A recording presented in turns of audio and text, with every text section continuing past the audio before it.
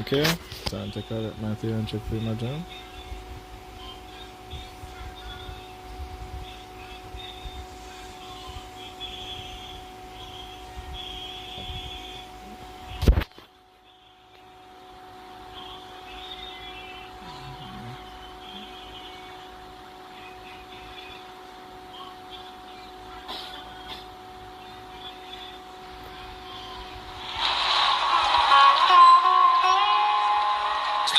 Telling me about your big ring. You're telling me about your big ring.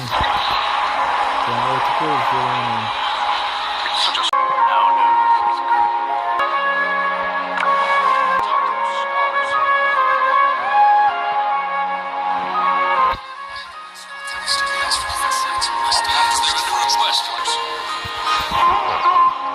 Is there a new request from the Academy?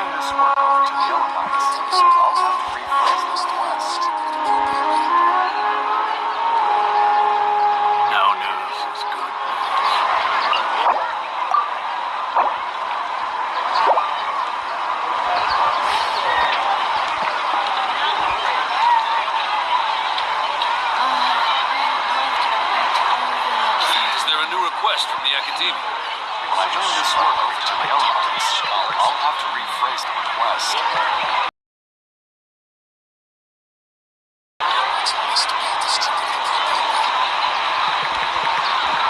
No news is good.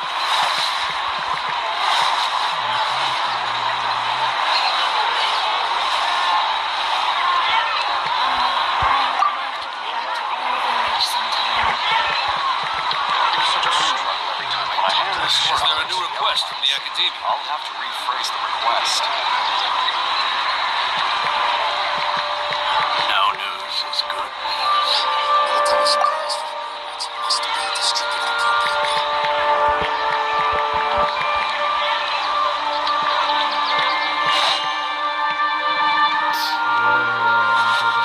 Is there a new request from the Academy?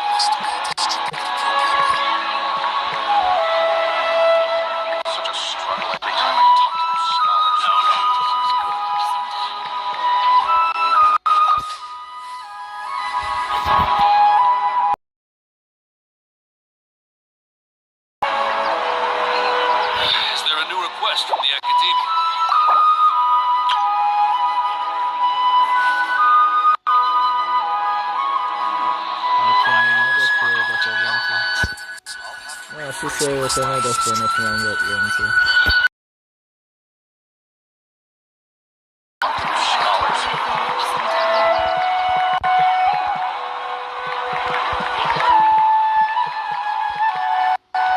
Is there a new request from the academia?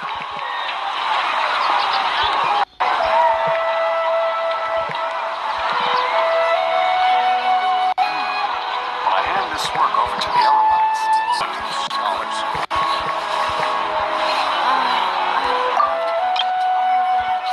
Is there a new request from the academia?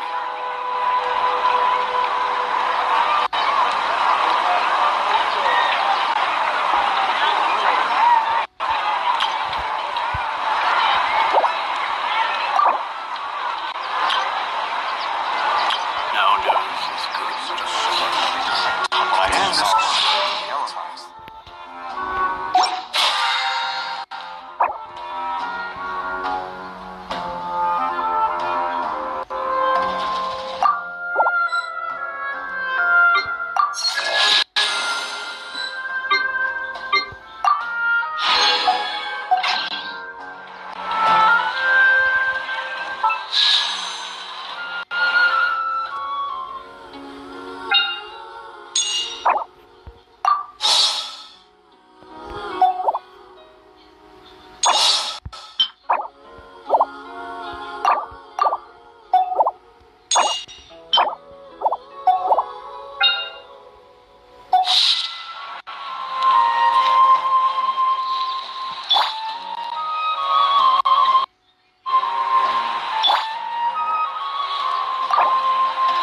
Is there a new request from the academia?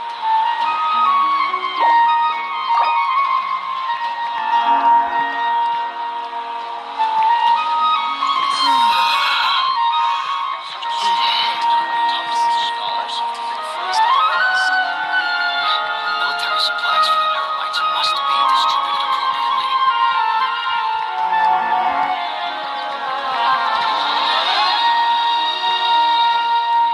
Is there a new request from the academia?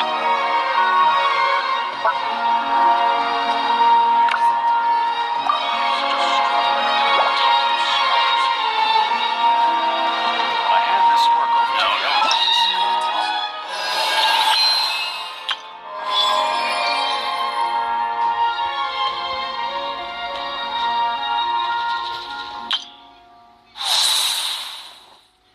I see, so it's a story quest.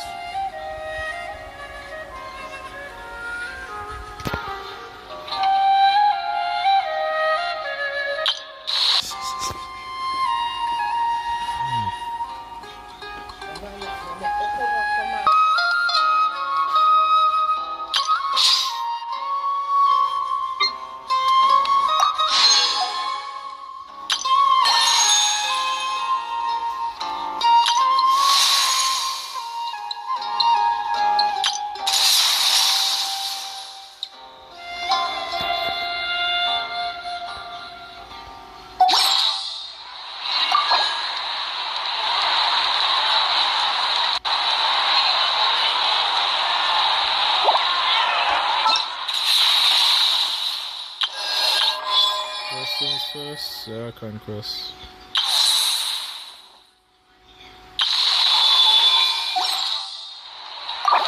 Is there a new request from the academia?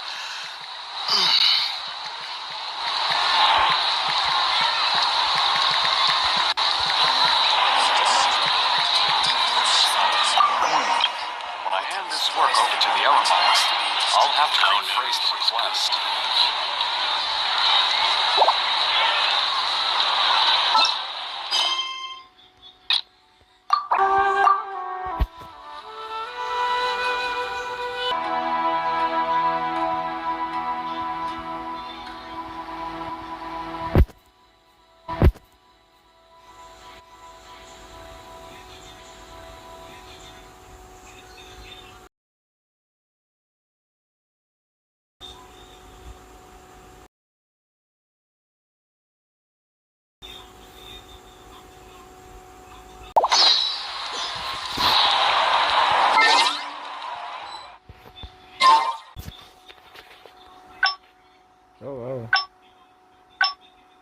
Looks like I'm getting it.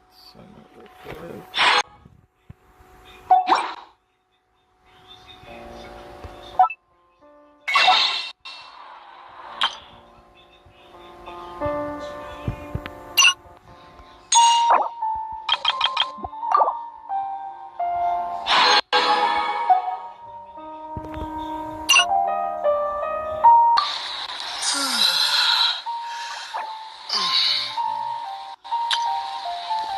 Maybe it got done.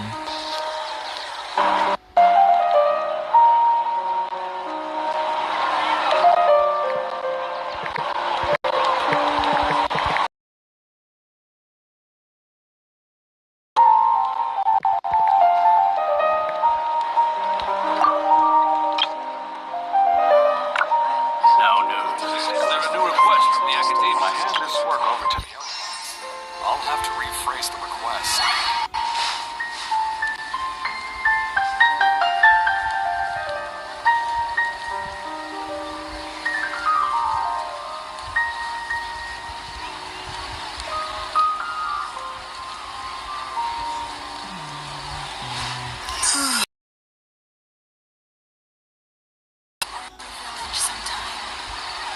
Now, is there a new request from the academy? Military supplies for the Eremites must be distributed. When I hand this work over to the Eremites, I'll have to rephrase the request.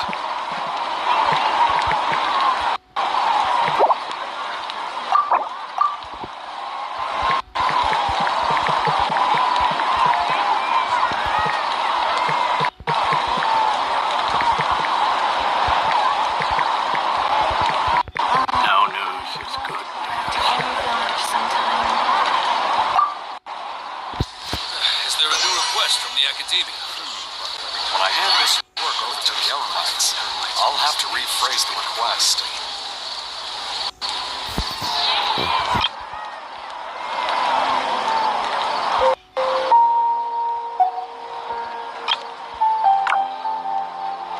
Now news is good news. I would love to go back to our village sometime. Is there a new request from the academy? When I hand this work over to the Eremites, I'll have to rephrase the request.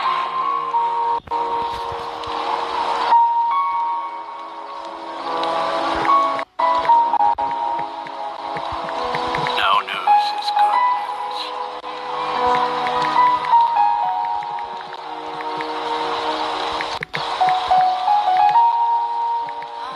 I would love to go back to our Is there a new request from the academy?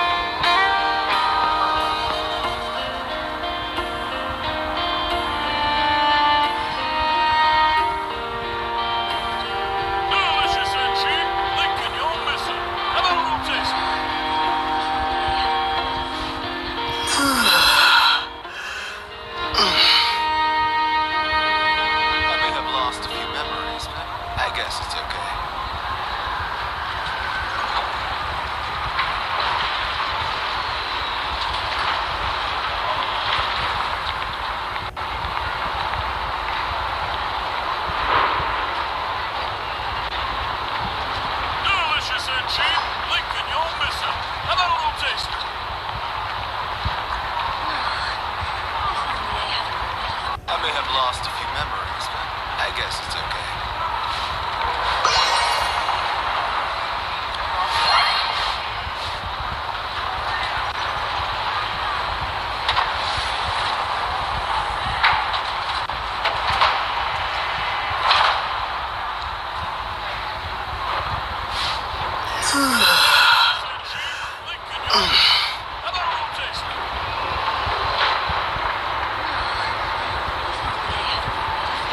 I may have lost a few memories, but I guess it's okay.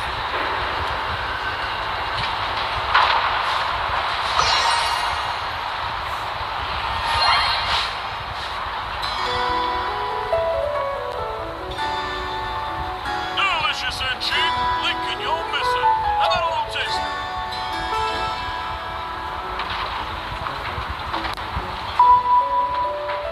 I may have lost a few memories, but I guess it's okay.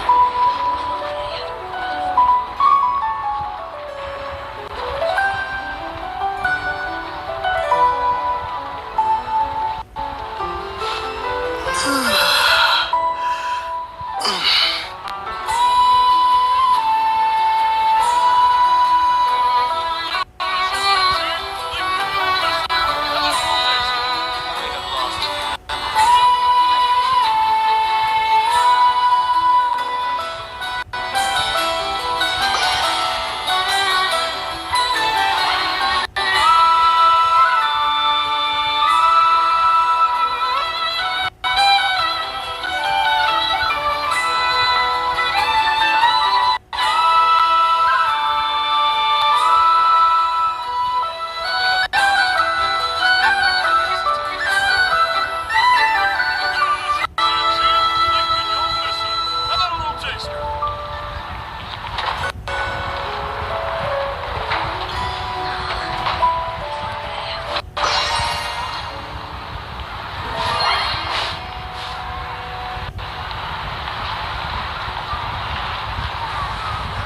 I may have lost a few memories, but I guess it's okay.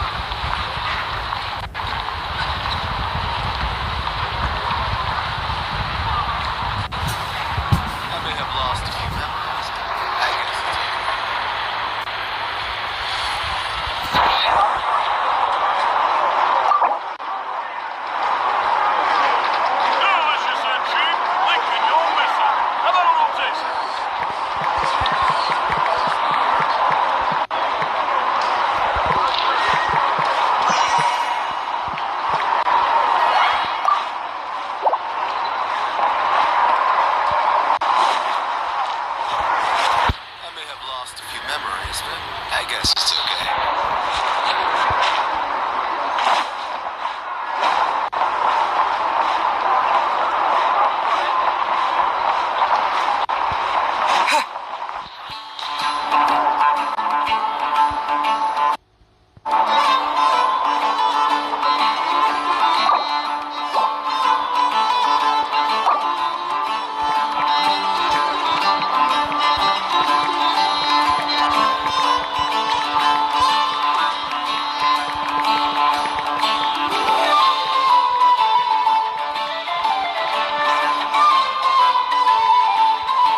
This land holds nothing but promise for adventurers from all walks of life.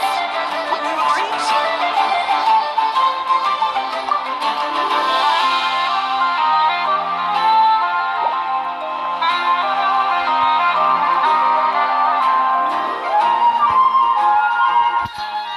Thank you for waiting. I finished checking your adventurer handbook. Here are your commission rewards. We have no other urgent commissions on the books at present. Thank you for all your hard work lately. Perhaps you two could consider taking a vacation. Amazing! Paimon never thought we'd end up having downtime in Nocry. Things were pretty hectic when we first got here. Everywhere you looked, it was either the wild hunt causing chaos or the Vatui stirring up trouble. It felt like this whole region was one giant slime in a barrel, ready to go boom at any moment.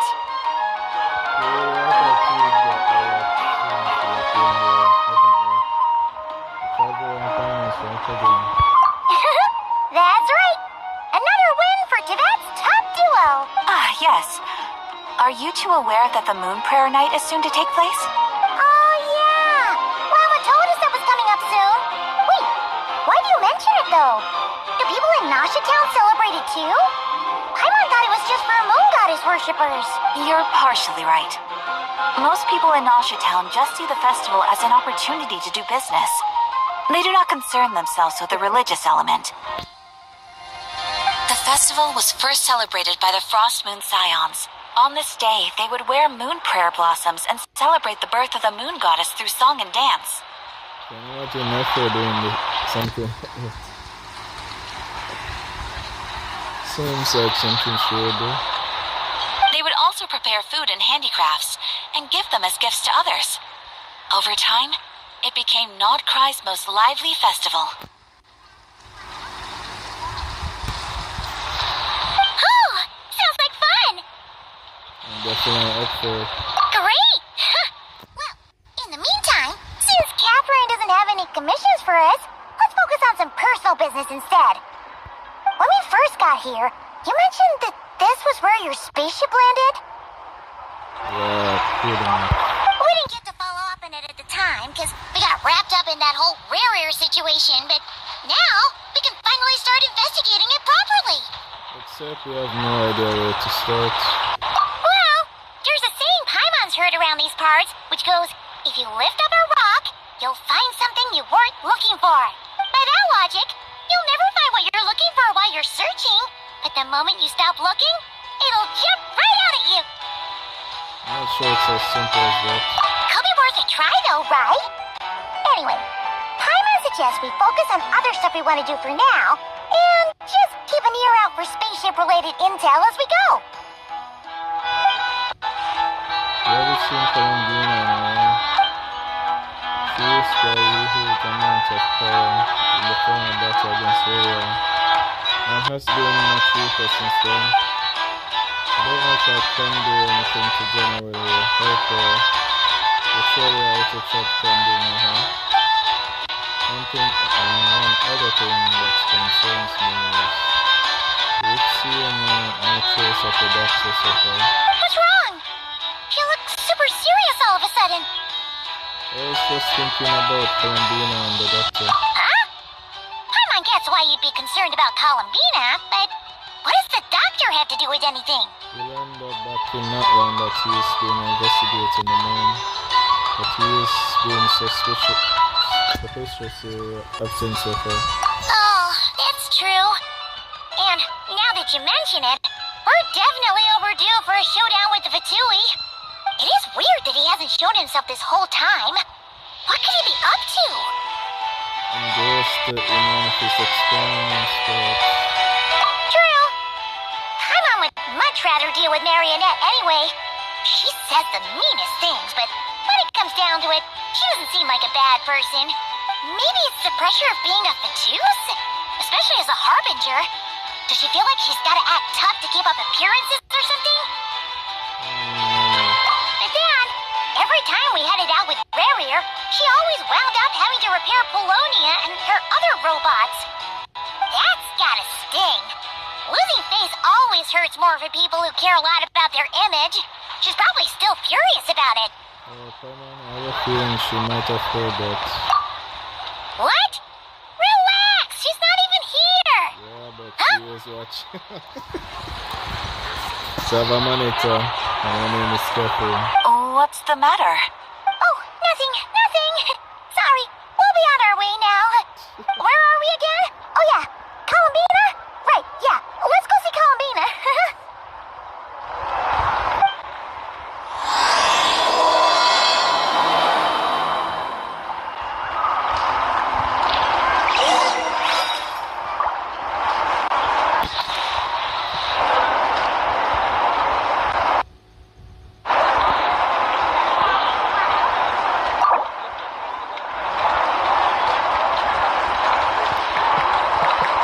This land holds nothing but promise for adventurers from all walks of life.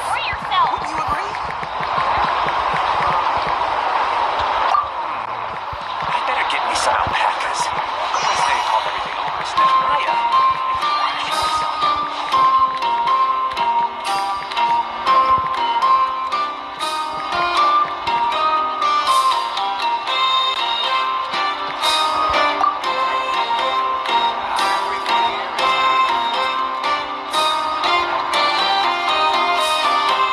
This land holds nothing but promise for adventurers from all walks of life. Wouldn't you agree?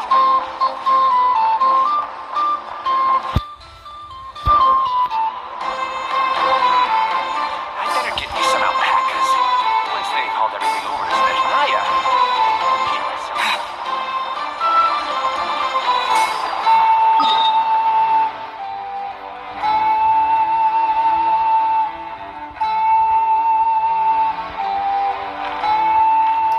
Okay, normally I wouldn't jump to teleport because I want some time to explore the area, but as you guys can see, I already reached 100% on every island, so there's really no need for me to do that. I can just jump.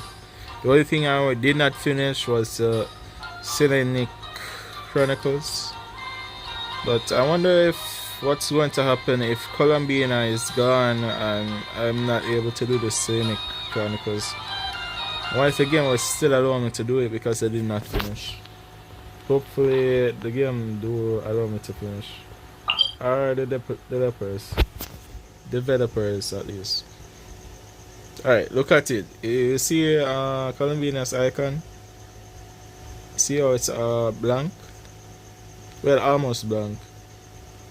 So something tells me it's not related to the main Archon quest.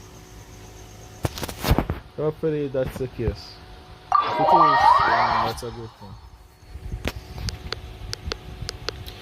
thing. Icon is where it's a sign where I'm supposed to do a cynical. It's where I'm supposed to do the cynical chronicles.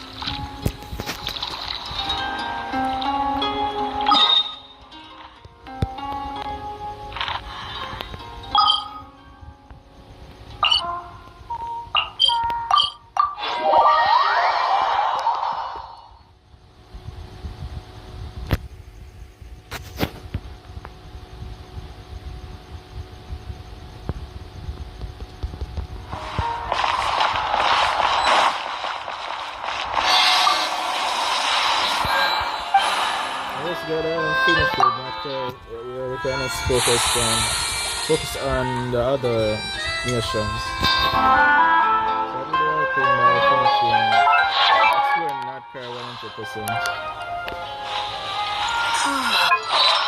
Oh, something tells me that exploring North Korea isn't finished yet.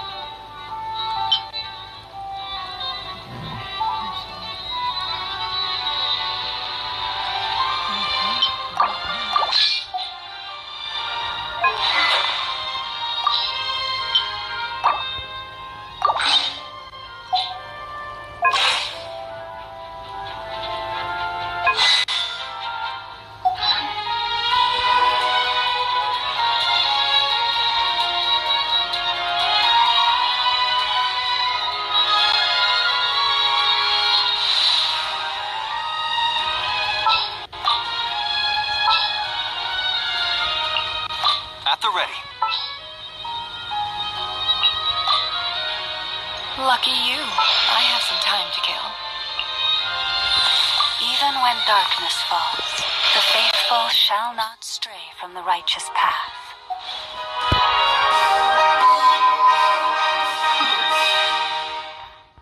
I also want to go with this team while doing the Archon quest. Because these days, the developers starting to make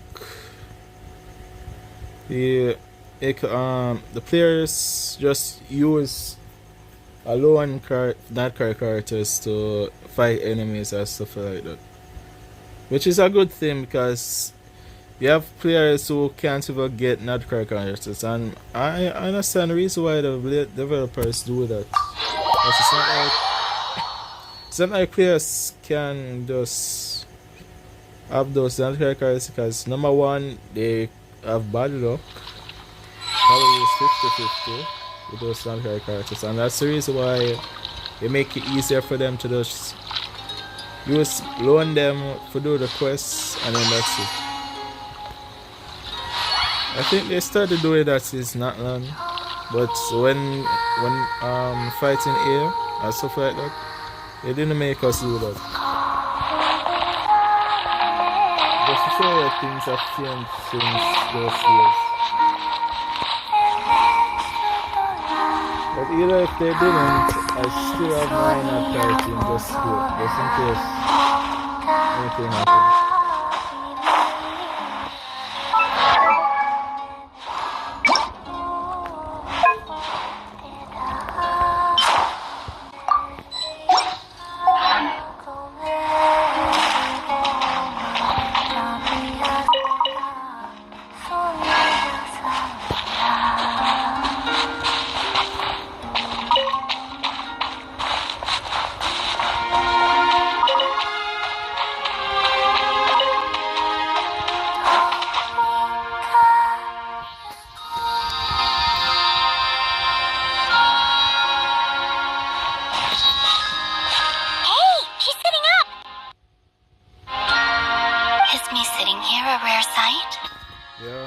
So they're not sleeping.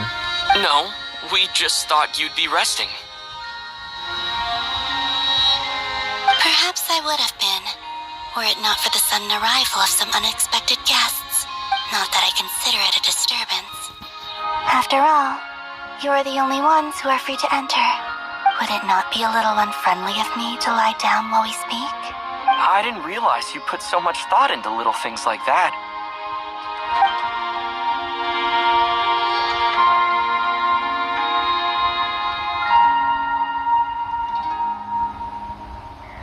Only sometimes.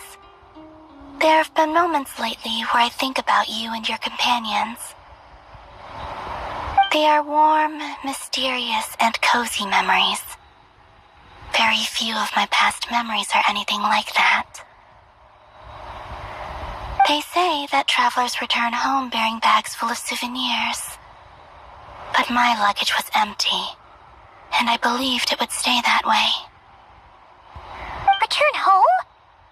So, you're still planning on returning to the moon? Yes.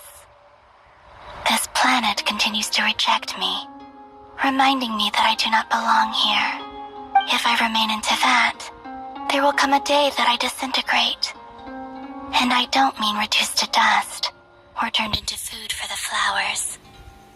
I mean, I will cease to exist entirely. Alright then.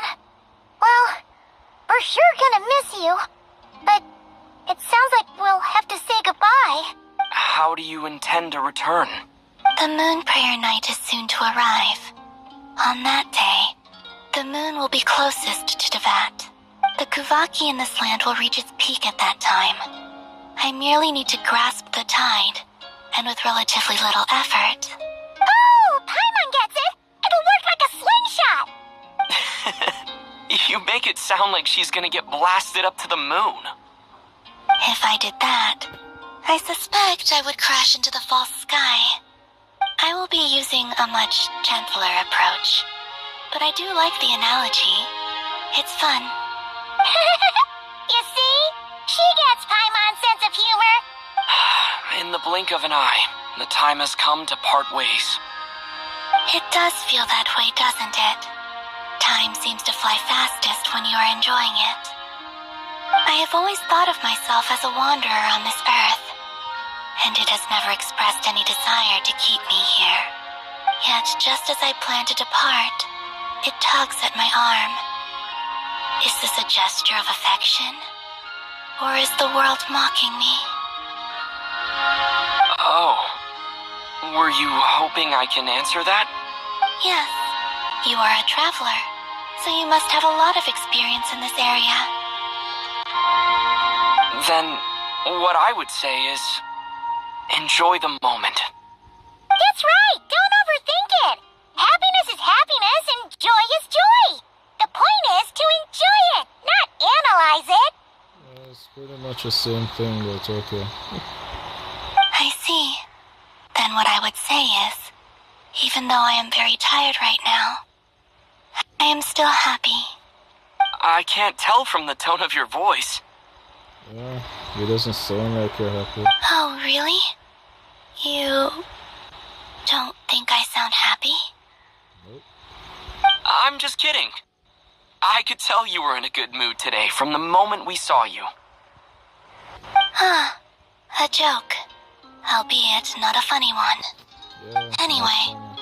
I assume you're here about you know what. Give me your hand.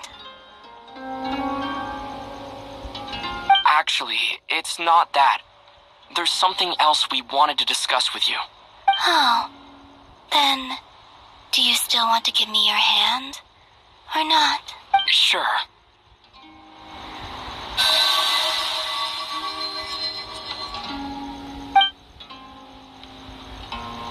Thank you. So, I've heard that in the Moon Prayer Nights of the past, people here would hold celebrations in the Moon Goddess's honor. Since you helped so much in our fight against the Rehir of Solnari, I think you deserve a farewell party before you return home. I haven't asked everyone else for their opinions on this yet, but I'd like to invite you to join the upcoming Moon Prayer Night. I've never joined a moon prayer night before. I'm not sure what I would even do.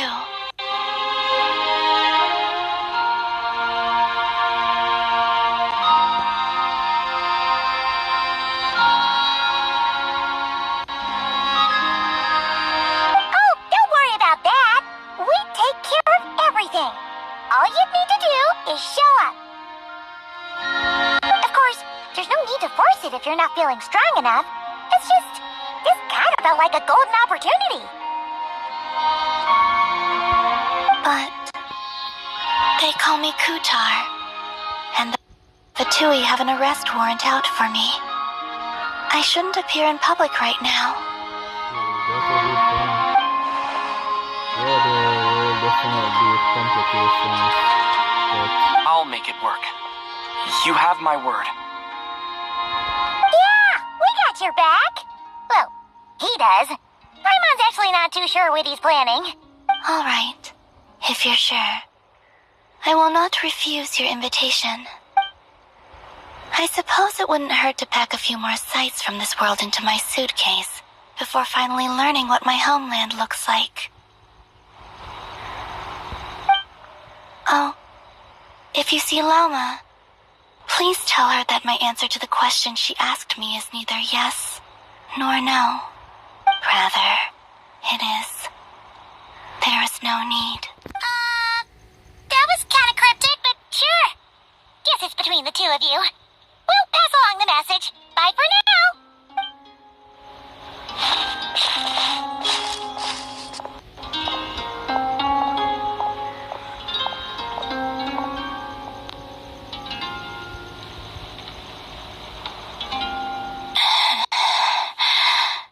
And also, I do not know.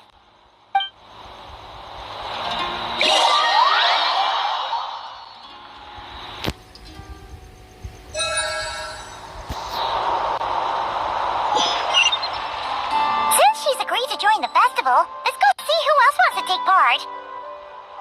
Lauma's gotta be the person most familiar with the Moon Prayer Night. We should start with her. Also, what exactly is your plan to keep her safe? Not sure yet. I'll figure something out. What? Are you serious? And Paimon even gave you her vote of confidence back there. When did you become so sneaky? Notice Ether is talking a lot in this current arc contest.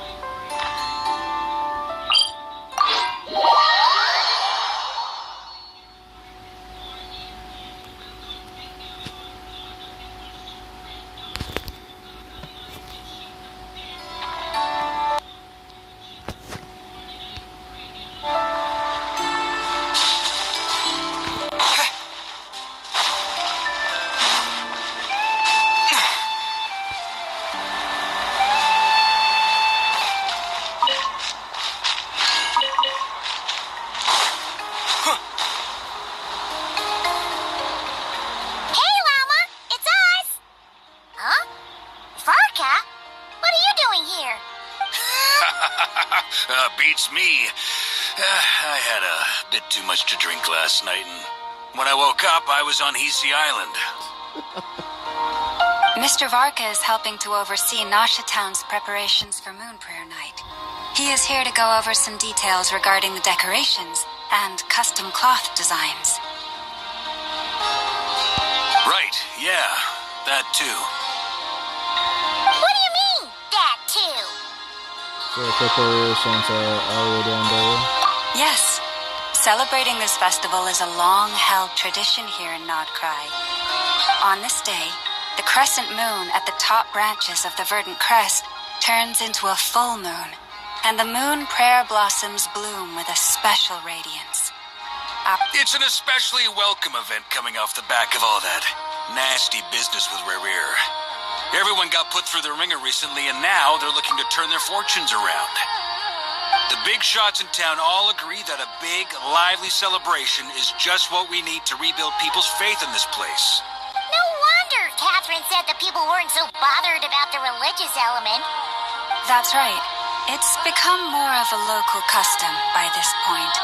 The celebrations have little to do with whether the religious stories behind this event are true or not. Even the Frost Moon Scions are eagerly awaiting the coming of Moon Prayer Night, despite now knowing that their past beliefs were founded on a falsehood. That's fair. It's a bit like the Lantern Ride in Liyue.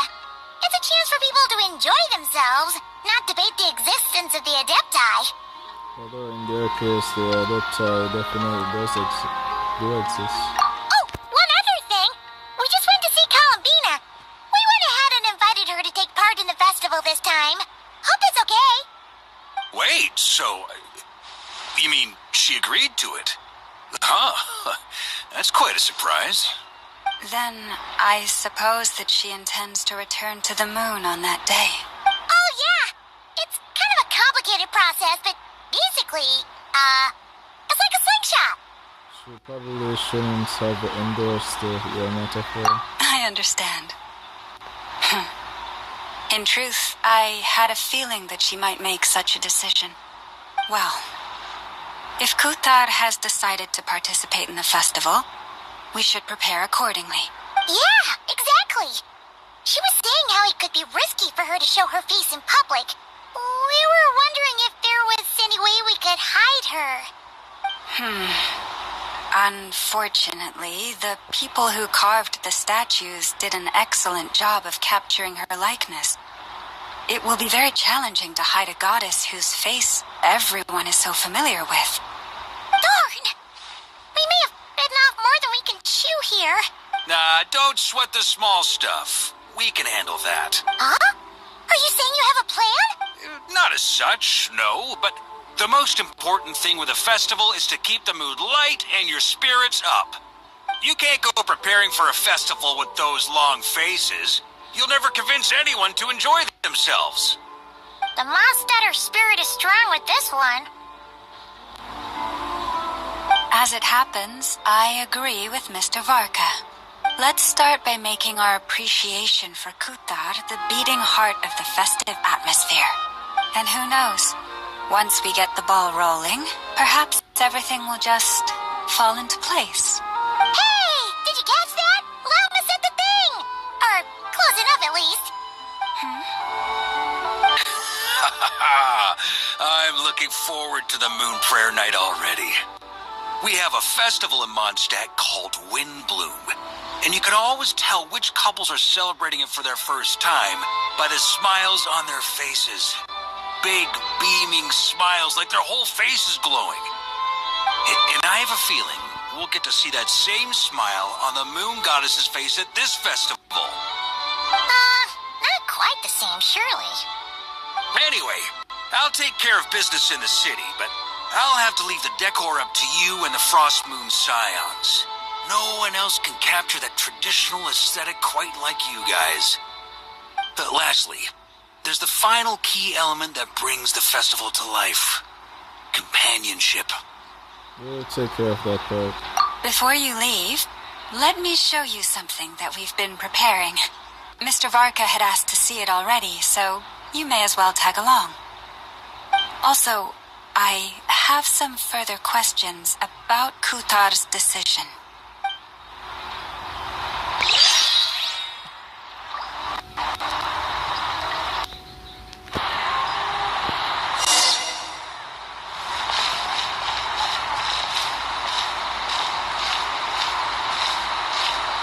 That's our claim to us then.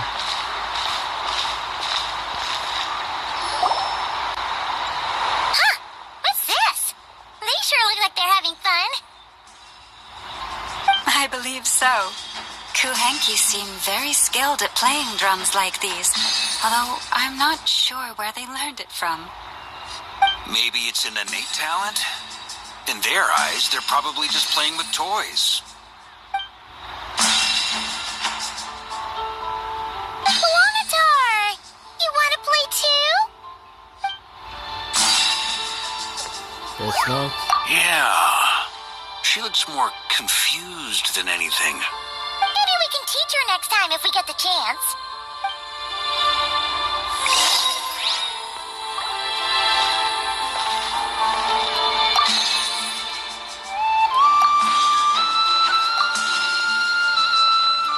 What are these floaty things? Moon veils. We hang them from buildings in the city during the festival. When you look at the sky through them, it creates a lovely misty effect.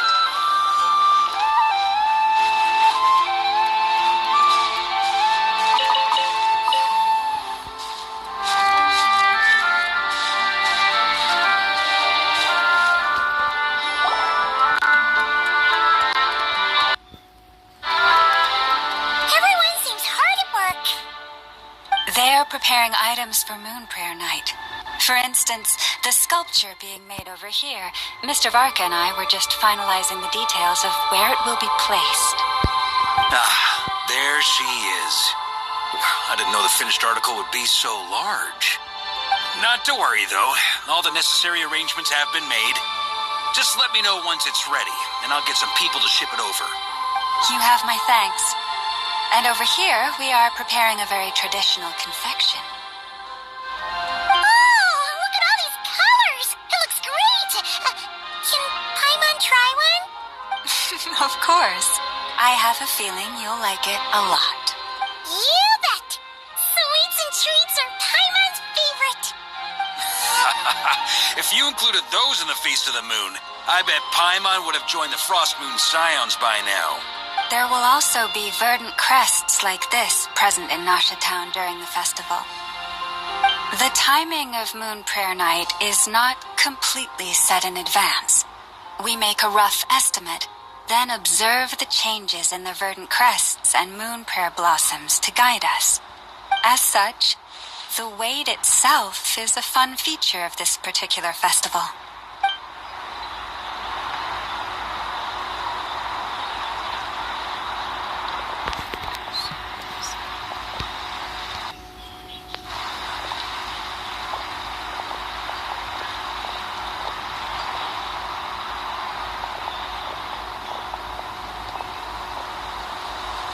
Let's talk here.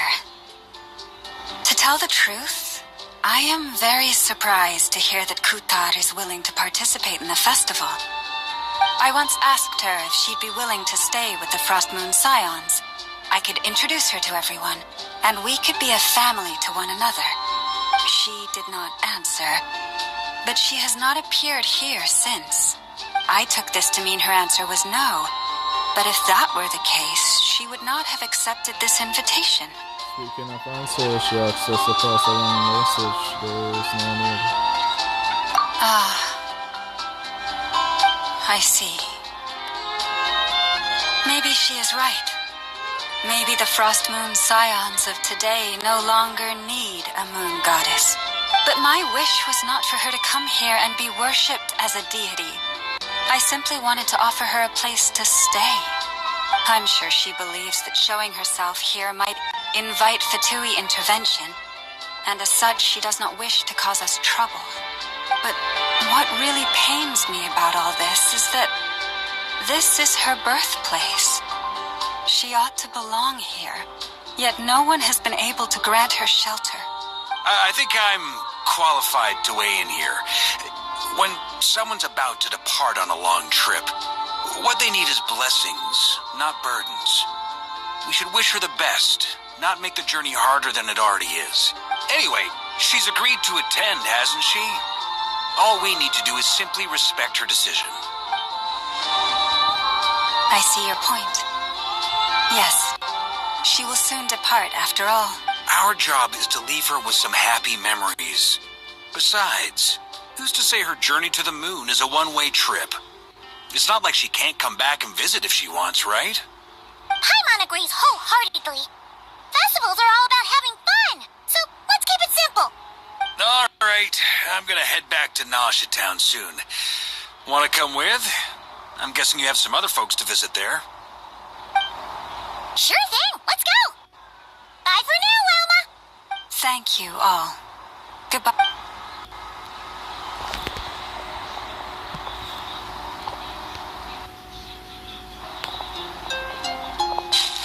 A traveler needs blessings, not burdens. Sounds good in principle, but will blessings alone be enough for Colombiana?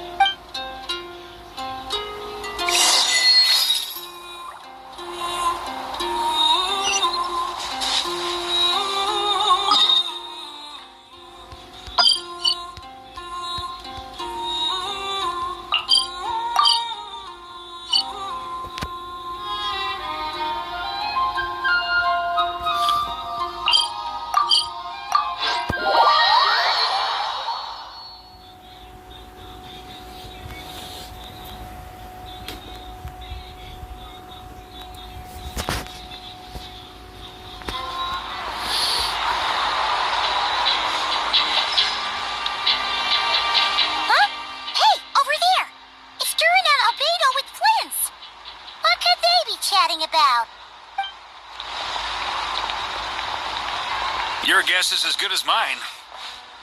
Ah, Grand Master, and the Traveler and Paimon. Hello there. It's been a while. Perfect. We have some new volunteers for our investigation. Sorry, what investigation? Wait, let me guess. The righteous Lightkeepers are finally ready to hunt down the Abyssal Dragon? Yes, that too. Yeah, right. Oh, wait. Why does everyone keep saying that too? Well, to be precise, the facts match, but not the causality. Wait, so I guessed right? Half right. Don't act so impressed with yourself. Maybe I can explain. We ran into Mr. Flint's north of Nasha Town. At that time, we just noticed a few abyssal creatures out in the wild, but the strange thing was, I didn't detect any traces of abyssal energy on them at all. On closer inspection, we realized that they were not real monsters, but something akin to reflections in the water, or perhaps a mirage. Huh? What do you mean? Like, you could see them but not touch them? Exactly. It was very peculiar. They roared and tried to attack us, but we could not make any physical contact with them. I think I've heard of things like that happening in Notcry before, but I don't know much about it. Yes, it's a known phenomenon. Mirage-like illusions tend to appear in Nodcry in the run-up to Moonprayer Night. From a distance, they appear quite real. I myself thought that Misters Durin and Albedo were locked in battle with abyssal monsters when I first arrived. But after sharing intel and investigating a little further, we can confirm that these illusions are harmless. There is no great cause for concern. I see. All the Mirage stories I've heard are either animals, rocks, or small houses. Abyssal monsters, though? That's a first. It's a first for me, too. So I'm planning to look into it further just to be on the safe side. I intend to inspect a few more locations. What about you two? Any plans? Alice contacted me a few days ago. She'd like me and Durin to assist her with an experiment. But we lost contact shortly after receiving the message. I'm sure that comes as no surprise to anyone familiar with her. We don't know when the wind will blow, yet when the wind blows, we will know. That, in a nutshell, describes how Alice operates. Yeah, that tracks. Okay. Well, I suggest we investigate this Mirage business in the meantime. It's piqued my curiosity, and I'm pretty sure I know someone who will already be 10 steps ahead of us. Well said. Right? Whatever's happening in Notcry, she always seems to be the first one to know. Let's go see what she knows. We can invite her and her staff to the festival while we're at it.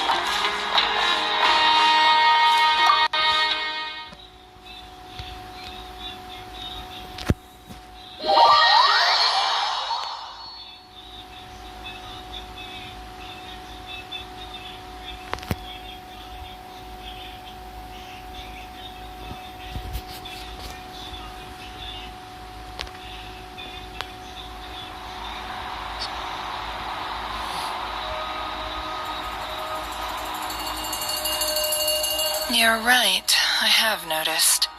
There's certainly something a little fishy about this situation. Only a little, though. Records indicate that this phenomenon can occur in the days before and following Moon Prayer Night. That said, it has always been a rare sight in the past. The odds of encountering these phantoms are similar to looking up in the night sky, happening to see a shooting star, and managing to make a wish before it disappears. But this time, either everyone's getting lucky, or they're appearing far more frequently than usual. Yehoda's out gathering intel as we speak. In the meantime, let me check off some points of interest. First, the Abyss. The ones we saw seem to be abyssal monsters. Indeed. But we have identified one location where many more of them have made an appearance. And not just monsters, but human phantoms, too.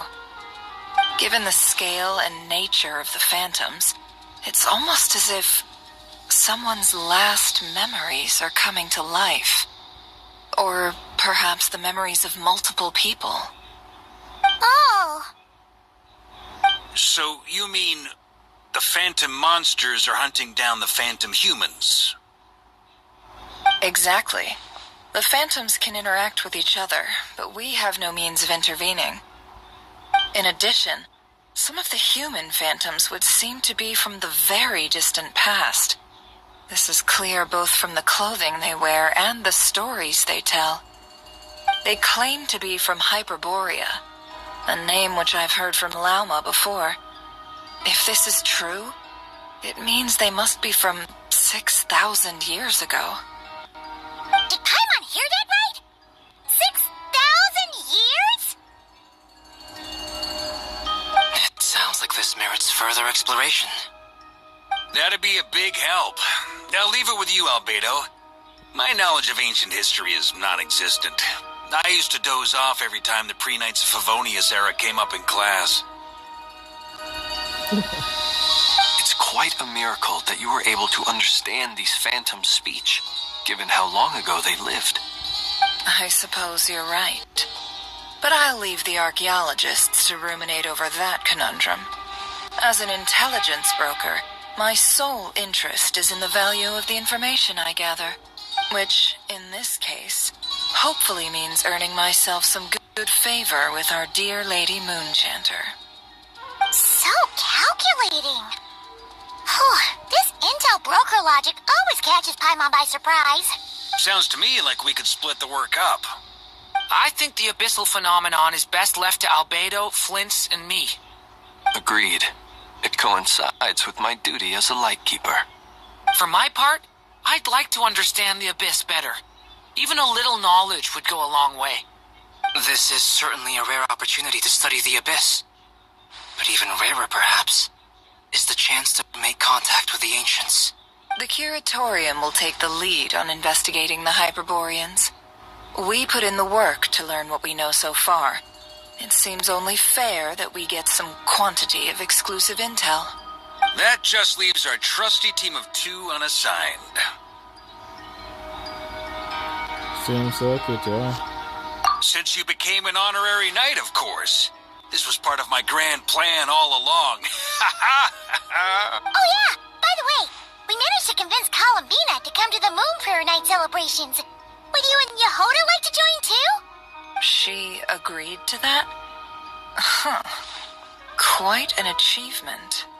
Never underestimate the traveler, I guess. I'd be happy to join. No point shutting myself inside when the streets are all decked out. I doubt any clients will be visiting during the festival in any case. And Yehoda loves a party. So I'm sure she'll jump at the opportunity. No. Way to contradict me in front of... Wait, no, that's not what I have bad news, boss. So many people. All right, everyone inside, quick.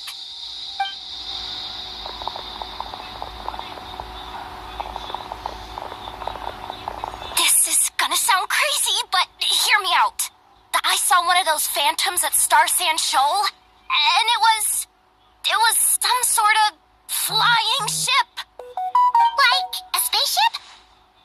A spaceship of Star Sunshine. That's gotta be the one you came to defend in. You said you saw the same thing through the moon marrow, right? Huh? You already know about it? I thought I was gonna blow people's minds. Turns out I'm the last to find out. Wait. Back up. You came here in a spaceship? Now my mind is blown! What's it like on the inside? Was it like flying through space? I want to know everything! Maybe that's a conversation for next time. Yep, exactly. Huge discovery. You're the best. Second best intel broker in the world. After your boss, of course. Wow. Really? Well, I don't know if I'm all that, but... I guess that decides where we're heading next. Come on, don't look at me like that. I know the spaceship doesn't have anything to do with me, but you don't want to leave me as the only one twiddling my thumbs, do you? Please? Fair enough. You can tag along. In that case, let's meet back here to discuss our findings once we're done. I wish everyone a productive investigation. You too. Parker's curious. What's up, boss? Aren't we gonna head out? Tell me, Yehuda, when did the curatorium start giving out intel for free? Oh, Yeah, that's the sorry, side boss. coming. This place that should give out the intel so easily.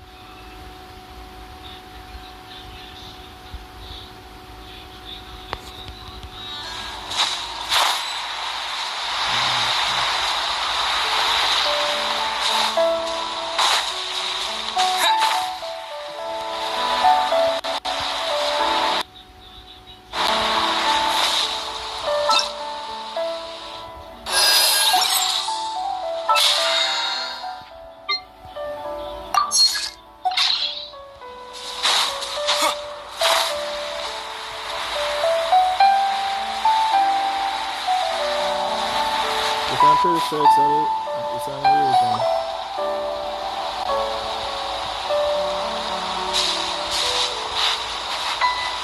See? Wow, what do you know? Yehuda was right on the money. This Phantom really is your spaceship. But that's so weird. Why would it show up here? Is it some kind of projection? Or a ghost? Like, maybe it no longer exists. But somehow it left an after image? I'm not sure either. Ah, you're already here. Miss Lauma, what a surprise. I thought you were busy with festival preparations. I was, until one of our people informed me that a strange sight had appeared at Star Sand Shoal. No one's ever seen something quite like this before. I thought I should see it for myself. Same here. Oh, so we heard that these things appear around the festival period. Any idea why that is? Unfortunately not. We have very limited information about them, since they can't be interacted with. And no human phantoms have ever made an appearance before now. The most we've been able to deduce is that these sightings appear to be connected to the increase in Kuvaki energy around this time. Let's look around and see what we can find out. Yeah, seems like that's all we can do. This is all so confusing. Allow me to lend you a hand.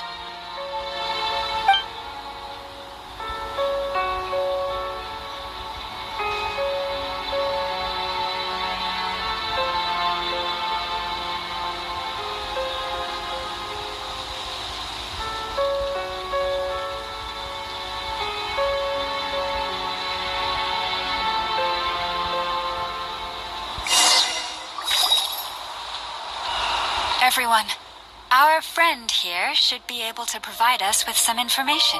Is that a phantom rhymehorn deer? I've heard about how the Frost Moon Scions live in harmony with the animals and can even communicate with them. That's coming in handy now, for sure. Okay. Yes, I understand. Then how about this?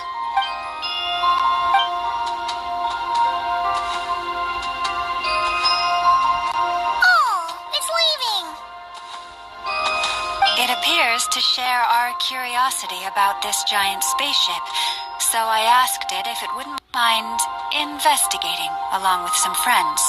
In return, I told it about some nearby spots where the wild fruit grows abundantly. We may live in a different era from these phantoms, but I trust that the terrain, climate, and ecology here are more resistant to the effects of time than some things are. Let's give them a moment and hope for the best.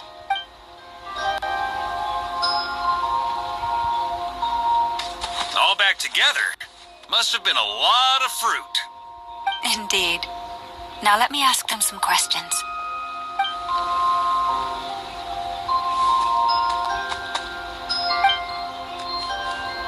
It did find a lot of wild fruit, enough for them to feast for a long while. This puffin circled in the air several times, but didn't spot anything out of the ordinary. Certainly nothing to do with the spaceship. Huh. Well, it definitely makes sense to get a bird's eye view. Indeed. Other than that, I was also thinking that the world these phantoms see is also different from ours. Oh, I get what you mean. The wild fruit exist in both times and spaces, but there might also be things that only exist in that space-time, which we can't see. Because we don't see their whole world. Good point. Great thinking, Llama. Blunthorn rhinos can use Kuvaki to shift great rocks, but this one says it couldn't get that ship to budge by even an inch. The sniffer mole tried too, but despite being a skilled digger, it could not get through. They say that the spaceship looks robust and undamaged. It seems completely impervious to any and all attacks. Whatever lies within is well defended from harm. So, just like us humans, there was nothing they could do about this spaceship either. Yes, still, they deserve our thanks. We are grateful for all your efforts, dear friends. Now go, and enjoy your feast. I've noticed some other human phantoms gathered nearby. Come on, let's go talk to them.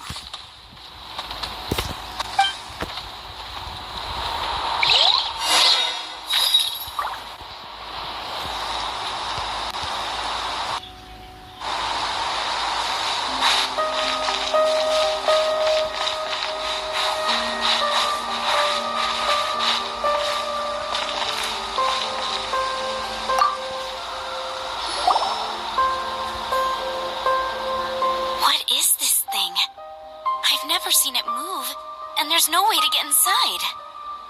Goodness knows. My grandpa says it's been sitting here at least since his grandpa was still alive. What about his grandpa? Did he say anything to your grandpa's grandpa about it? Huh? I don't know. In all likelihood, it was here back then too. Hard to imagine something this huge could move. far as they're concerned, this ship's been around a long time.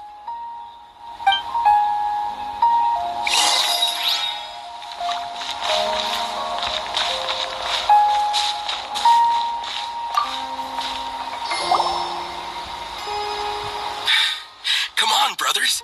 If we can get even a small chunk off of this thing, it's gotta be worth a fortune. Today is the day we strike it rich. Huh? You mean Paimon? Yes, brother, I shall join you. Let's make our fortune. We should go with them. What the? This thing is crazy tough. I can't even scratch it. What's it made of? Sorry, brother. Looks like we'll have to seek our fortunes elsewhere. Enjoying yourself? I was just seeing if I could influence this phantom's perception by playing. But nope, no dice.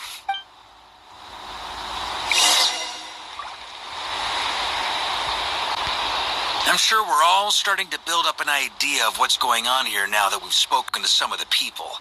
These phantoms are reenacting real historical events in Nodcry.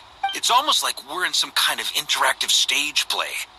We can talk to the actors, but the plot is fixed, and we can't influence it. It makes sense. History is set in stone. The objective facts of the past cannot be changed. Paimon totally thought you were just goofing around earlier. But actually, you were doing some serious investigating. Of course I was. Anyway, at this point, I think we're forced to conclude that although the Phantom spaceship is right there in front of us, we aren't going to learn much about it from these people. If only this shows the moment when my sister was searching for me. Maybe then I could have discovered why she wasn't in the spaceship. Well, I suppose his sister didn't show. Or if it showed the moment when it disappeared, I might have found out who was piloting it and where they were headed. But no such luck. All we have seen is an arbitrary moment in time during its long stay here. Don't be discouraged. If nothing else, this is proof of the ship's existence. And think about it. So many people tried to hack their way inside, but no one could get the door open. It's made of very tough material. To me, that says that we'll either find the ship itself or the story behind it. It's just a matter of time. Thanks, Parker. Huh. Every now and then, when Barker gets serious, he actually does seem like Grandmaster material for once. I wonder how the others are doing. Let's head back for now. Sounds good.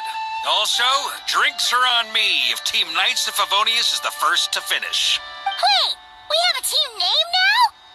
Am I in Team Knights of Favonius as well? Pretty much. You're very welcome to join.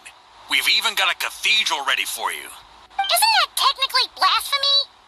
You wouldn't dare make a joke like that if Barbados was in earshot. Nah, I'm sure Barbados doesn't mind a little harmless blasphemy once in a while.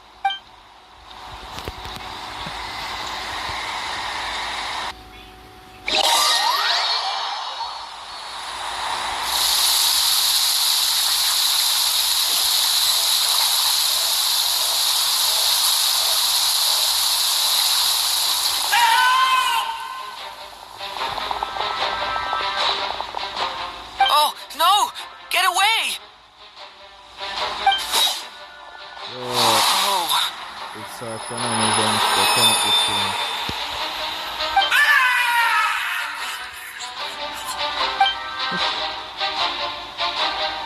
I know it's hard to stomach, Mr. Duran. But as I'm sure you've noticed, there is nothing we can do to intervene in that which unfolds before us. But we have to at least try. And try you have. But are you aware of how many unsuccessful attempts you've made now? I wasn't keeping count. I'm afraid this is the 39th failure so far. Or the 5th if we're only counting this particular victim. There are no indications that these phantoms may be altered in any way. You seem to have calmed down a little. I'll make us a fire. You should rest and have some water. Feeling any better now, Mr. Duran? May I ask a few questions? Be my guest. What exactly are we witnessing here? What happened to those people? My guess would be that we are seeing Nodcry during the Conrian Cataclysm. Would that be accurate? Conria. That is correct. As you know, once the Abyss senses even the tiniest crack, it floods in and spreads like wildfire. There was a time in the distant past when it permeated all of Nodcry, causing immeasurable harm. The people paid a terrible price to heal this land. Then, 500 years ago, the whole of Teyvat suffered an abyssal disaster. Once more, Nodcry was dealt a devastating blow. I see. In the face of the abyssal onslaught, all were like grains of sand tossed around by a tidal wave. Be they human, fae, or god.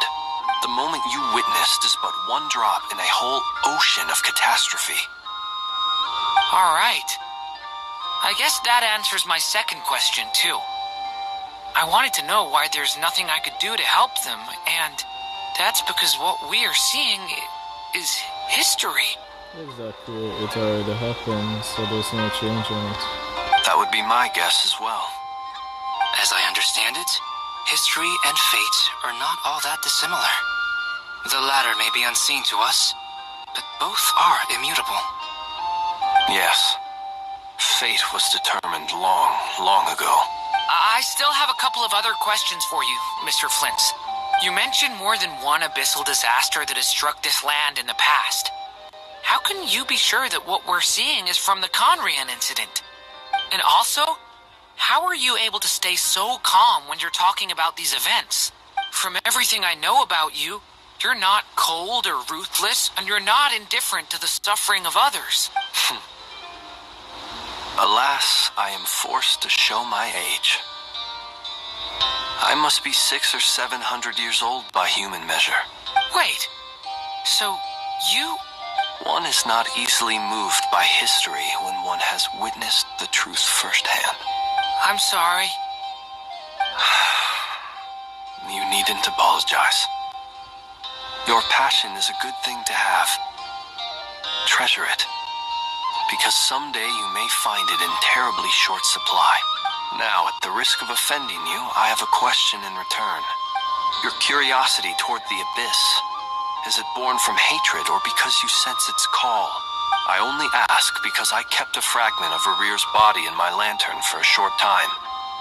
Specifically, his heart.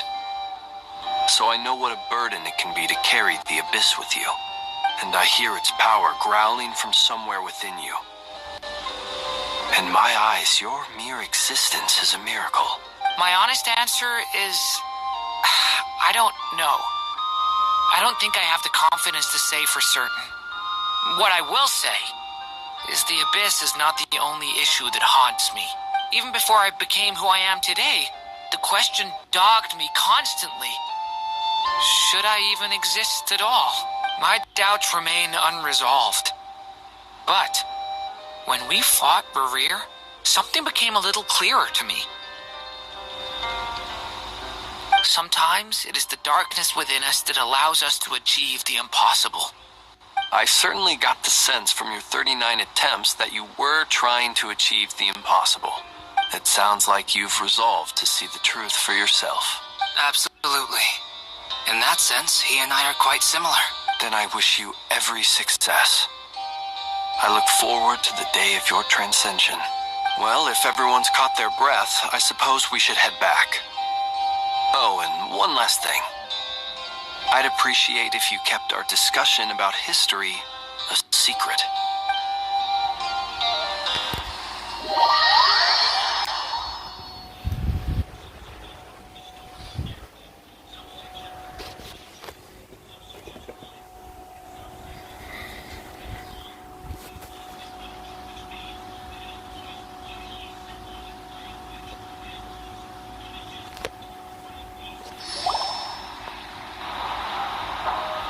Incredibly, our separate investigations led us all to the same conclusion.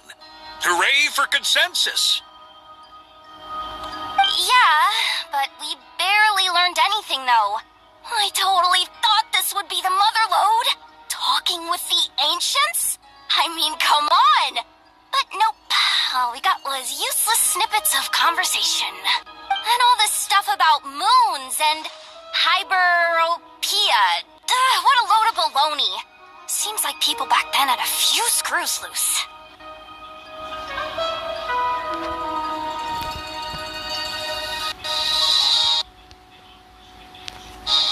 I understand your frustration.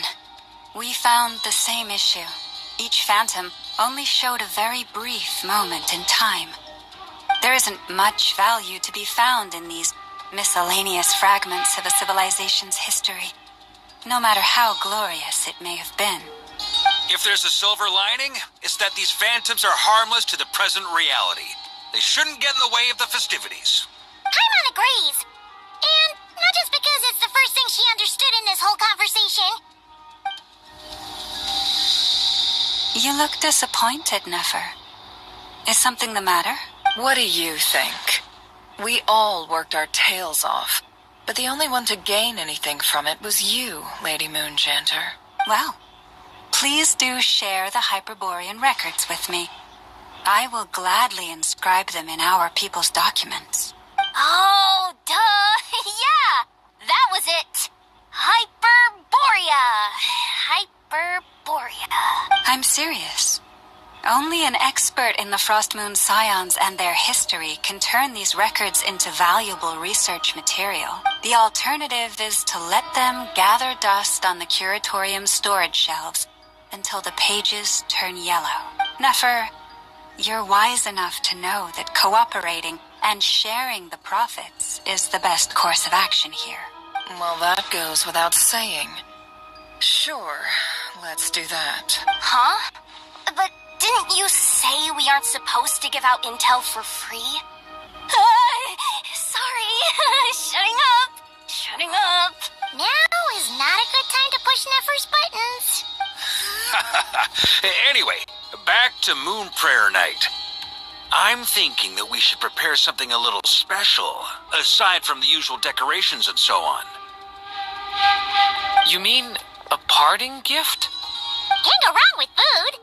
Although, does food go bad on the moon? Perhaps a lantern would be a better choice. It might be dark up there.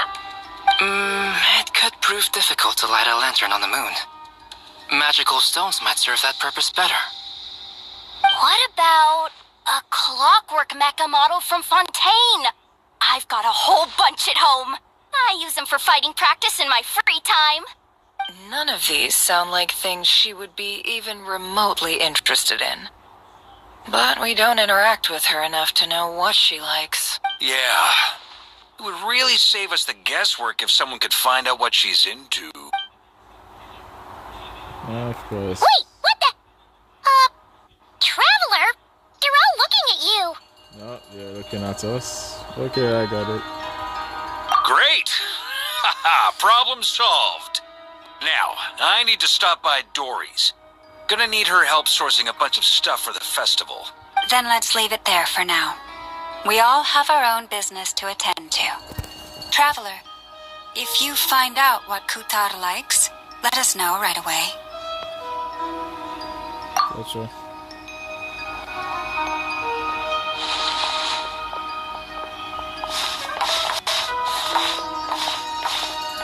Is something the matter? That's my line doing. I'm fine. It's just... I'm still feeling a little rattled after witnessing the horrors of the Abyss. But it's okay. This is something I have to work through. I'll be alright. Thanks for your concern. Well, don't put too much pressure on yourself. If you ever feel like something's wrong, physically or mentally, we're here to talk. Don't forget, I'm a member of Female Saxophonians. Come on. Stop treating me like a kid.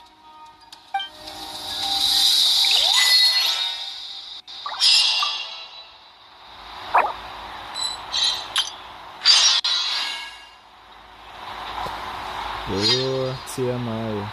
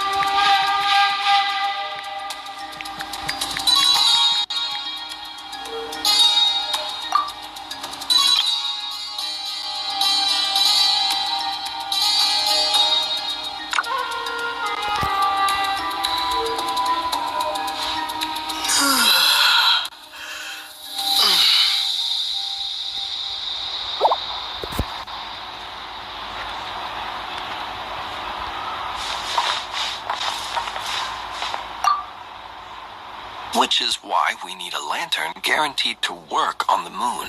Yes, I have a few ideas, but the lantern itself is the easy part. The real issue is how little we know about the lunar environment. Wait, you two are serious about this? Let's just say I'm intrigued by the shining magical stones that Mr. Albedo has mentioned.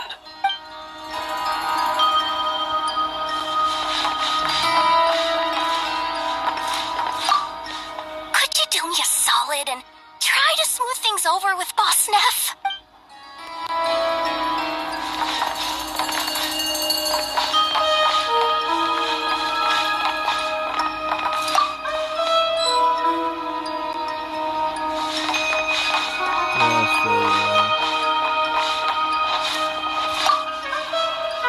You should get going. It's important that we ascertain what Kutar likes.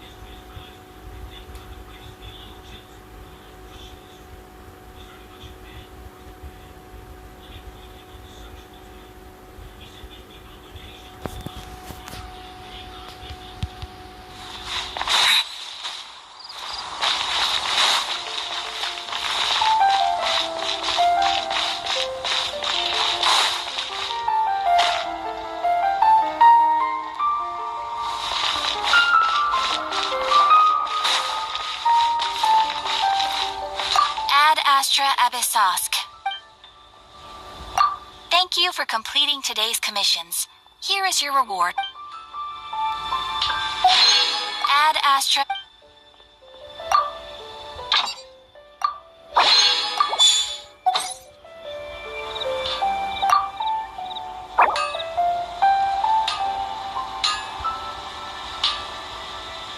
Come take a look.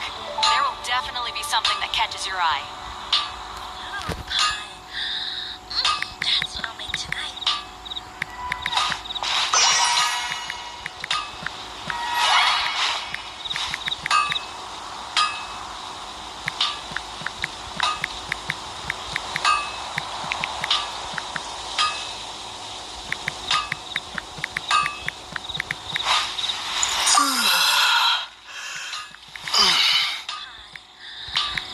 That's what I'll make tonight. Haven't you heard?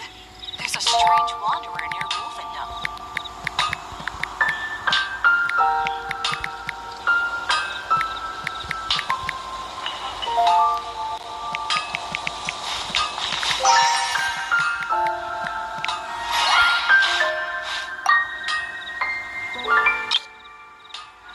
Gosh, all I can think about is dealing with.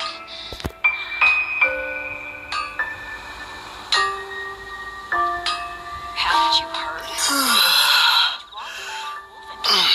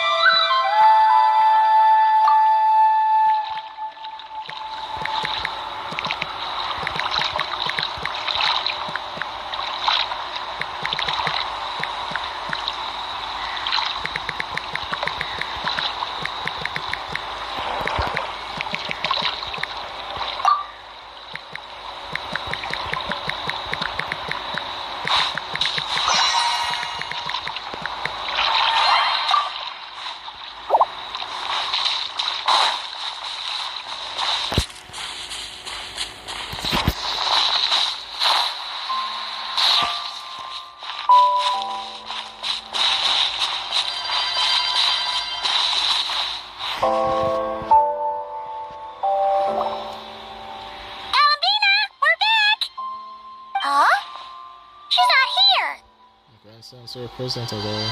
Weren't there a few Kuhenki here last time too? Where did they all go? Alright, quicker. Yeah, she took them out for walkies. Walkies? For Kuhenki? You're not pets, you know. Oh, well. Looks like we just came at a bad time. Let's try again tomorrow. There's still a few days until Moon Prayer Night, so we're in no rush. Besides, she needs time to rest anyway. Fair point. Let's go.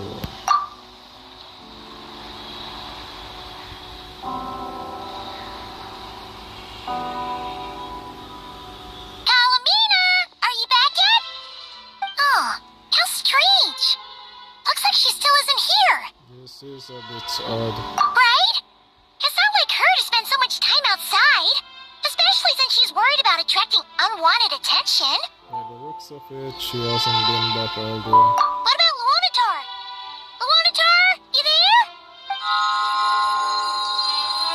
She's still around. Hey! Do you know where Kalambina went? Sorry, didn't understand. But if you know where she is, could you take us to her? Sounds like I don't know either to me. Yeah, that's even stranger. Come on, look. The flowers. What about him? Oh, that's not good news. They change color when Kalambina gets weaker, right? And they look super pale right now. Let's go. We've got to find her. Good idea. She might know what's happening.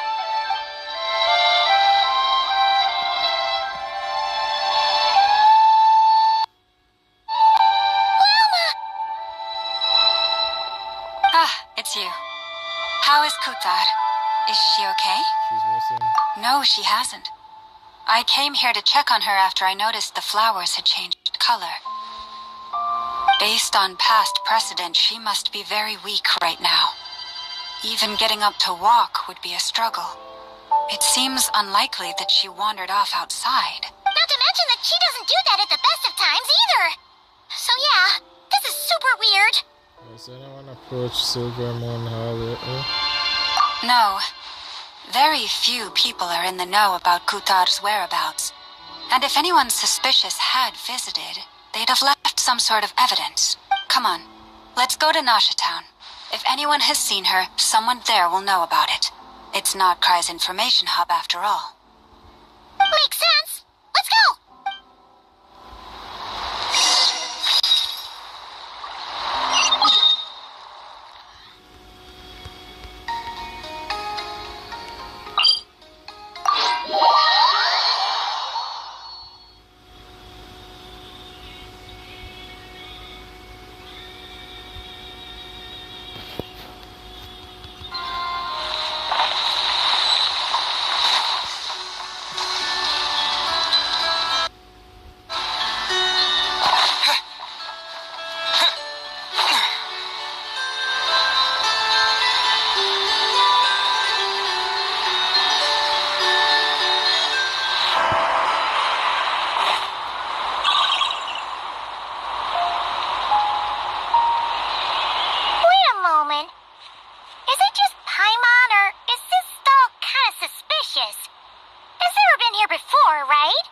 No, I don't recognize it. Alas, your free and easy adventure time is over.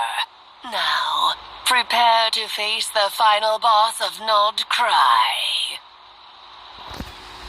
Yeah, shit. I don't know where this character is. Nicole? No. Alice? No. Where could it be? Leon? Whoa! Where'd that voice come from? Not sure, but it's definitely hostile. No, not that way. The final boss is right here. Bro, you can't pull that through, man. You did that last time. The it's not more. sniffer mole? It's not that more. That's the final boss? Surely not. Also... It's so familiar. Okay, the jig is up. I'll stop teasing you. Turn around. Yes, I'm yes, right yes. behind you. This is our voice is a bit different. It seems I've managed to leave quite an indelible impression, even though you've never seen my face. Ah, nothing could make a great mage more pleased with herself.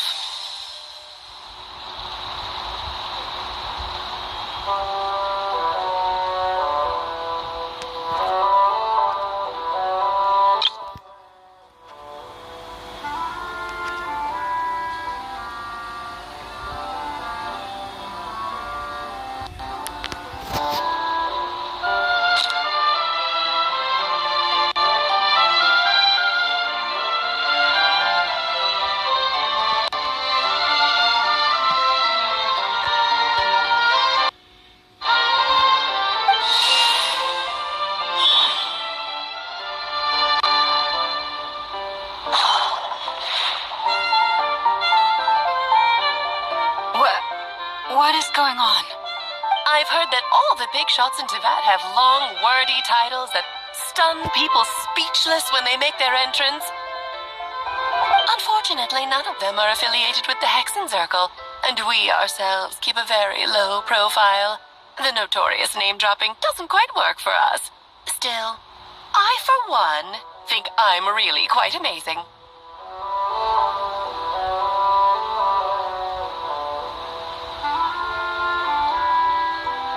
So that didn't stop me from coming up with a title anyway. Alice! It's really you this time? Not a lantern or a dodoco, but Alice in the flesh? Oh, that's right. So, what do you think? How does it feel to finally meet me? You look like... So cool. Oh, that's the first thing you thought. A little surprising, but that actually makes me very happy. Because that means that when Klee grows up, she'll be just as stunningly beautiful as her mother. So she's a friend of yours? Yep. Kind of. This is actually the first time we've seen her in person. I see. Madam Mage, that was, quite a powerful entrance. I certainly won't be forgetting it anytime soon. It's okay, Lalma, don't force it. Paimon will do the honors. This is Alice from the Hexen Circle. She's a friend of ours. And of Arcus, too. She is focused from the past. She does. She definitely. That's right. She's a good person. Just kind of unpredictable. Well, what is the human heart if not unpredictable? If we could not do as we please, how would we differ from machines? I am Lauma, Moon Chanter of the Frost Moon Scions. It is a pleasure to meet you. Oh, I know. Before you got here, I spent a good, 15 minutes getting up to speed on Nodcry's present situation. In other words, I've read the whole in the last episode part, so we can skip the pleasantries. Fair enough. Well, Miss Alice, I can already tell that you have quite a unique personality. He'll get used to it. Paimon sure is. So anyway, what are you doing in Nodcry, Alice? Oh, I thought I told you already. This time, I'm the final boss. And what a formidable foe I shall be. Powerful, confident, decisive, and good luck finding my weak spot. You will never succeed. I want to send a formal request to GM for GM to put you in a solitary. Oh, drat. My one weakness, and you found it in an instant. Fate has been dealt a devastating blow. Thus falls the great Dodo King. Why are you playing along with this nonsense? For funsies, of course. What's wrong, Paimon? Are you disappointed in me? Am I a gigantic letdown? No, it's just... You seem like a busy lady. And this is the one time you've shown up in person. Paimon figured it would be for something more high stakes than just goofing around. You're quite right. I'm here in Nodcry because something big happened. Something big enough it caught the attention of the Hexen Circle. It concerns the 3 moons, Tevat's borders, and of course, the moon goddess you are currently searching for. We're Colombianos. Kind of. Why don't we discuss this over a pot of tea? My main reason for coming on this trip to Tevat was, of course, to have some fun. But I do technically have a job to do as well, namely, maintaining the stability of Tevat's borders. So she'll get along with what's it like? Reality or but I don't like drinking too. I'll skip over the complicated parts, but to sum it up, abyssal energies are all that lie beyond Tevat's border. We'd find ourselves in a real pickle if they ever made it through. And the phantoms you've been seeing are a sign that the border has been disturbed. Ah, no wonder they tend to show up around Moon Prayer Night. Is it because the real moon is now so close to us that its power can cross the border? In part, but only a negligible amount passes through. Just enough to influence the verdant crests and so on. And as you've noticed, there has been an unprecedented number of phantoms appearing this year. The influence of the moon beyond the border cannot explain this. No. There is another far greater factor at play. The trilunar syzygy. What's that? A trilunar syzygy.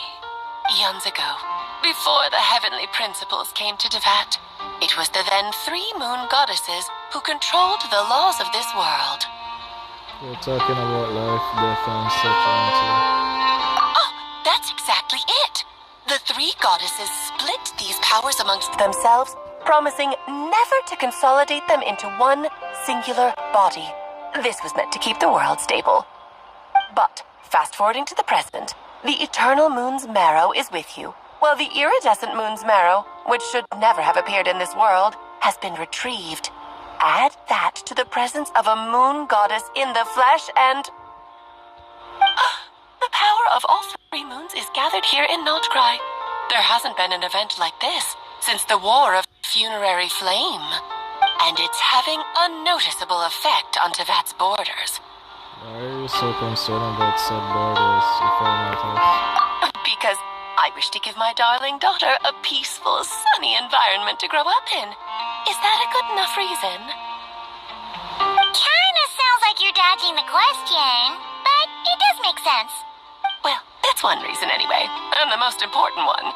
The others are a little complicated to explain. For instance, cleaning up after dearest Miss R. Albedo could tell you more about that if you're curious. But right now, I have a more important question to ask you. Why are you collecting the moon marrows? Colombiana wants to use their power to return her. I see. Nicole told me about that legend once. Nicole? You mean Meet Anne? Oh, so you remember. You heard her voice in Fontaine. Yes, of course. That was a story about fate, her area of expertise. But back to the story of our dear moon goddess. I'm afraid her intended method of returning to the moon is unlikely to work anymore. What does that mean? She may be missing, but she hasn't gone anywhere. She has disappeared.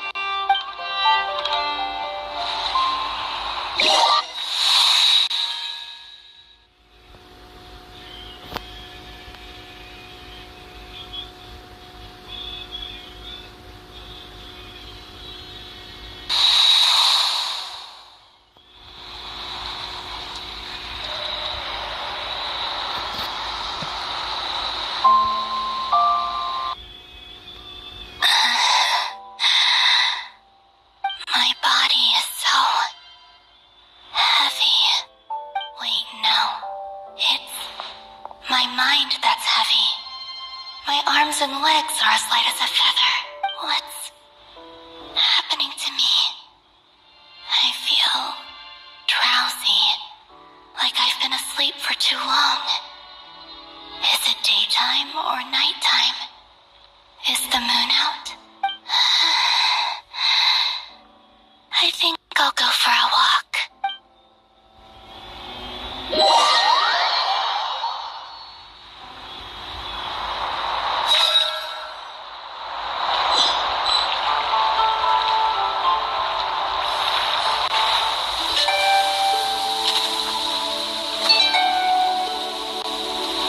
you out for a walk too?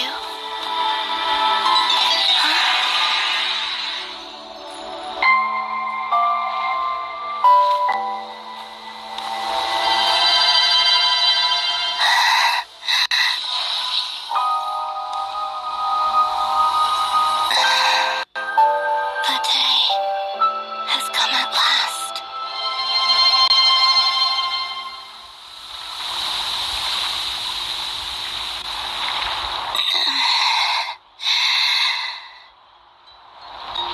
Have I grown so weak that I can't even sustain my physical form? But Moon Prayer Night is nearly here. I was so close to returning home. Death is near. Is this how it ends for me? Will I return to the moon after I disappear? Or...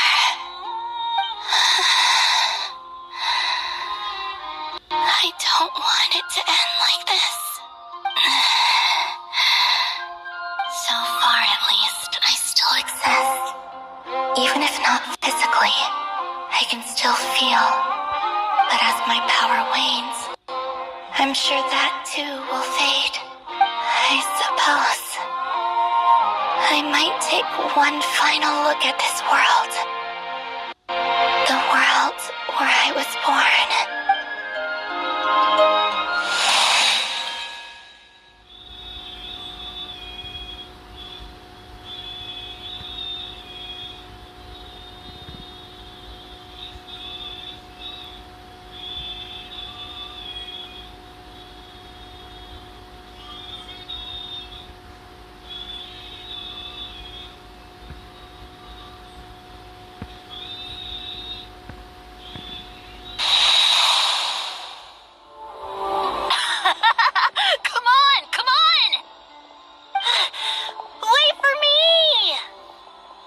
Frost Moon Enclave.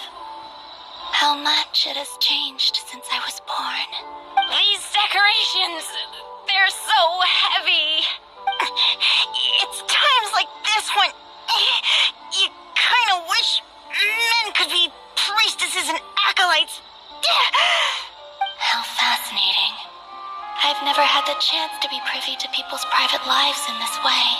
In the past, people would get so solemn and serious the moment I showed my face. Like they were frozen stiff. Karina, Lametti, it's time to eat. Coming! I want to watch them a little longer.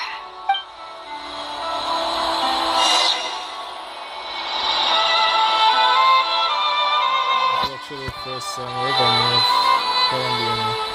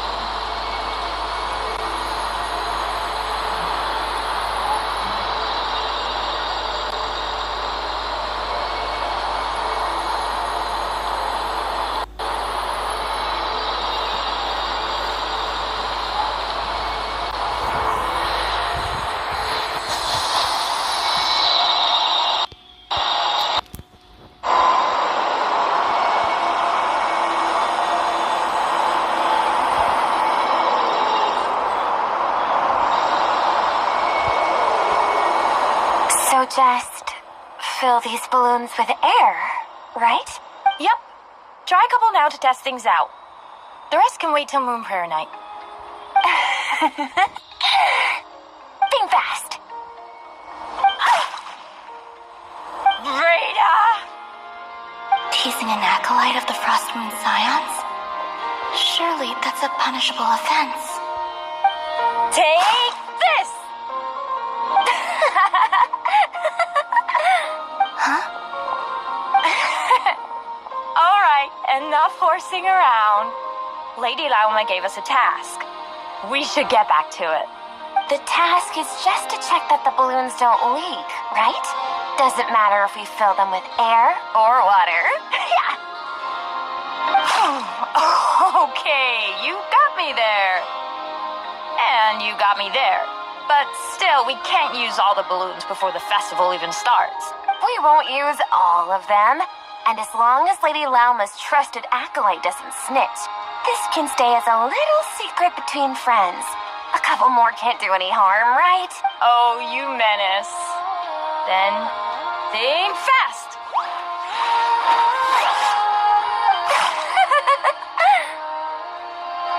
Is pumping a balloon full of water really so much fun?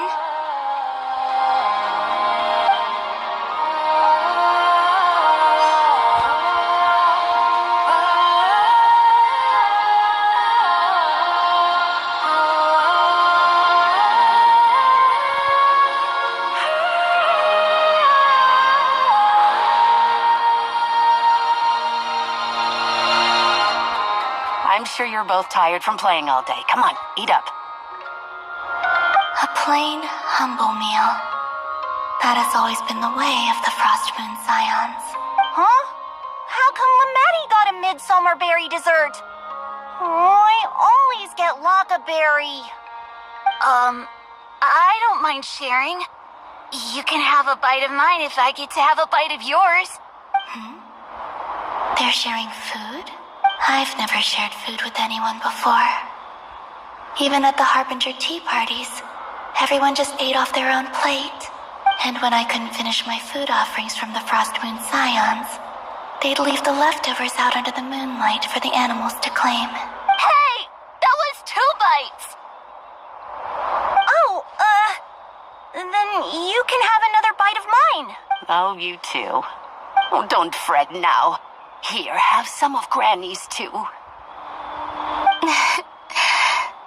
So this is what it means to be family.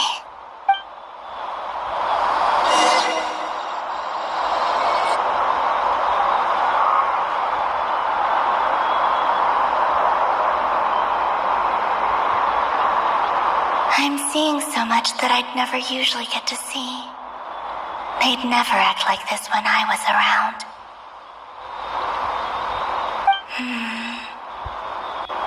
It's nice, being able to just watch people in peace in these final moments. What a rare opportunity. I think I'll go take a look around Nasha Town, too. Maybe the Traveler will be there.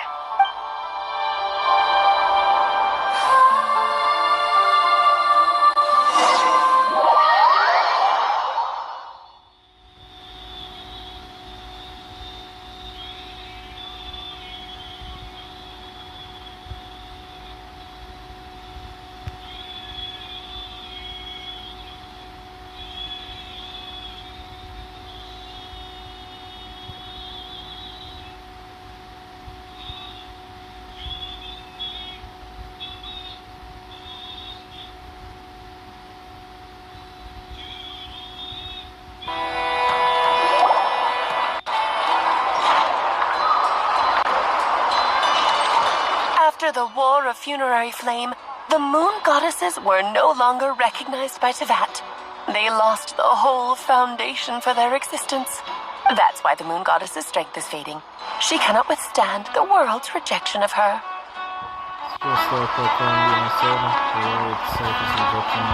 To be more pedantic about it, the Moon Goddesses did something to offend the heavenly principles, and that's why they were ousted. Something of a recurring theme in Tevat's history.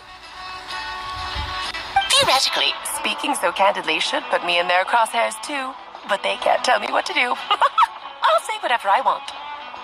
Anywho, the Moon Marrow energies were but a drop in the bucket for her, and that battle against the Ray Hair of Solnari only weakened her further. Fortunately, it happened close enough to Moon Prayer Night when the Kuvaki concentration here is high. That's the only reason she managed to survive this long. What do you mean, fortunately? You said she disappeared. Weren't you late?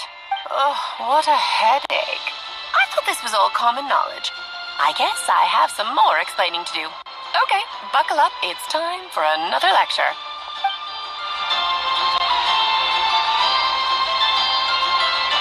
Now, I said earlier that the moon goddesses lost the foundation for their existence. The reason for that has to do with the natural order. Basically, the rationale for their existence in Teyvat was lost. The same logic applies to the present moon goddess, too. Consider her existence so far. Her comrades in the Fatui called her Damselette. And she was worshipped as Kutar by the Frost Moon Scions. But these connections have now been severed, whether by her hand or yours. So, the rationale that once sustained her existence is now gone. Wait, we did that to her? Oh, well, strictly speaking, yes. But let's not start pointing fingers, shall we? I'll only end up as the big bad villain, and that's not the kind of final boss I want to be. So you're making light of this, hopefully that means you have a plan. Of course I do. I'm only the greatest mage in the whole entire world. Now, if you wish to find your moon goddess, there are two problems we need to solve. Firstly, we'll need to strengthen the connection between her and Teyvat, at least enough to sustain her until Moon Prayer Night. Strengthen her connection. But does that mean I'll have to rally all the Frost Moon faithful behind this? I'm afraid a bygone faith and a former home won't be of any help to her now. Do you know her name? Her name? Yes. Names are very important things. A name is a fundamental concept that anchors one's entire existence. Excellent, but she said she didn't know. Then your first job is to find it. As a moon goddess, I'm sure she must have a name she identifies with. Neither Columbina nor Kutar is her true name, and she's never really accepted either of them. So, finding out her real name is enough to sustain her existence? Yes, I know it sounds like a small step, but every journey begins that way. So for now, that's all we need to focus on. The second problem is with her plan to use the moon marrows to return to the moon. Unfortunately, piercing through the false sky will take an enormous amount of power. Given her current condition, she won't be able to provide anywhere near enough power, even if she recovers her physical form. But no need to fret. Nicole's the expert in this field, and I'm sure she'll figure something out. Wait, Mage N is going to help us out too? That means we've got 2 Hexacircle mages on the case. This is turning into a pretty big deal.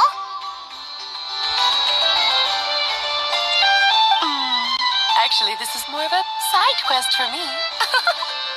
Like you said, I'm a busy lady, so I can't stay for too long. I'll have to return to Teyvat's border soon. That's the upside you get for looking out for my little Klee. Hopefully that will incentivize you to carry on keeping her company in the future. Anyway, jokes aside, you'd better get moving. It will take quite a miracle for the moon goddess's consciousness to hold out till Moon Prayer Night. Oh, I suppose I might as well tell you where Nicole is before I leave. Off you go now. Time to meet your new friend. Oh, yes, and a little suggestion. Don't forget to mind your heads. What? I wonder how Durian's doing. I should really go see him before I head back. You really are super busy. I most certainly am. There's so many children I have to keep tabs on just in Mondstadt. Durin, Albedo, Venti, Varka. There were some unexpected names in there. Klee didn't make the list, huh? Of course not. Klee is my pride and joy. I have no qualms about her, because she's the best child in the whole wide world. Yep. Klee's a little angel. I'm glad you agree. Well, all the best. See you when I see you. There she goes. She left in a hurry. Yeah, she didn't pack up her stall. Should we handle it for her? I doubt that's necessary. The nature of her abilities doesn't need our help. I must say, I'm now very curious about her daughter. Klee, wasn't it? What's she like? That's a long story. Come on, we'll fill you in as we go.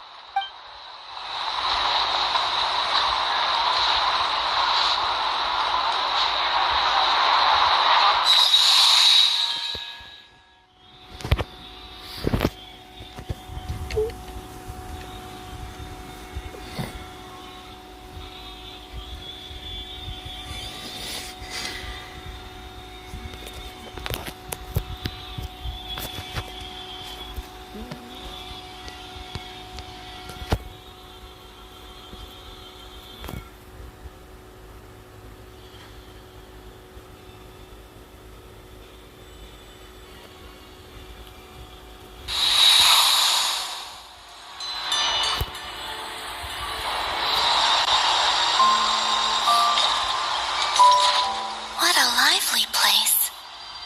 I've never experienced Nasha Town like this before.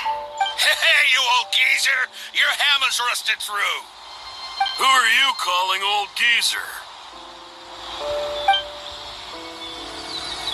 Are they quarreling? I'm looking right at him! You've really gone downhill since giving your daughter free rein in the workshop. Can you even swing a hammer anymore? It shouldn't take you days just to fix a single chair. You might as well use that hammer to massage my back for all the good it's doing. Don't run your mouth, or you'll get a back massage that'll put you in bed for the rest of your life. Look, the materials haven't arrived yet, all right? You know how busy it gets in the days before Moon Prayer Night. I'll bet you send all the materials to your little princess. Blood's always thicker than water, huh? All right, you've made your point, Uncle Koski. As soon as the materials arrive, fixing your chair will be the #1 priority. And Dad, if you've got time to chat, why don't you lend me a hand? See? Lulka knows what the score is. I guess they're friends. But the way they spoke to each other was so ugly. Then again, it wouldn't be the first time I've seen something like this. Columbina! Sing outside my door in the middle of the night one more time and I'll unscrew your vocal cords. You hear me? Yeah, Columbina, you're not the one to talk. Oh, Centrone. So that was her way of trying to be friends with me. Yeah, she does realize that. What a pity. I won't get the chance to say any ugly things in reply.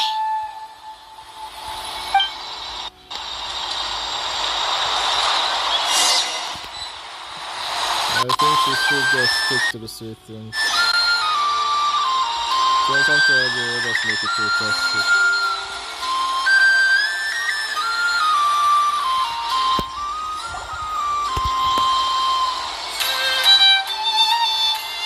Hey, have you decided what to give her for Moon Prayer Night? I sure have. She's gonna get the surprise of her life when she's least expecting it. Then I'll whip out the ring and pop the question.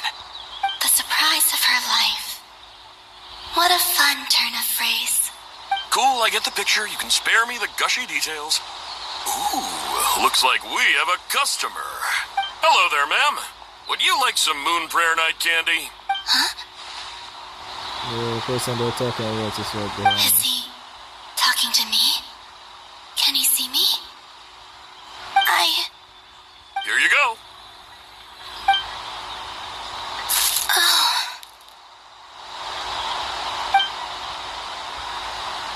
Come back anytime. Right. Now, where were we? This is really sad. I don't know why, but I still held out hope.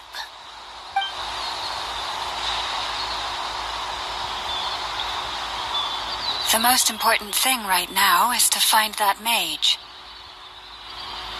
This name thing seems super important too, but where do we even start looking? I'd better go pay the Fatui a visit.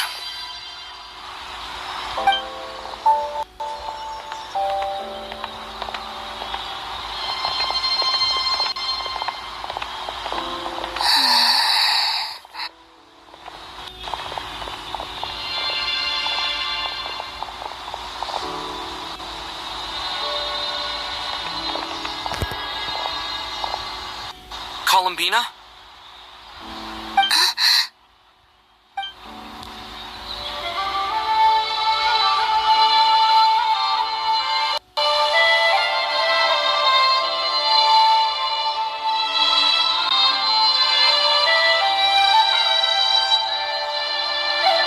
Traveler? Let's go! This is no time to be spacing out!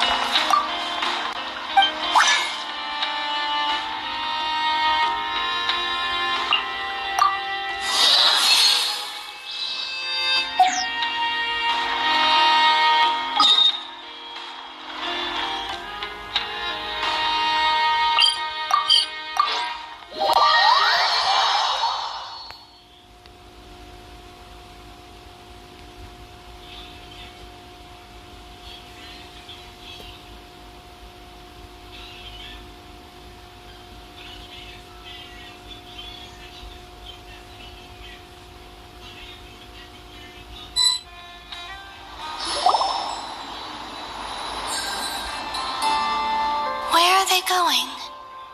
They mentioned a mage and a name? So, Mr. Varka, are you acquainted with this Nicole? Or should I call her Mage N? Not really. We've never met, though she has come up in conversation. From what I've gathered, Alice kinda took Nicole under her wing.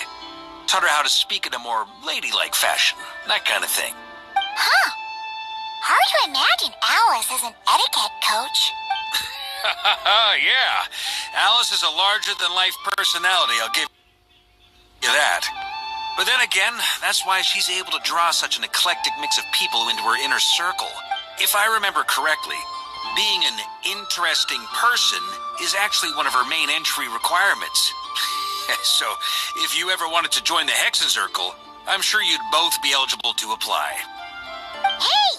Don't go around making promises on Alice's behalf. I wouldn't dare. I'm just trying to paint a picture of the Hexen Circle for you. Okay, sure. Anyway, since none of us have ever met Nicole, how are we supposed to find her? We can't just go up to every woman in sight and ask, "Hey, are you Nicole?" Maybe something she's wearing will give it away? Like, a wind bloom pinned to her chest or something. Wait a minute. Alice never said Nicole was from Mondstadt. Oh, true. What about her T-set? I recall that each mage has their own T. Oh, no. That would be this young lady, then?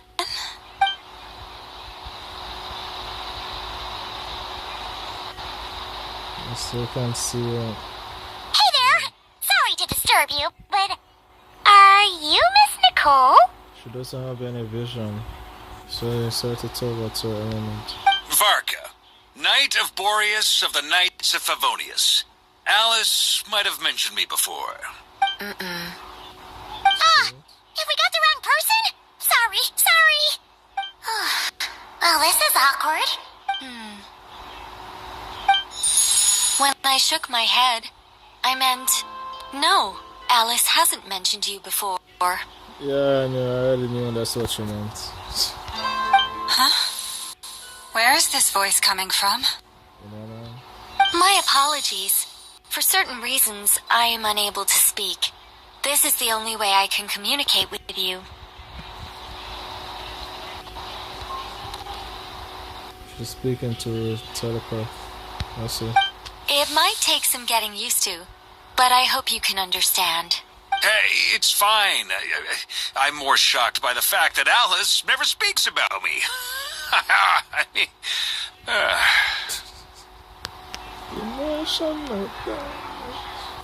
As for you two, we have crossed paths twice before, but it is nonetheless a pleasure to finally meet you.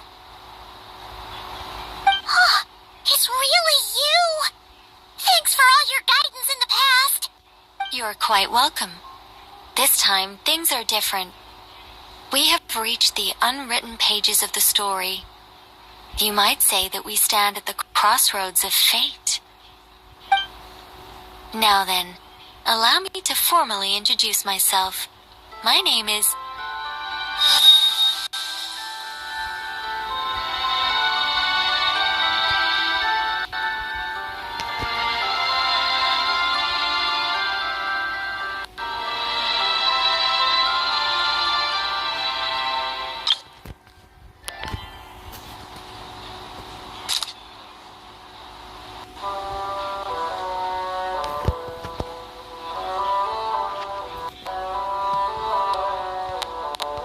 There's two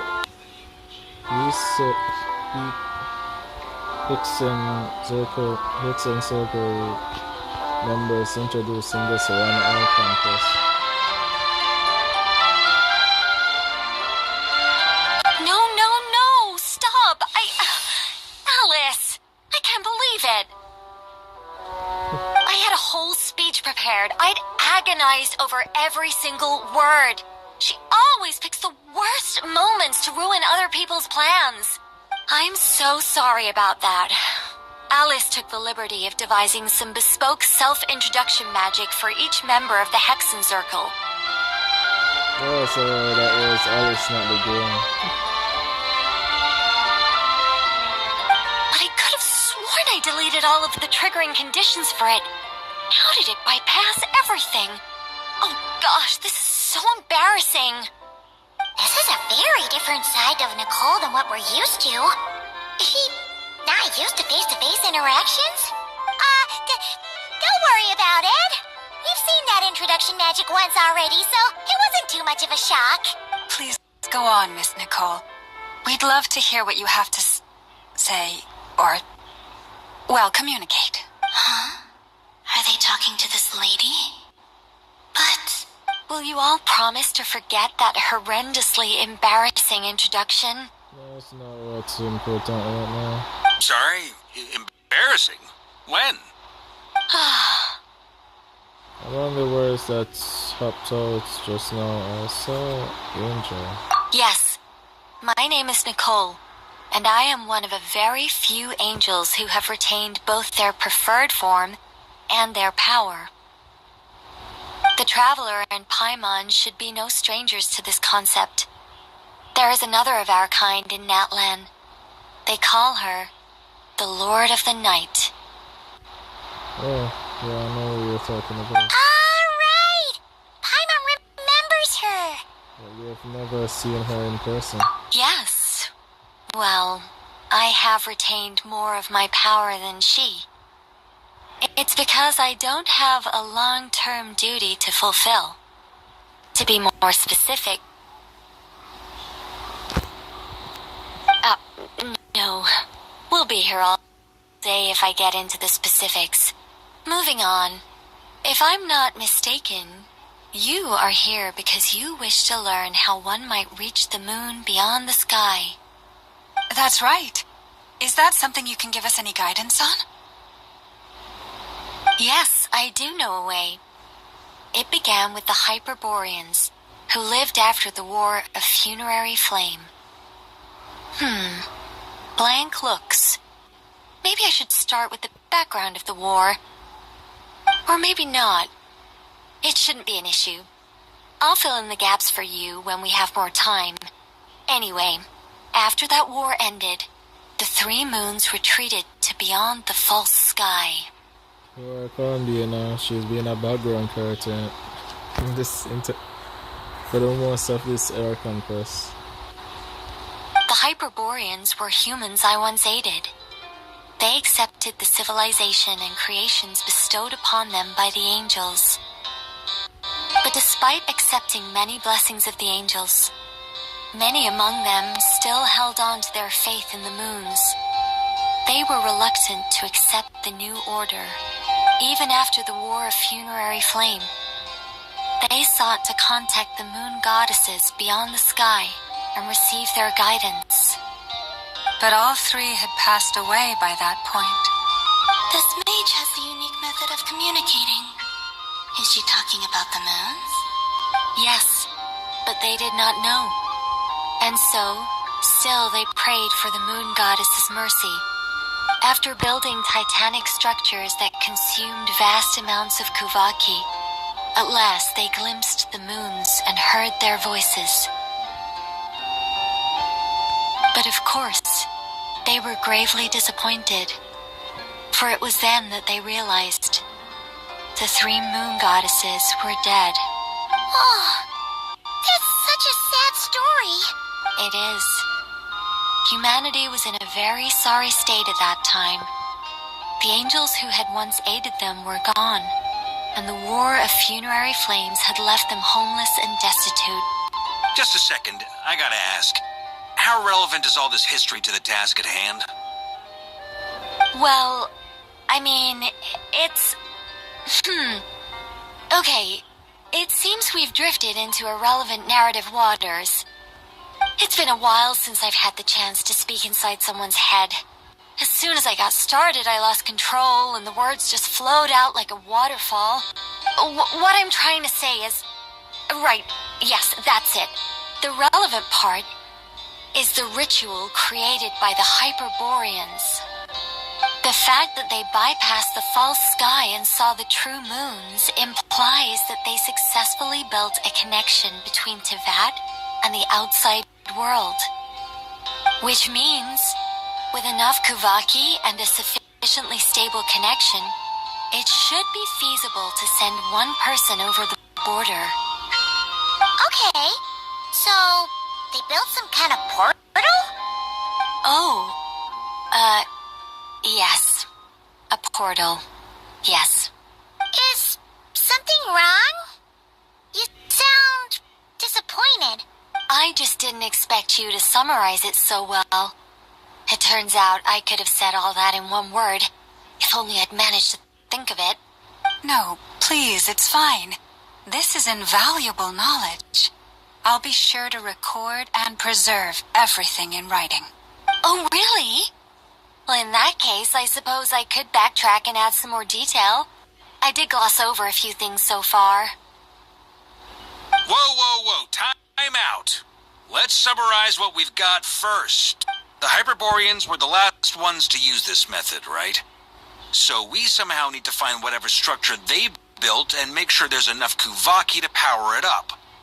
Luckily, we have the moon marrow of both the eternal and iridescent moons, so we're all good for Kuvaki. Which means the key issue we need to focus on is finding the place. Am I right so far? Yes. Although, I expect the structure is long gone by now. That said, what if we could take advantage of the phantoms to travel back to a time when it still existed?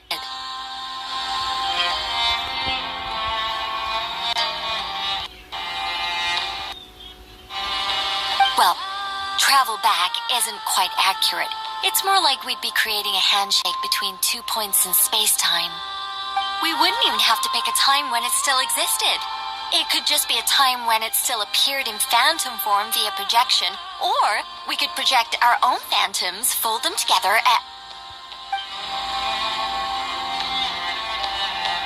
You look lost.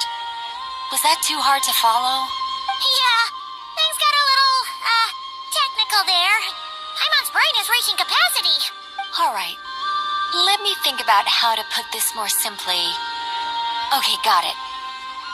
Over the next few days, I'll search for phantoms that we can use. Once I find one that meets the criteria, I'll let you know and we'll regroup. By completing certain rituals, specific individuals will be able to enter the phantom and make it to the Hyperborean structure. If everything checks out and it looks feasible, we'll just need to wait for Moon Prayer Night, and we can send the Moon Goddess back home. I'm really skimping on the detail here. Is this making any sense at all? I think so. For now, we'll just wait to hear from you. Yes. Basically, yes. Great. Counting on you. In the meantime, we'll focus on finding the Moon Goddess's name. My name? Are they looking for a way to stop me from disappearing? Excuse me, Miss... Go on, Miss Nicole. This conversation was a little all over the place. I didn't catch your name. I am Lauma, of the Frost Moon Scions. Ah, I did wonder. I noticed that you listened very intently when I spoke about Hyperborea and the moon's history. If you'd be interested, I'd love to visit you this evening and go through it again in greater detail. Also, if you were serious about making a record, it would be too risky to simply write down the raw details as is. I would suggest some tweaks. Maybe rewrite the stories as fairy tales or fables, perhaps even prayers. Anyway, we can cross that bridge when we come to it. So, see you later then? Oh, and no need to prepare anything. Just a cup of tea will do. Yes, with your XN circle, people with tea. The XN circle. About... I'm in trouble pronouncing the name of the... It's an organization. Well, I should say organization, more like group. See ya! She seems friendly. It's just... It's so nice to find someone who's actually willing to listen. I've been dying for a chance to finally go through all this systematically from start to finish. Any longer and I'd probably start forgetting it. Now Paimon gets why Alice told us to mind our heads. What did I tell you? A lot of quirky people in Alice's orbit. Now then, the next order of business is... where do we start looking for the Moon Goddess's name? Maybe the rest of what Nicole has to say might give us some clues. Once I've heard her out, I'll summarize the salient points and share them with you all. I'm also inclined to review our other documents. Yes, our faith was first established by our Hyperborean ancestors, but many of the more factually accurate records are from after Kuthar's birth. I have a hunch that there's Faturia might know something too. Sounds like we're gonna follow Calabina's journey through Devat, huh? In that case, we'll start by heading to the Frostmoon Enclave. Sounds like a plan. Take this with you. I'll see about getting in touch with the Fatui. It'll probably just be Arlecchino and Sandroni again. They're the only ones who would want to help. Thank you, Mr. Varka. Don't mention it. Honestly, I'm more comfortable dealing with the Fatui than prying into the details of a young lady's childhood. Catch you later. I should follow them, just in case there's some way that I can help.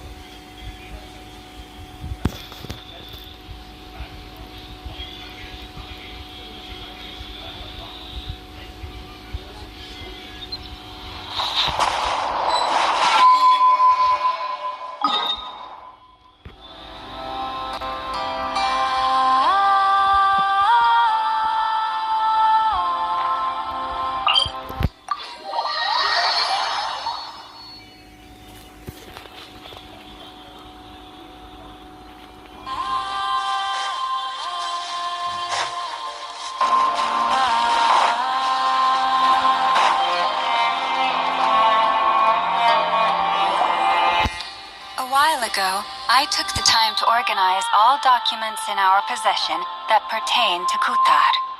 What you see here is the material I consider reliable. You're saying there's unreliable material too? Yes. Most of the information we have was transmitted through an oral tradition. Inevitably, some of her stories were mythologized and deified over the years through countless retellings. That's why I organized them into reliable and unreliable. There's no sense seeking answers in history unless we can ensure the veracity of the historical record. Makes sense. All right, let's take a look through.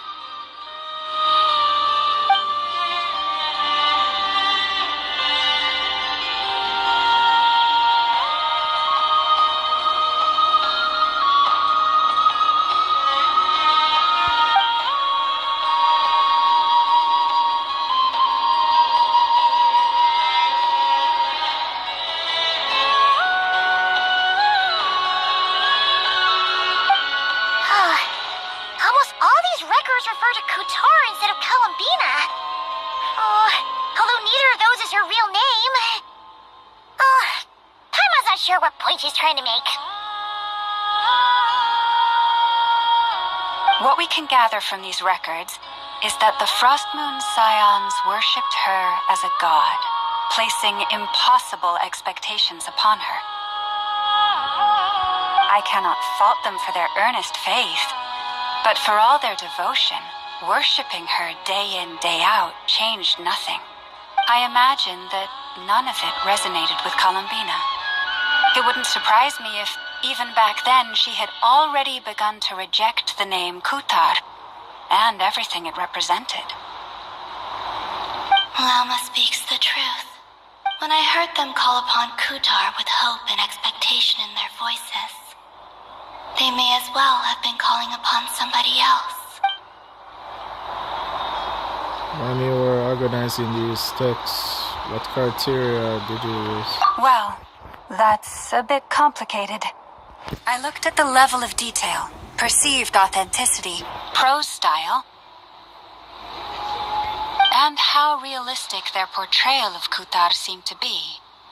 Amongst the Frost Moon Scions of today, only I know of her existence, and I alone have spoken to her face to face. As such, I know that there are certain things she simply would never do. That being said, I have sensed some changes in her lately.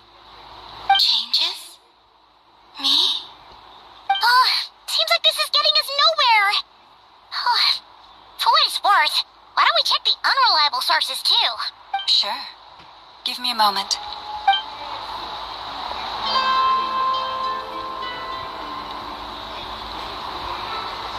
Exerting but a fraction of her divine might, Kutar sheared a great mass from the snow-capped mountain and cast it into the sea, upon whose surface shone the mirror image of the moon. Thus was formed the island of Hisi. Yeah, right. That doesn't even begin to pass the sniff test. The three moons are not but lies through and through. Only one moon has ever shone for us, and Kutar is her name. The subjectivity is strong in this one. We've heard something like this before in that one. The vast majority of ancient texts are filled with fanciful tales like these. I trust you understand my criteria a little better now. Kutar did not speak, merely gazing into the distance in silence.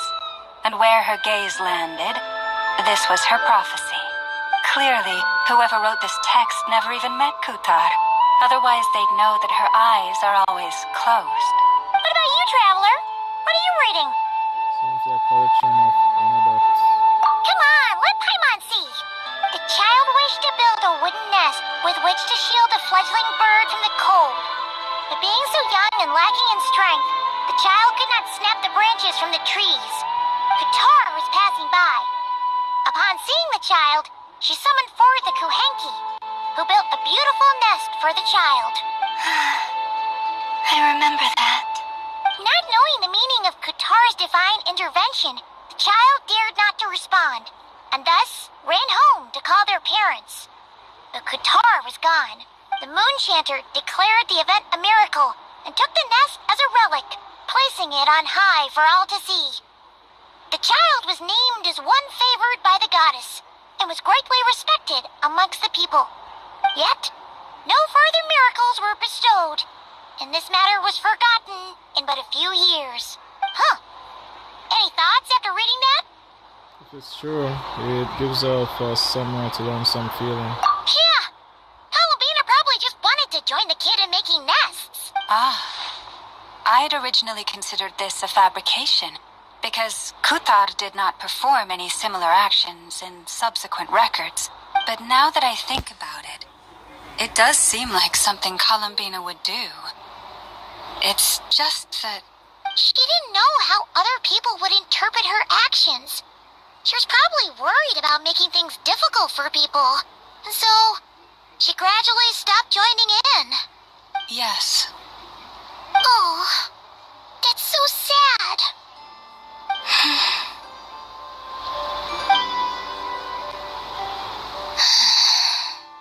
And now, I can make no such gestures of warmth, even if I want to.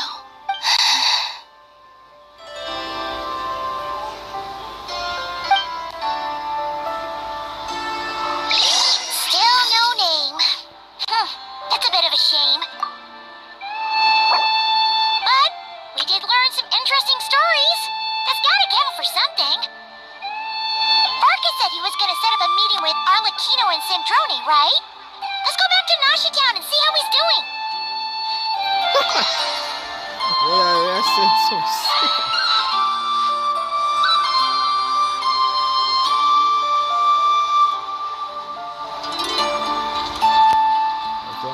As long as I'm a jinx of guys in the 50s. Olha for Deus. Let's get a video. Vamos see that with Genshin.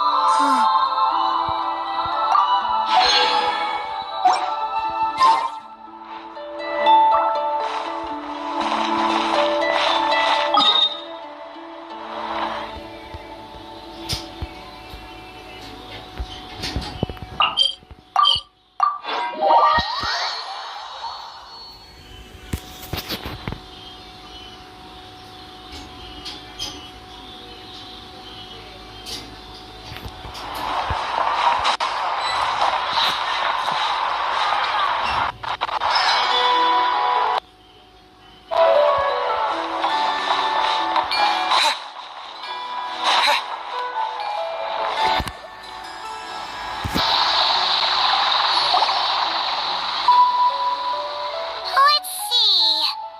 There's Varka. Oh, and it's Durin and Albedo too. Talk about coincidence. We meet again.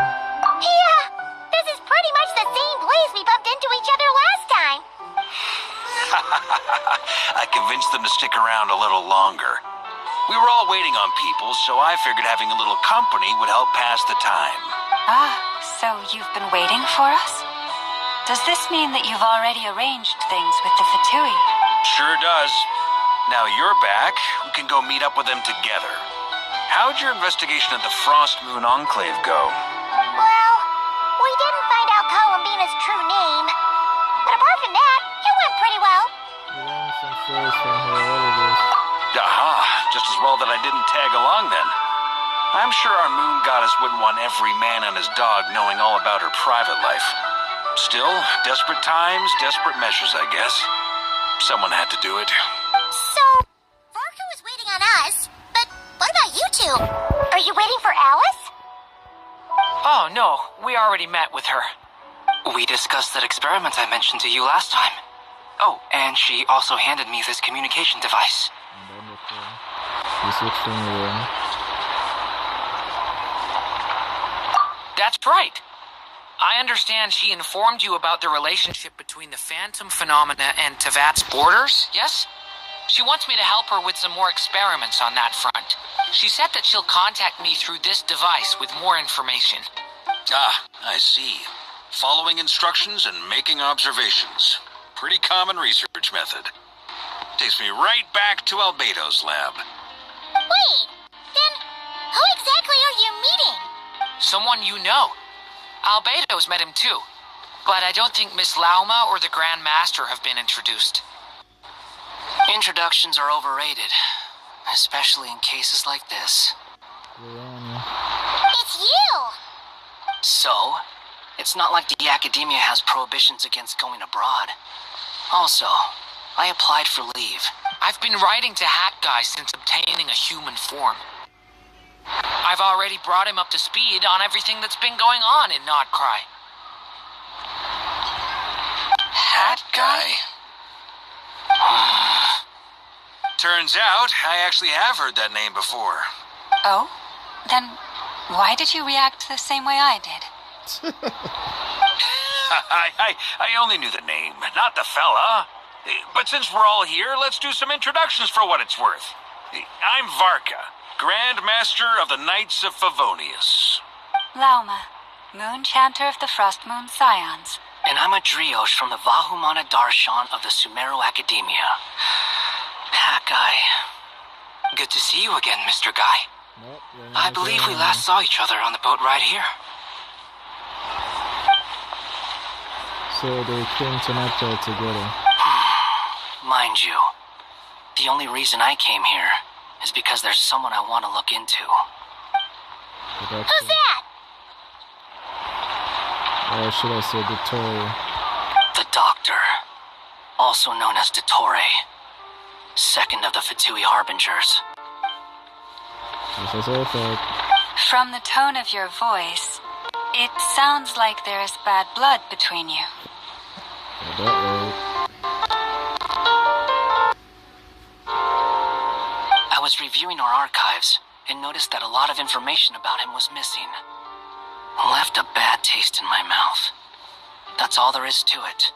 Dottore, or Zondik, as he was then known, once studied at the Academia, but he got kicked out before he could graduate. Zondik? I've heard that name before back in the rooms. When the Argus King mentioned that students that was to talk to. So the Harbinger's #2 man is a college dropout? How embarrassing for them. Last we heard, he was planning something. We actually heard that a few times before, even coming to Nocry. But we haven't seen a trace of him since we got here. He only appears when something interests him. For all we know, he might have left already. But the fact he did something here at all is worth noting. It'll fill a couple extra lines in his file. Why does it sound less like a file you're writing and more like a criminal record? Anyway, we were just about to meet two of the other harbingers. Want to come along? You might learn a thing or two about him there. Sure. Even though they're harbingers, well, they're old acquaintances of ours, so, you know, when you talk to them, try to be... I got it. The Frost Moon Scion's relations with the Fatui remain tense. Forgive me if I do not attend. In that case, we'll continue assisting Miss Alice with her experiments. Good stuff. Everyone's having a fruitful time. All right, we better get going. I'll lead the way.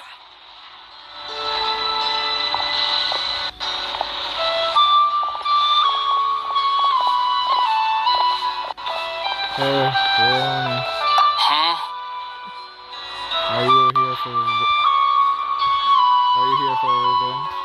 Well, yeah. That's obviously part of it. But I'm not the only one who has a score to settle with him.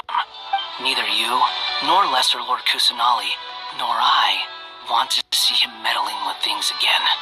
Fair enough. When you return, let's talk about family. What's the hurry? Don't worry. Pigeons always know which way home is.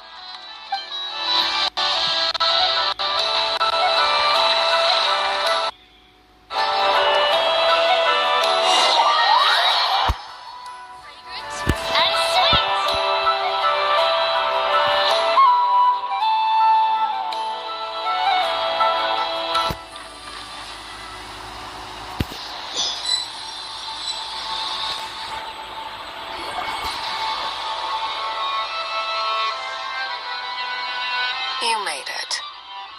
Who is this? Wait, you gotta be... Alright, I forgot. I was about to say, how the hell they don't remember fellow Harbinger? But I remember that the Balladeer or Ronia, they changed to the past. They're not entirely.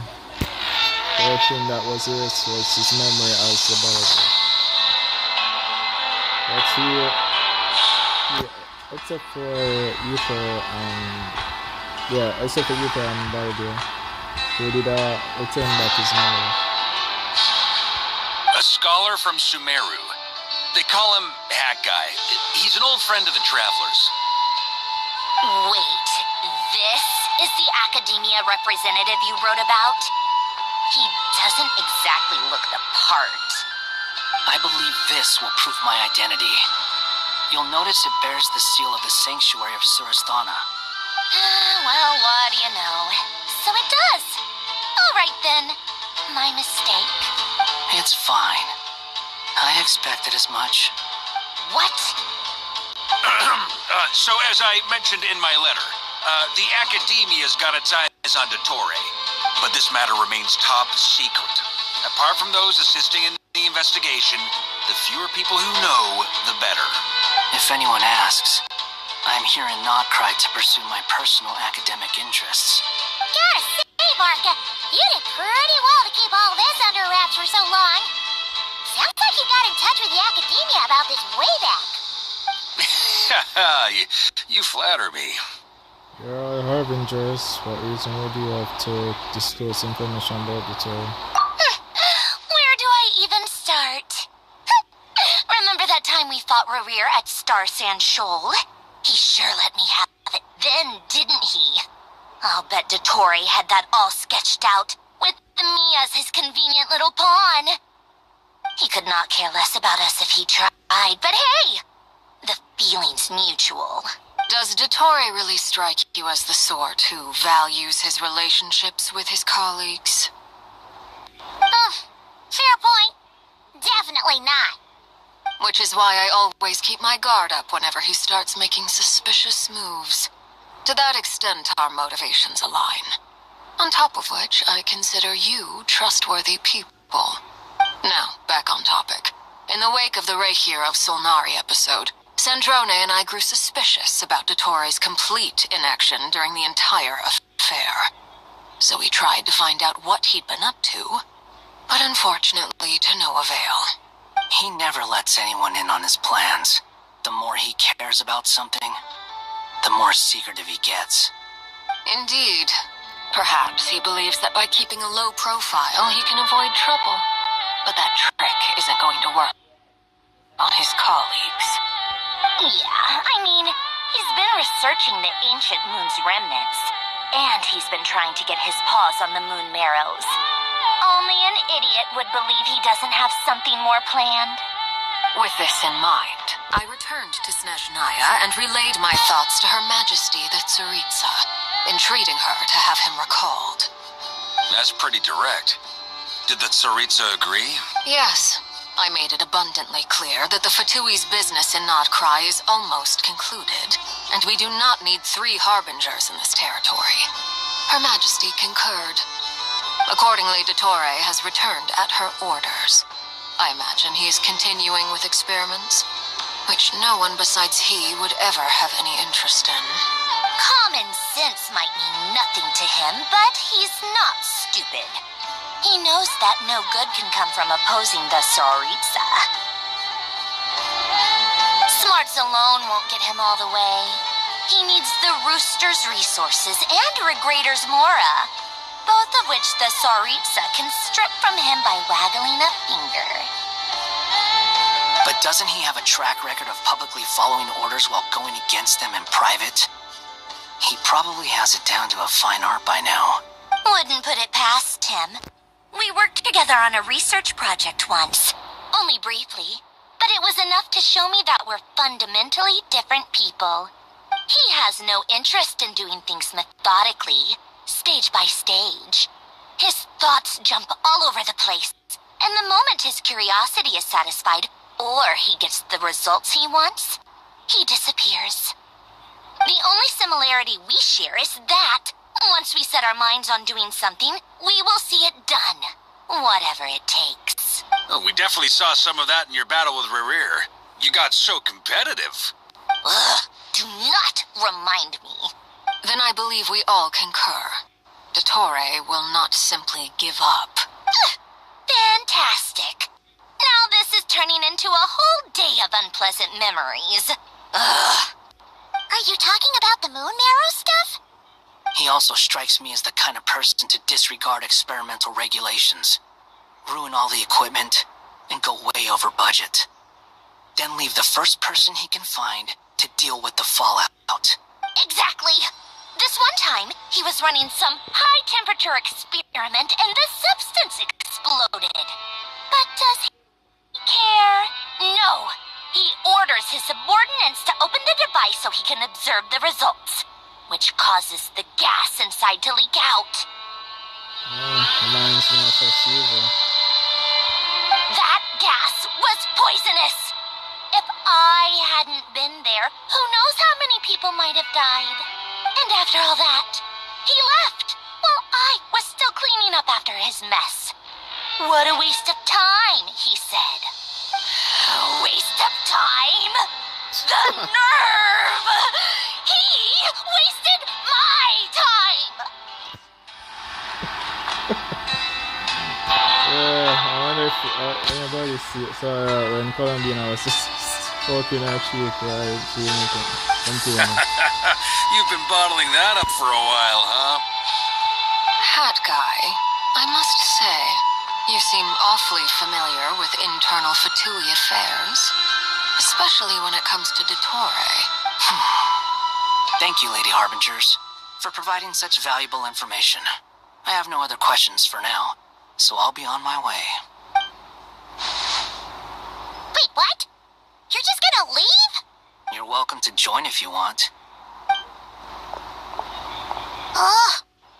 Just when Paimon thought he'd finally mellowed out. He makes quite the impression. I'll say. I've met tons of headstrong people, but not many of them would join me in bad-mouthing Dottore. Anyway, back to the main agenda. Barca, you said that Columbina has gone missing? Or rather, disappeared. Yeah. We're working on building a connection between her and this world. The simplest method is to find out her real name. I've actually asked her that question before, but she said she didn't know. Considering our relationship, I doubt she was lying to me. She could have just given you a pseudonym. What did she do while she was with the two? As far as I recall, she was never dispatched by Her Majesty to claim a gnosis or anything like that. Oh, so in that case, either if she was still a footy around the church, she wouldn't send Columbina to go and get the paranosis from America. But still unclear who she will send. Totoro is definitely suitable for the job. The Tsaritsa's plans had long contained a place specifically for her. I always thought that was weird.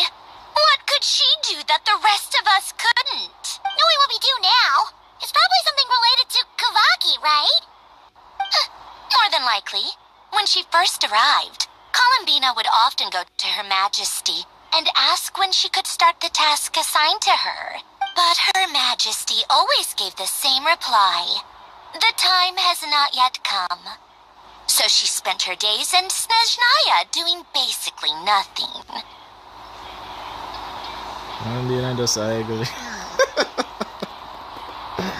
I know some people might be focused on the conversation, but I am focused on both the conversation and Columbia, just play in the background.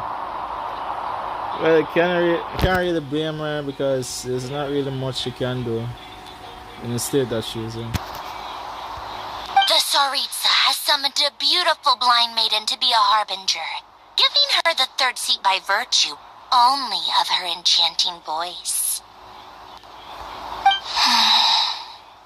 It was a dumb and stupid rumor, but the reality of the situation made it hard to refute. And what happened after that? I imagine she stopped caring. She no longer seemed to care why she had been recruited, and Her Majesty never gave her any missions, so she just continued to sing in the flower garden. For my part, I was busy. So busy, in fact, that watching someone be that idol had me fuming. But still, I got the sense that she had long been used to a life of other people claiming she was needed when she wasn't. I just felt that having a place to stay would cost me something eventually. And so I waited quietly for the day that I would have to pay the price. And on the other end of that spectrum, you had me. Someone once told me that I had the lousiest work and the toughest luck. That's a good way of putting it. I forget who said it, but those words have always stuck with me. Sounds like something Ronnie would say, no wonder. But you've done your job exceptionally well all this time. Because at heart, you are a conscientious person. Thanks for telling us all this. What is it?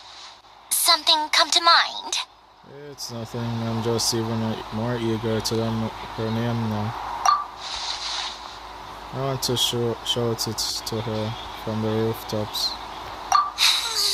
That makes sense. Nothing screams you are needed like your name shouted from across the town. Well, good luck with it. But if you ask me, Columbina is still the most shoutable name. Yeah, I can't imagine you shouting her name like that again. I'm just so used to it now. After all the arguments we've had, I can't be bothered trying to remember another name for her. Nor I. Sandrone. Harlequino.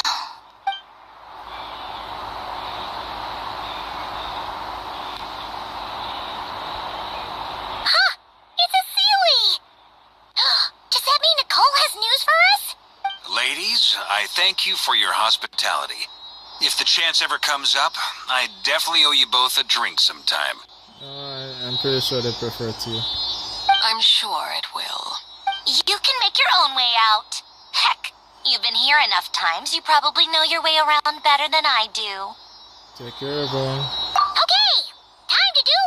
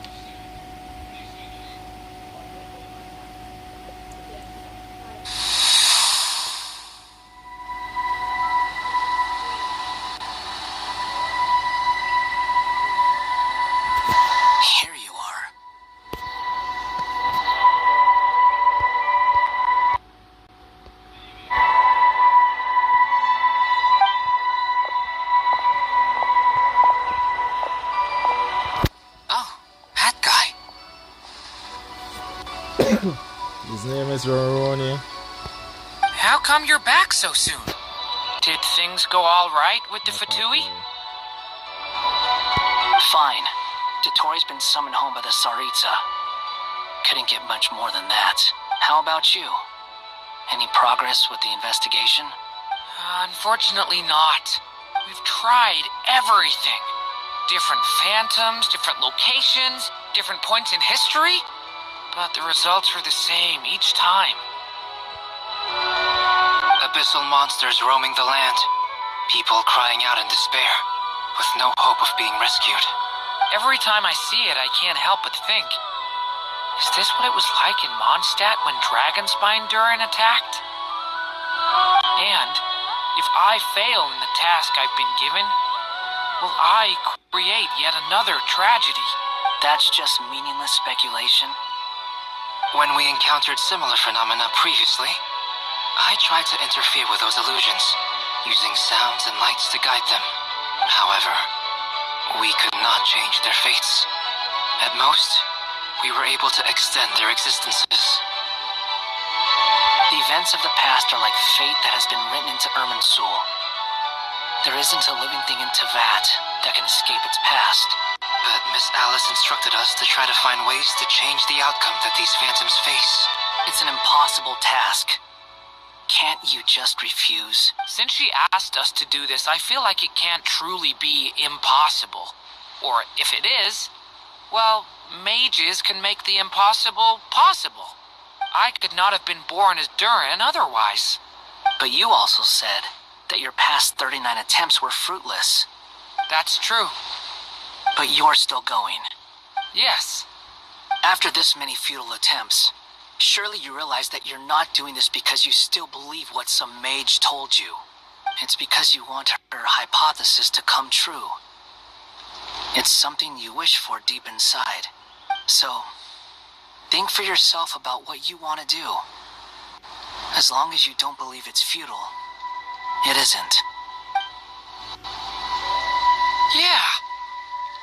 Previous experience indicates that we cannot touch the phantoms, which limits the effectiveness of our interventions. If we want to clear this hurdle, we need to break this rule somehow. Same thought here. Following the same rules means repeating the same failures. Reducing ourselves to mere playthings of fate. So you mean we need to figure out a way to make contact with them despite knowing that we can't? Yes, and I suspect that's something only you are capable of. Everything in Teyvat is logged in Irminsul, but the withering that once occurred in Sumeru was a sign that the Great World Tree was being corrupted. This corruption allowed things that should not have existed in Teyvat to appear. This is tantamount to rewriting reality to an extent. You're saying abyssal power might be able to affect those phantoms? No one's ever tried it before. If you're gonna try it, it'll take courage. And you have to be confident that you can control it. Is anyone there? Has anyone seen my daughter? She's missing. I have to find her. I hear someone inside. Spargana? Are you in there? If I can use my abyssal powers to warn him that there is danger here, maybe it'll change his decision. Maybe he'll stay away. Yes. The important thing is not the nature of the power, but rather how you use it. To intimidate and obstruct. Sounds about right for the Abyss. Well, let me try. I should be able to influence that thing.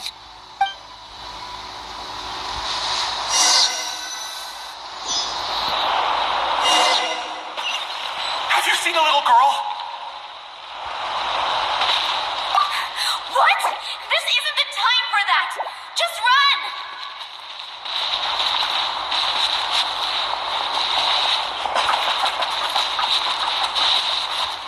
I hear someone inside. Spargana? Are you in there?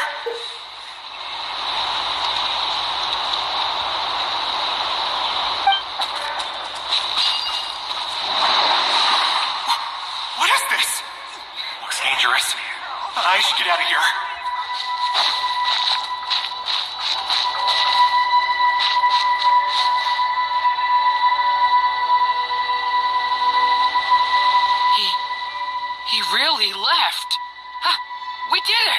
Don't celebrate too soon.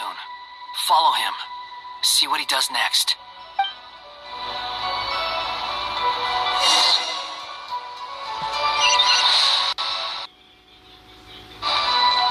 Monsters approaching from the front. You need to stop them and create an opportunity for him to hide.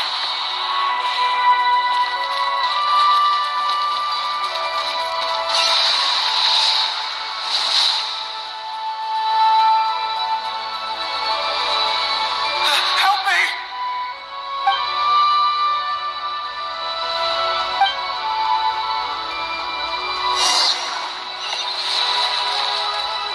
Monsters approaching from the front. You need to stop them and create an opportunity for him to hide.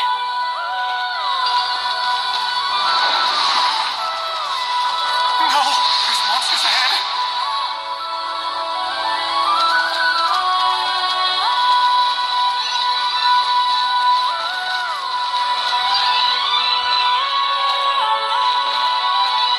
Wait, is that the barrier I saw earlier?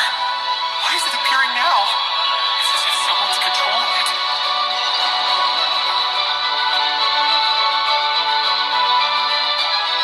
The monsters are gone.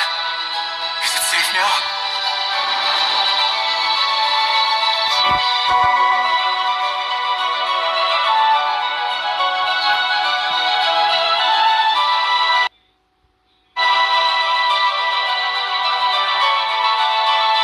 The barrier's gone too. How odd. Anyway, I guess I'll keep going. Quickly, let's keep up. I think I'm starting to get the hang of it.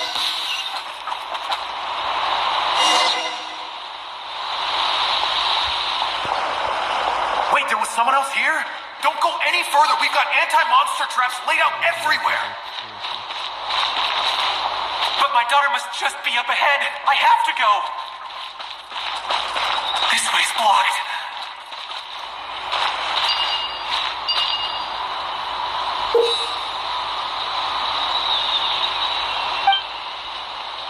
We might be.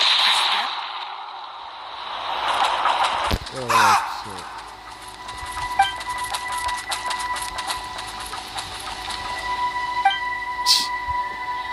I can explore it. I wonder what it is.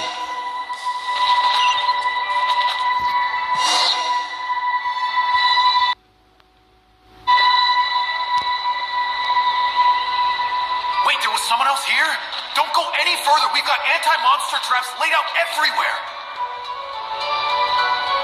But my daughter must just be up ahead. I have to go. This way's blocked.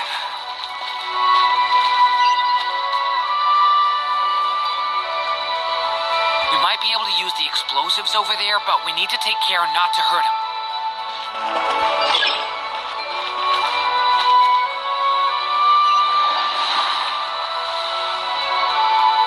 I'll use the barrier to keep him at a safe distance.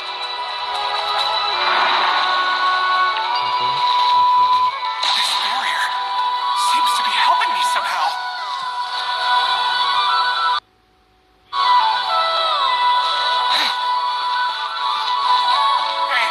Hey, wake up! No good. Gotta keep moving ahead.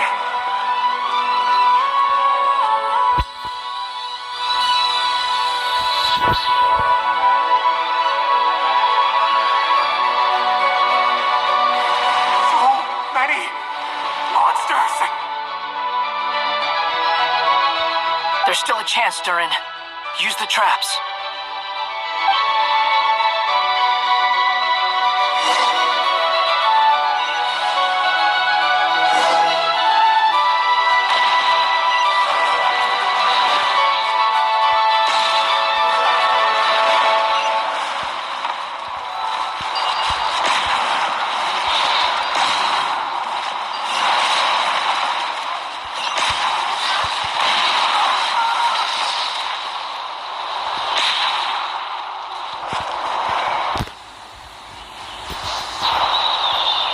This is a new development. I've never seen this happen before. We might just be able to save this person.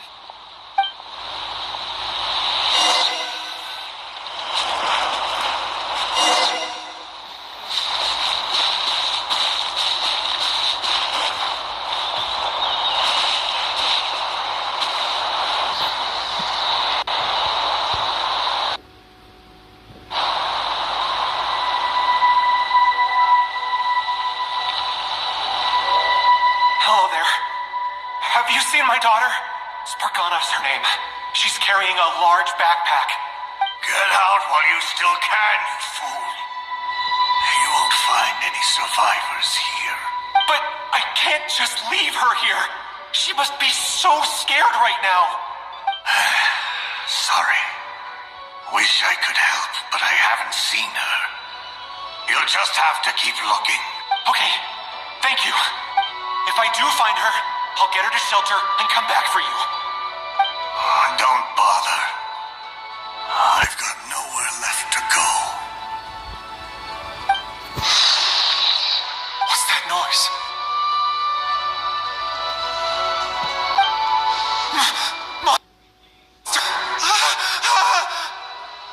No, if he goes inside, he'll be walking into a trap. Let's try this once more. This time, we have to stop him.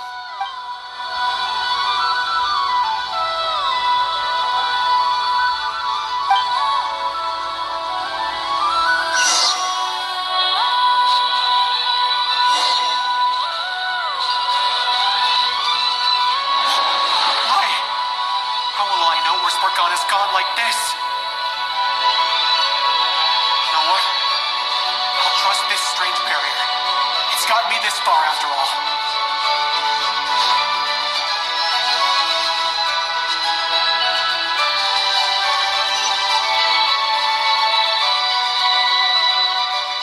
Sparkana? What? Hey! Let us out!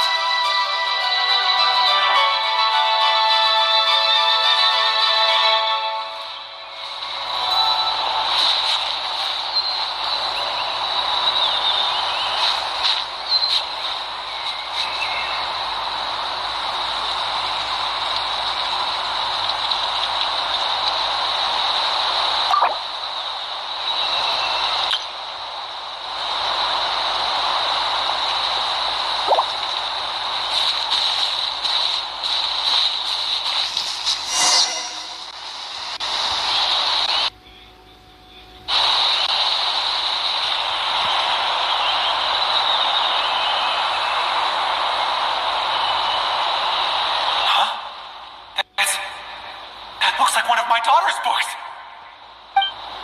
Oh, thank you. Thank you. Yes, it's one of hers for sure. That's her name on it right there. She left her backpack here.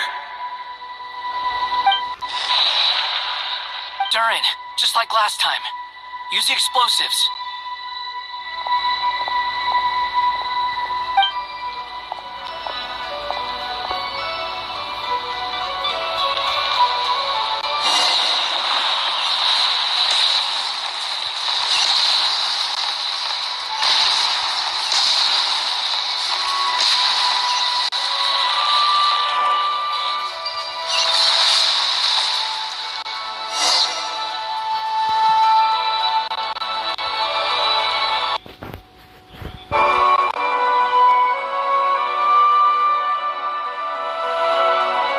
It won't work.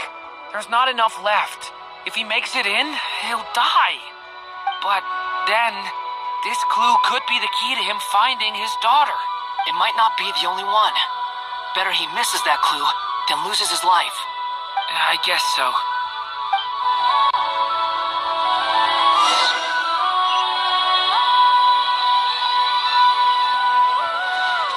Stop him, Durin. We can't let him get any further in.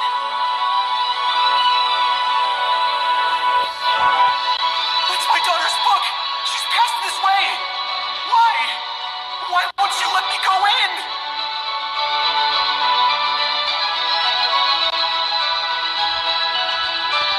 I've searched and searched and searched just for this. But how will I find her without any clues?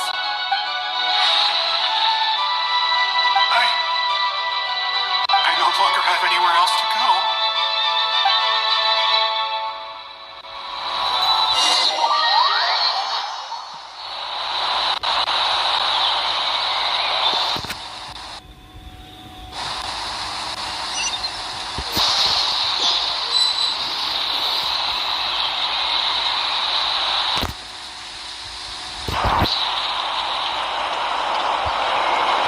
I'm sorry.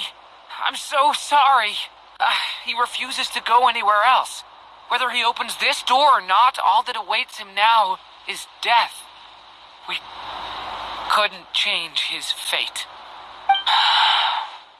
Albedo? Hat guy? Let's try one more time. I don't know how we're gonna do this, but I don't want to give up either.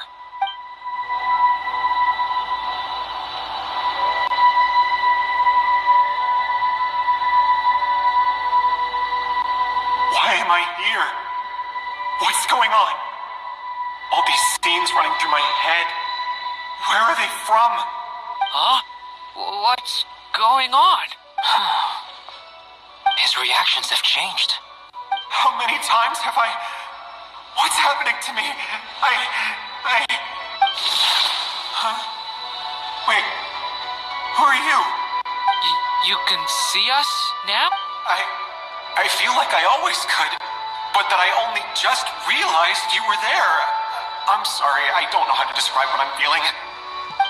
But you were the ones guiding me using that marked barrier, right? I haven't done anything yet, but those monsters, those deaths, they feel like memories.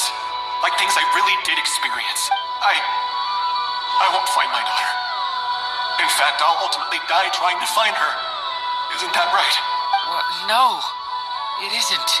Yes, it is. Even so, we're trying to find a way out of this. You've not seen my daughter either, have you? It seems she really isn't here. I'm sorry we couldn't help you. I'm just tired. Maybe this is destiny. Maybe it doesn't matter how hard I search. How long do I have left? Experience says 15 to 20 minutes. 15 to 20. Thank you for all your help. Let's rest a while. You look exhausted too. Now's not the time for you to start pitying us. It's not pity. I'm just realizing that I've only got 10 or so minutes left. You know?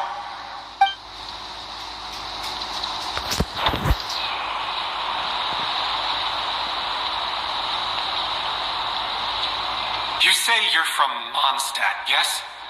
A place with windmills, where people enjoy limitless freedom? And you're from Sumeru, where they've built an academy into a giant tree? Yes. It seems you've never heard of either place. Those names are unknown to me, I'm afraid, yes. Have you heard of Hyperborea? I have, but I heard that it was destroyed in the distant past. I see. That was where my ancestors once lived. What about Delphi Pytho? Was it later rebuilt? I've never heard that name. Then what about Sal Vindaknir? I have seen that name on stone tablets on Dragonspine. But I'm afraid the only things left of that place are its ruins. I see. Sure enough, there was no way to turn this around, huh? I'm sorry. I was the one who asked to chat, but it seems like we're too many ages apart. There's barely any common ground to start from. It's all right. We did hear something new, at least. From how you speak of your lives, things must be going all right for you, I guess. They are. Mondstadt is a place of freedom and happiness. There's a lot of good people in the church and the Knights of Favonius, and even outsiders find that it's an easy place to feel at home. We have festivals a few times a year. Everyone gets together to drink, sing, and be merry. Sumeru is a lot more uptight. Not really the kind of place where you can relax. It's a nation fraught with problems wherever you look. But if all you want in life is to seek knowledge, I guess it's pretty much paradise. That's wonderful. In other words, after this all-devouring black tide passed, humanity did not merely avoid extinction, but rose to build prosperous civilizations anew. I mean, I can see you all right now. That must mean the future isn't a total mess, right? That's true. Well, time's time's almost up. Let's part ways, I think. Might be best if you don't waste too much time on me. The chances are slim, I know, but I'd like to spend these last few minutes looking for Spargana. If things work out, I'd love to tell her about what I've heard. May we meet again. Well, or not, most probably. In that case, may your wishes come true.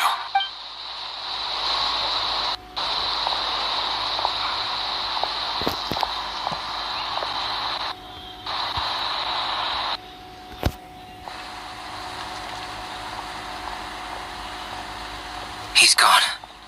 In a few minutes, he will meet the end that was his to begin with. The ending of this tale did not change, but I believe that we've just made the most progress we have yet. May your wishes come true. If only it were so simple. Hat guy, could I ask you a question? You've never talked about your past. It seems complicated, and it weighs heavily on you, too. Would you be willing to tell me about it? I mean, sometimes it's better to get things out in the open. Take that guy we tried to help, for instance. At least he said goodbye with a smile, right? I know about Albedo's past. Our experiences are very similar, and he created me. As for you, you're my first friend, and you've witnessed every step I've taken. But by comparison, I know nothing about you. Either way, I mean, we're still best friends. But if I knew more about you, I might understand your thoughts a bit better. I've told you about myself. I'm a student at the academia. And what did you do before that? Prepared for the entrance exam? The guys use avoiding the answer. Give him an answer. Yeah, check for avoid the real answer about his past. Alright. If you really don't want to talk about it, I won't press you any further. I was a puppet built from the branches of a white tree, using technology left behind by the Conrian schools of mechanical engineering. A white tree? You mean an Irminsul tree? Yes. A branch of Irminsul that was once connected to the main tree. So you had a human creator too? Nope. It was a god creator. Yeah.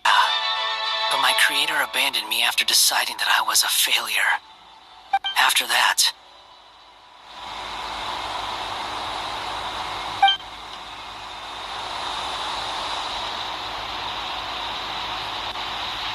Durin, resisting the influence of the abyss, suppressing the urge to destroy, trying to do the right thing. None of these things are easy. But no matter how hard they are, trying to rewrite past wrongs is far harder. You asked me if you would create a new tragedy if you failed. I told you there was no point speculating about that. But the real answer is, yes, you absolutely will. That guy. But at least you've got people here to help steer you away from the wrong path. So, just keep aiming towards the light. I will. I promise. All right, break time's over. Hello? Durin speaking. Hello, friends, it's me. What have you been up to, I'm detecting some unmistakable fluctuations here at the border. The amplitude isn't particularly high, but they're completely different signals from the ones before. And the scale is comparable to those I've detected previously. Alice, we were unable to save that person. However, he appears to have retained a portion of the memories gained through that cycle, and was able to hold a conversation with us. I see. Well, that is rather odd indeed. It definitely merits further attention. Could I trouble you to keep trying the same approach? I need to gather some more data. Counting on you. I should probably have Nicole come and check this out as well.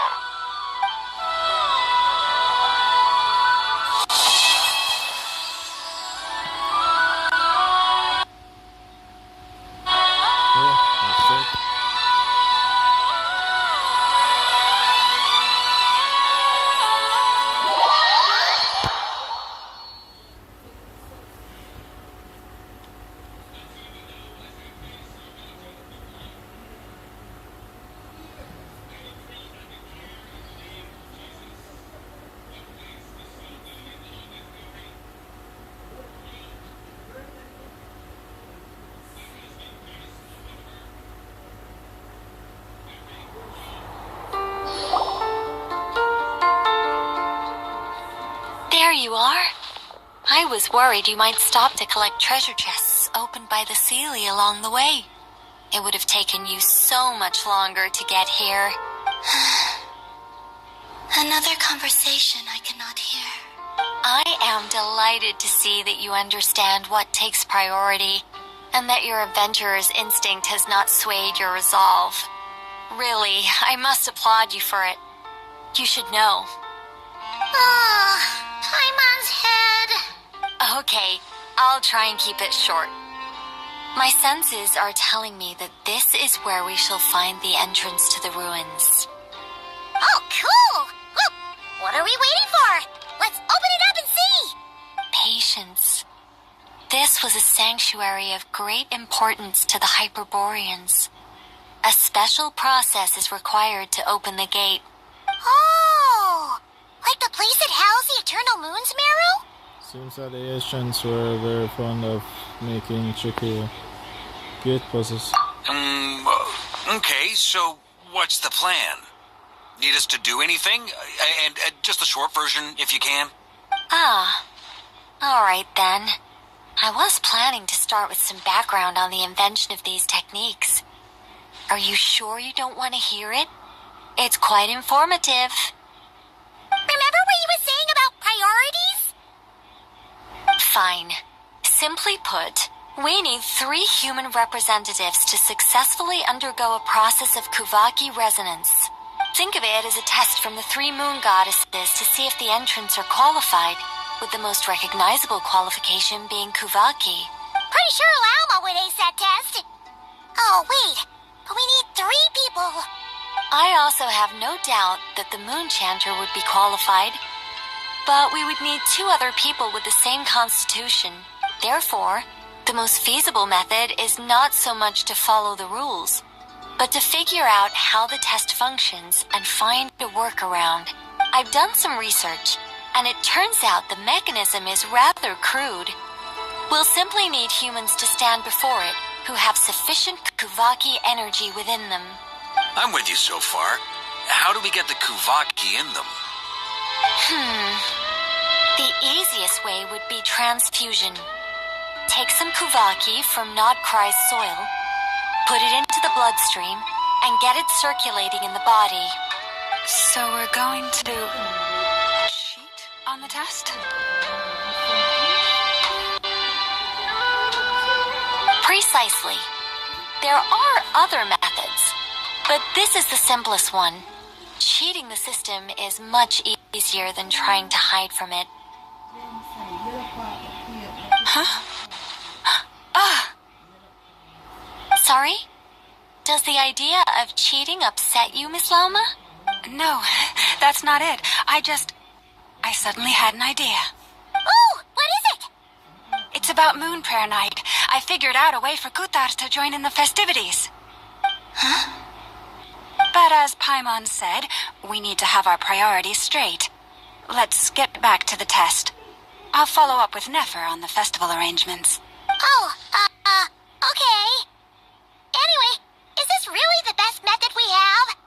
A Kuvaki transfusion sounds dangerous, no matter how you slice it. If you think that's dangerous, wait till you hear the other methods. I'd be more than happy to go through them if you'd like. There are several. No need, we're good. Let's go with this one. Very well.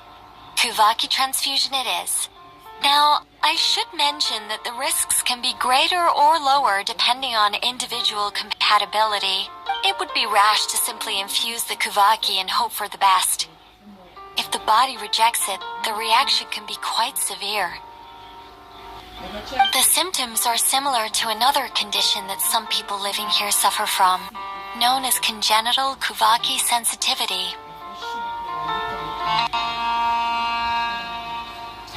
So, before we execute our plan, I will perform a simple test of my own to see who is compatible and who is not. Once that is done, we will have to complete the resonance process as rapidly as possible. The participants must remain stationary while the Kuvaki circulates and bonds with them, and they mustn't eat or drink anything. What? No eating or drinking? That's right, Spider-Man. That's some hardcore fasting. They'll all be monks by the time they're through. How long will they have to keep that up? 3 days. Oh, that's so long! We still need to find 2 more people who are not just compatible, but also willing to volunteer. Fasting? What are they talking about? Really? Don't you want to think this through? Haha, count me in too. 3 days without food? I can handle that. Mr. Cole has made it clear that this is the easiest way. The way I see it, there's nothing else to discuss. It's time to step up.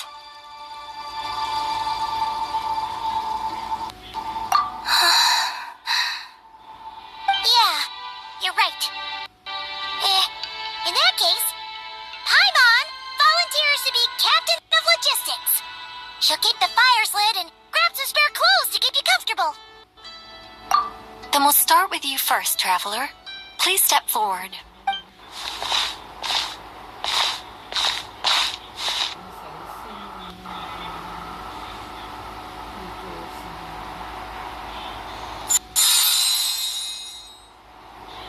How's it going? Do you feel anything? How about now? Nope.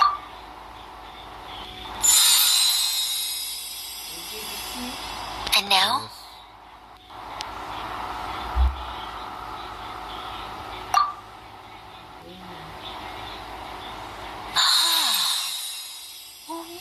What about now? You guys, it's not a competition, you know. All right, I'm officially impressed. Even as a descender, you can withstand far more than I imagined. It's like I summoned a giant stone titan to arm wrestle you, and your arm hasn't even moved an inch. In my last attempt, I infused 5 times the amount of Kuvaki required. Yes, safe to say, compatibility won't be an issue for you. You're eligible to join. You're next, Mr. Varka. Sure, here goes nothing. All right, I'll start where we left off. 5 times the required Kuvaki dose. Whoa, whoa, whoa, hey, wait a minute. How's it going? No, not great. I kind of want to puke. Feels like I've been drinking too much. A few bottles of wine, then a big stein of Dark Horse. With some hard liquor from Liyue mixed in. You think this is funny? I just lost to a young lady in an arm wrestling contest. I'm never gonna live that down. My apologies. I'll lower the concentration and try again.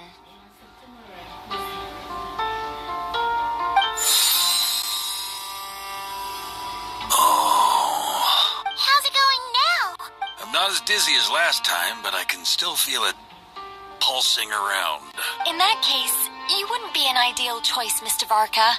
Let's try someone else. Okay. Let's go ask some of our other friends then.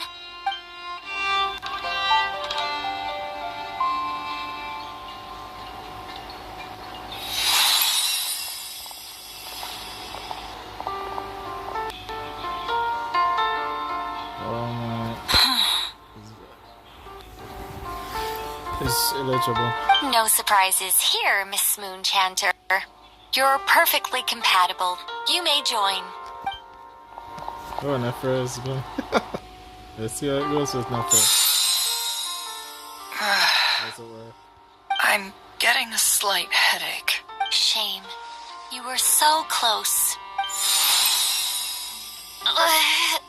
Of course, yeah, that feels too. Oh, I'm itching all over.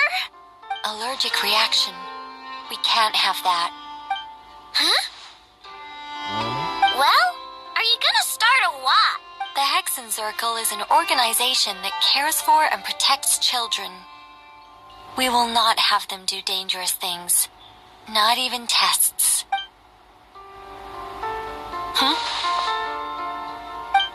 You might work with info. Is something the matter? The candidates have to be human. Seriously? I guess that rules me out too. Oh yeah, it's because Vince is a fairy. Huh. Everyone except the Moonchanter got beaten. Guess I don't need to feel so bad after all. I mean, looks like this isn't gonna be as easy as we thought. Perhaps I could ask for volunteers among the Frost Moon Scions. I'll see about talking to some trusted Lightkeeper colleagues. Itloa springs to mind. In fact, I think we had some former Frost Moon Scions join our ranks recently. Can you give me the scientific explanation for how the test works? I can probably make some kind of test bot. Then we can just zip through Nashka Town, going up to people and pressing a button to check their status. Wouldn't that be way easier? No. Wow! No elaboration for once. How about I contact the Knights of Favonia's garrison in the Wave Chaser plane? Shame that Lohan's already left. That guy's even tougher than I am. Strange. The moon goddess is clearly revered by many people. So why is she on the brink of disappearing? She mentioned that the world has rejected her from the very beginning. And when we fought the raid hero of Solnari, it seemed like she exhausted her power for our sake. Also, I'm not sure revered is the right word for how people feel about her. Gratitude, certainly. For my part, anyway. It's basic reciprocity. She helped us, so she deserves our help in return. Yeah. Even though she looked like she didn't care, she still saved a ton of people, including me. A review of the relevant data leads me to conclude that Miss Columbina is a good person. Yep, you bet. You really think so? I'm super surprised that Columbina isn't her actual name, though. I think it really suits her. It's light and graceful and... yeah, just a really pretty name. I know, right? Unfortunately, that's not our decision to make. Columbina. That was the code name the Fatui gave me. But it also came up in the song I heard when I was born. But... is that really all there is to it? What do I truly think of my own name? Is there anyone left who will still call me by that name? She told me to pick whichever name took my fancy. Did I pick Columbia? Because I felt that she never wanted to become the Moon Maiden and be worshipped as a god. Moon Prayer Night is getting closer by the day. We're running out of time. We need to look for other candidates.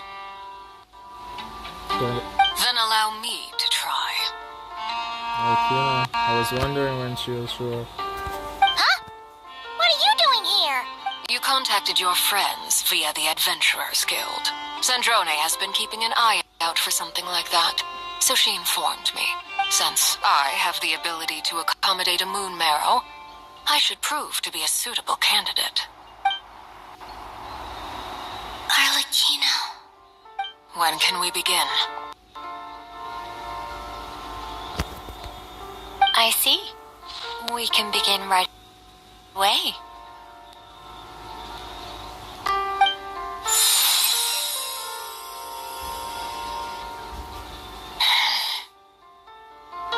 How was it?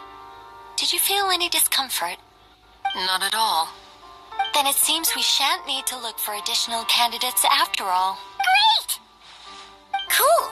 All right, like Paimon said, the rest of us can take turns making sure the three of them stay warm and comfy. Then my job is to take care of the caretakers. I will ensure everyone receives food and accommodation. Let's do this. No time to lose. I'm ready as well.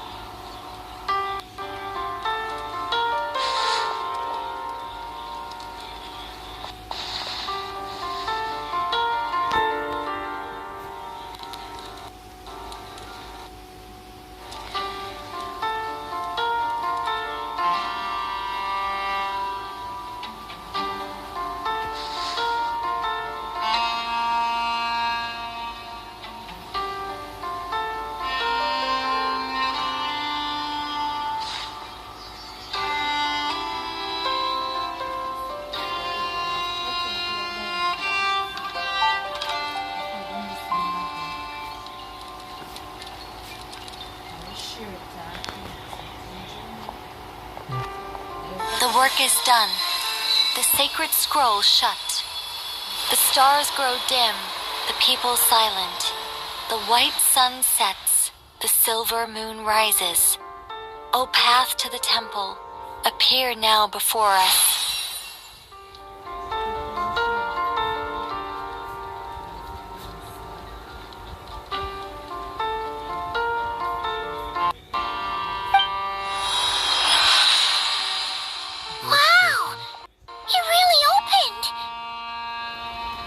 So that's what all this is about. They've been trying to open this gate. Come, let us enter. It might be best to eat something first. Take care to chew properly and swallow slowly. It will give your body time to readjust to the digestion process. They will head in soon. They will need to enter this gate.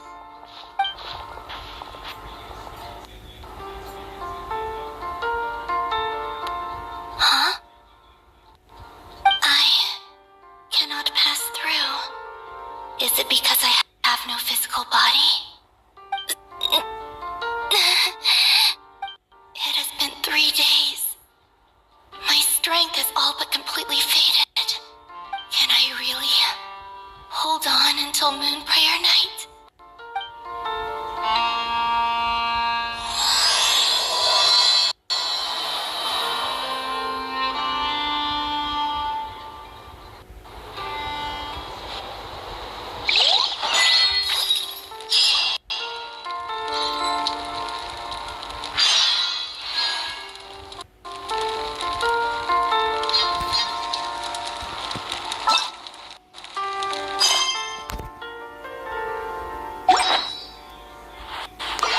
I'm just going to take a break.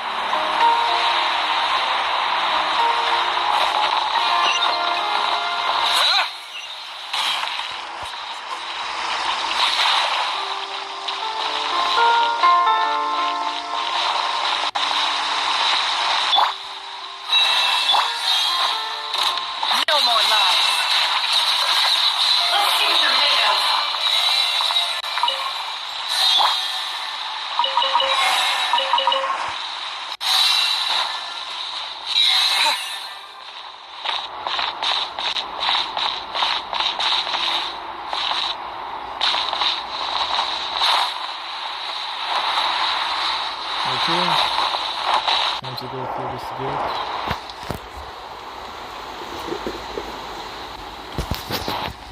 I know what kinds of exciting things from the gate.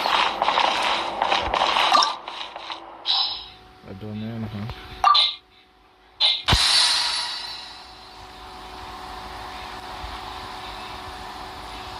Something tells me Alakina is in the zone.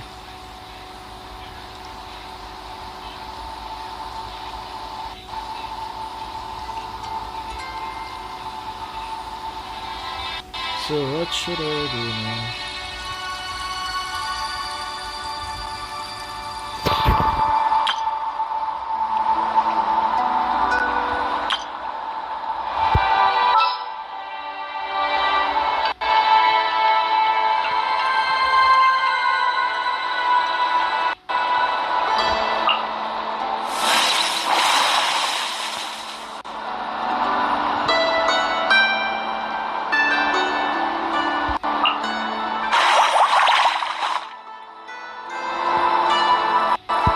Whoa, what a lineup!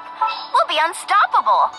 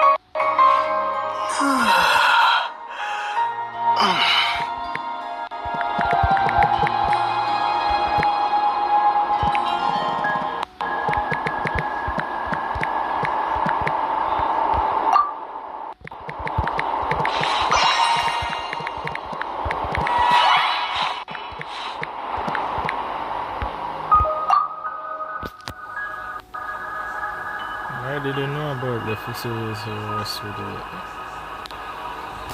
To be frank, I don't know. I see man, see her even do it. She have so many intertwined fates, and she's telling me that she lost 50-50 with Lawam and Nefer and Doran. I just don't know how she do it. Maybe she get them early. That's all I'm thinking.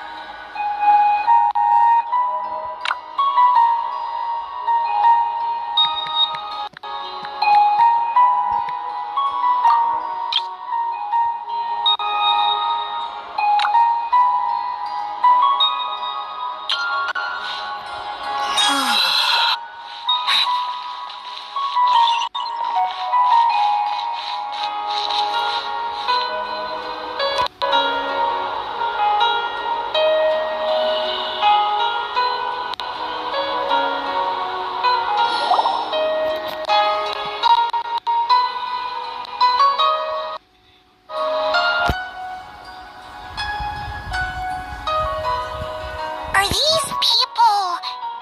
Judging by their clothes, they appear to be phantom Hyperboreans from the distant past.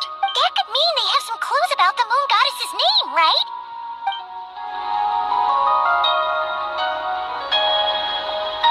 Hey there! Could you tell us what the moon goddess's name is?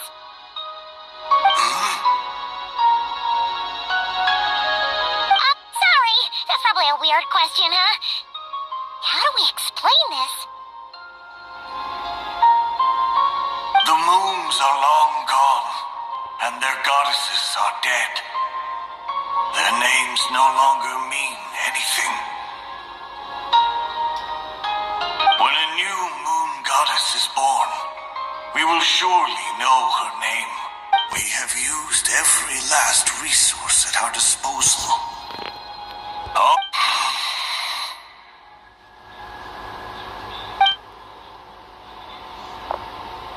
Were the people of the past all this devout?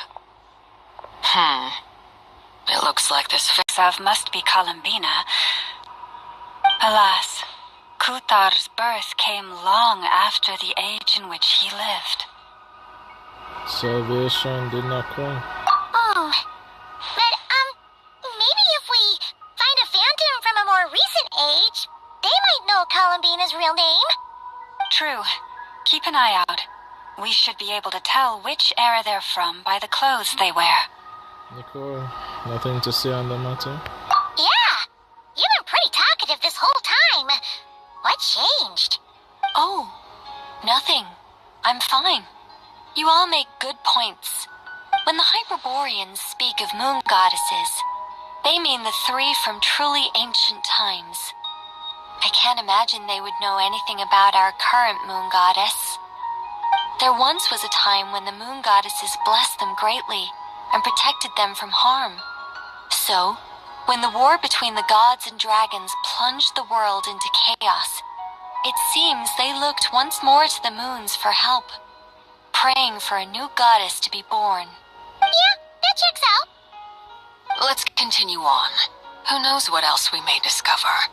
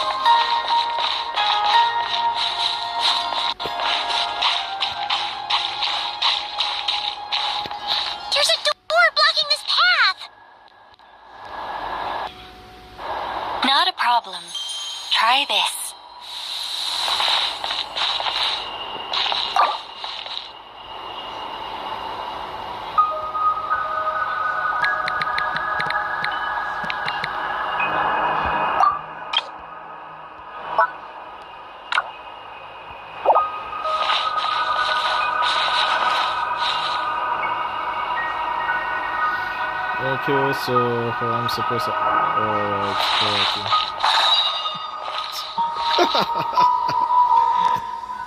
Tota, it's been such a long time since I last do a quest in what's his name? What's it called again? Not Cry.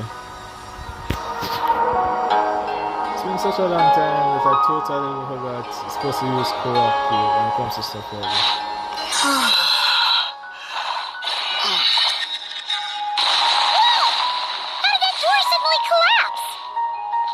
This device was maintaining the door's integrity. Remove the core, and the device stops working.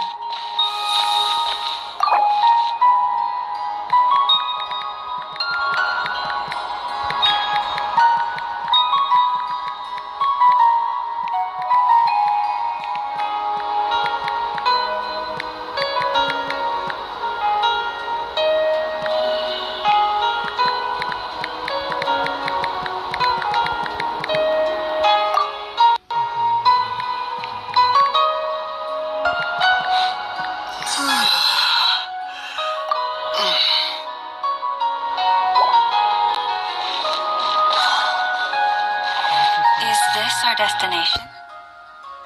Impressive. More precisely, this is a device that will help us reach our destination. Let's go. We still have a long distance to cover.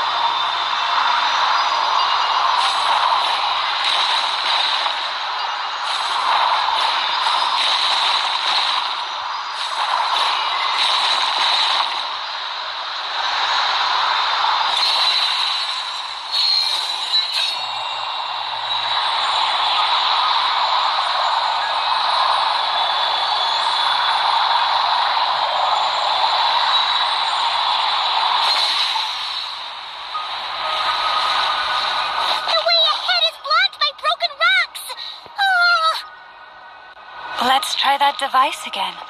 Remember the door from earlier?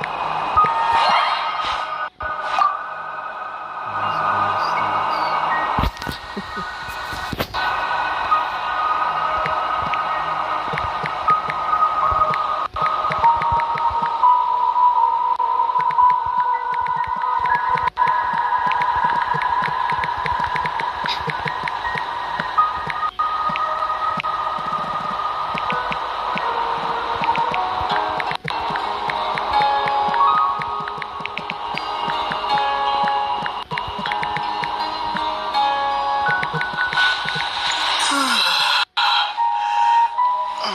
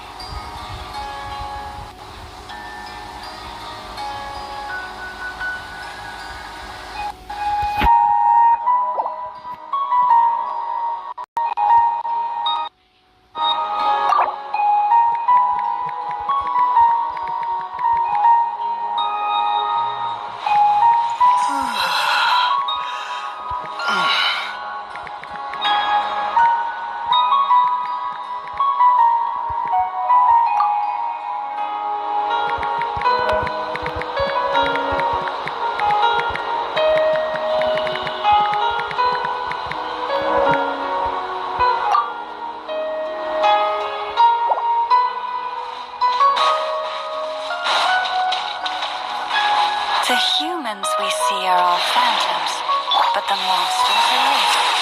What a fascinating place. Now it's plenty of time to admire it later.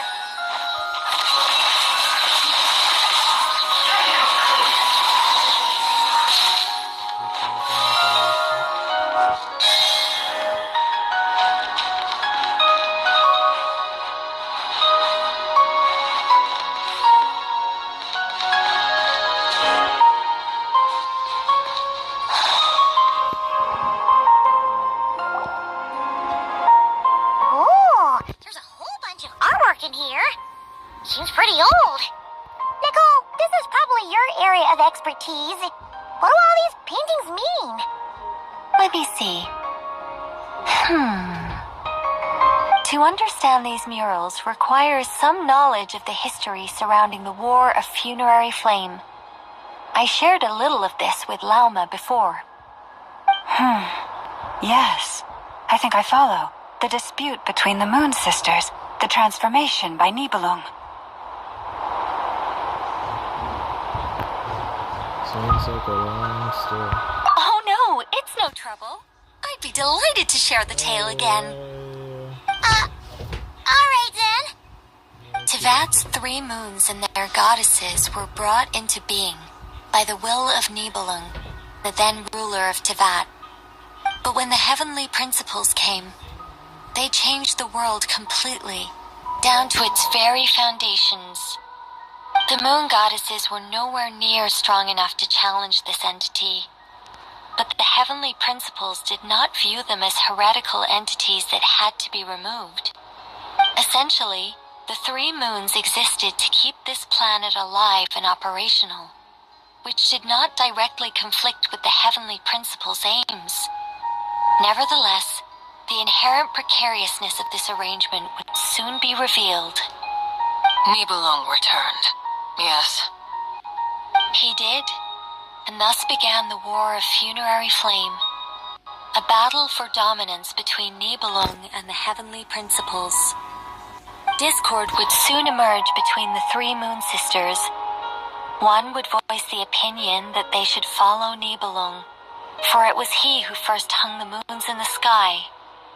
Another would argue that taking sides in the conflict would only bring the world closer to ruin.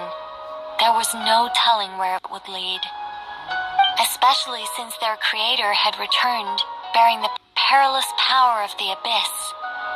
Nibelung would eventually discover their disloyalty.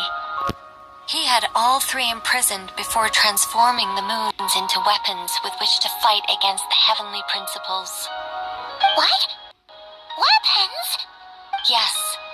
The very moons that had once defended the planet became instruments of death and destruction, striking terror into the hearts of all living things. And although the heavenly principles and the three moon sisters had once been at peace, it now seemed that the moons posed an unacceptable threat to Tevat. It is possible that the heavenly principles did not know of the goddess's imprisonment. If so, the weaponization of the moons would surely have been viewed as an intentional breach of the peace agreement. What happens then? Regardless of who knew what, when, the heavenly principles shattered two moons and flung the other beyond the skies. Whether the goddesses managed to escape Nibelung's captivity after his fall, nobody knows. But this much is certain. From that day on, the moons no longer belonged to Tevat. The rejections slowly drained their power until eventually they passed away. So that's the full story. You say the moon ceased belonging to Tevat from then on. Why then would Columbina be born here? That is perhaps due to the lingering connection between the frost moon, which was not shattered, and this world. You could see it as the three sisters' dying wish. They never desired war. All they ever wished for was to protect this land. I see. If the final fate of the three goddesses is as you say, then Columbina faces the same grave danger. Our investigation has yet to bear fruit. We must hurry. Yeah, you're right. Let's keep going.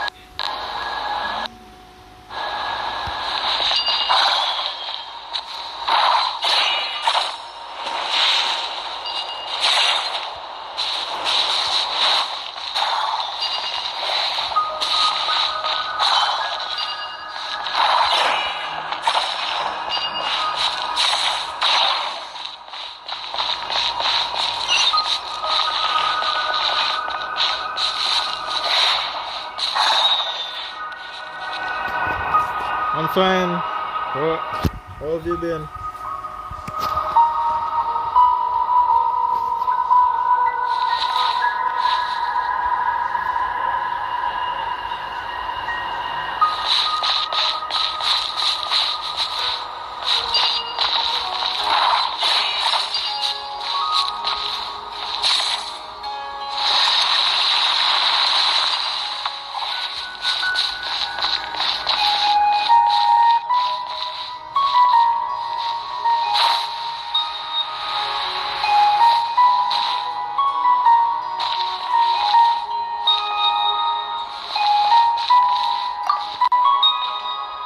Should we trust him to keep his promise?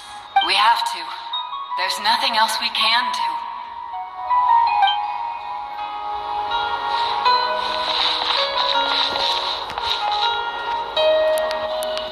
By the way, can you hear me?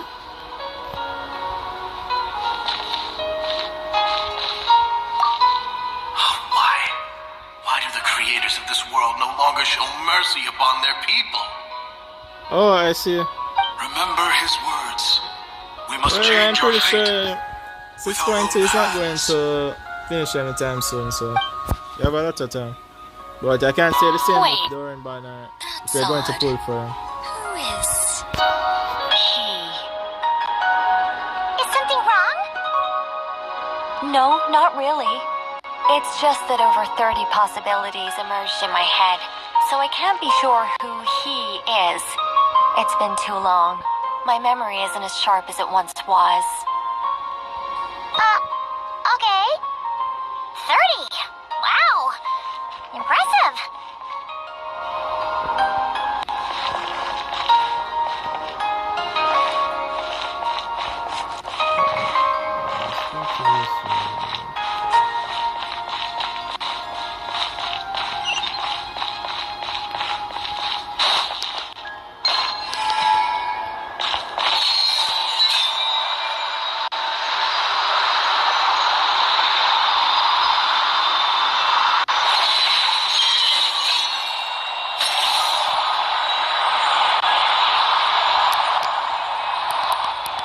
I did say that 6.2 isn't really going anywhere because it just started.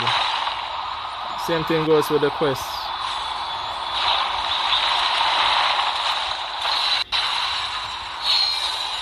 Are you planning on pulling for Doran? Want to get back?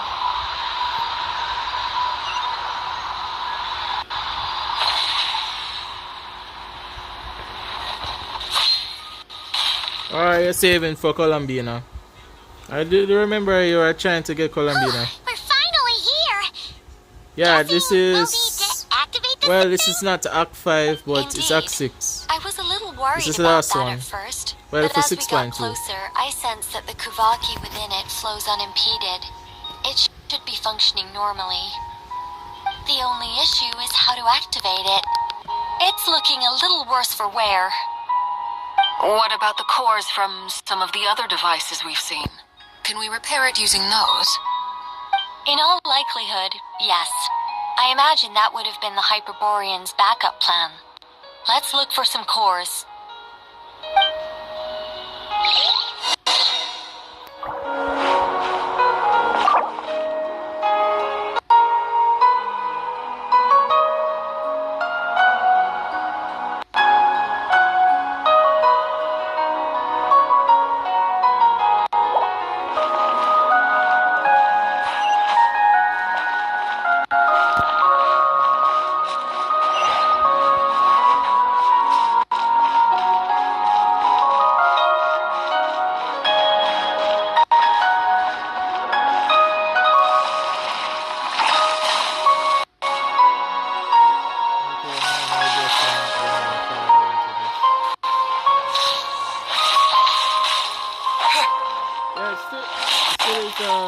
Still an interesting quest.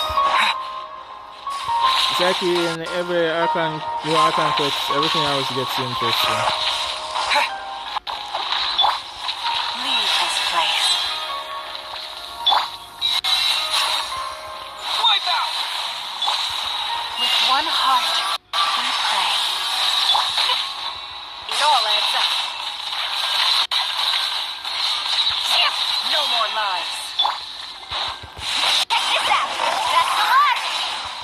Well, I could have sworn Alakina would have gone in this quest, like as a trial. Why I was wrong. Chorus, Next protect time us. I'm going to just bring in my Alakina.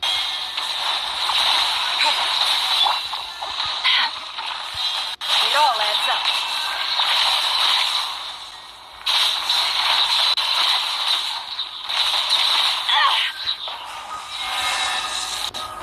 I could swear they're going to put some kind of trial in this quest, like they usually do. But I was wrong. Next time I'm just going to bring in my characters. That's the reason why I never did change into a pyro. I would have changed into a pyro team. Like at least put finish as a sub DPS Alakina. Then Bennett.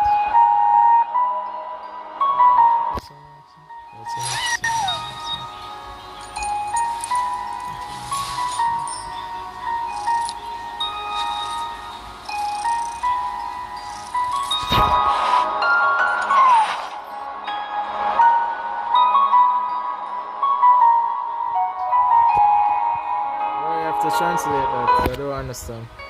I know you mentioned about Discord.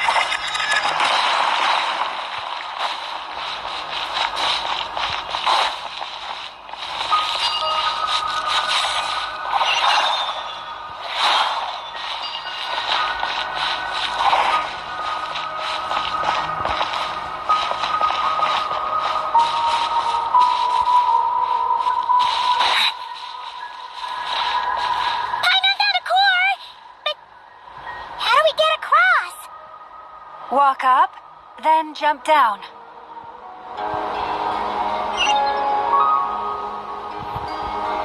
Wasn't she mean climb up?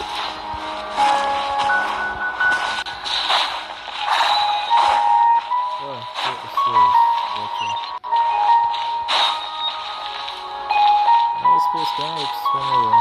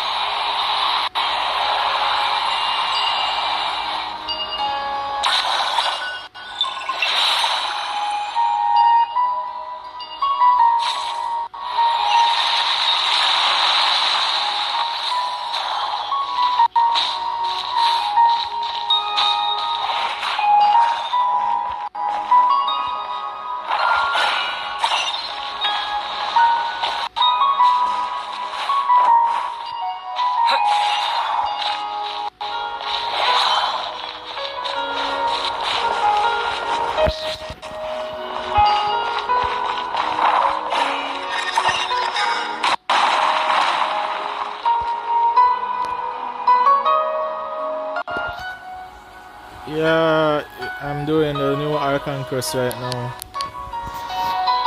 I'm in a domain.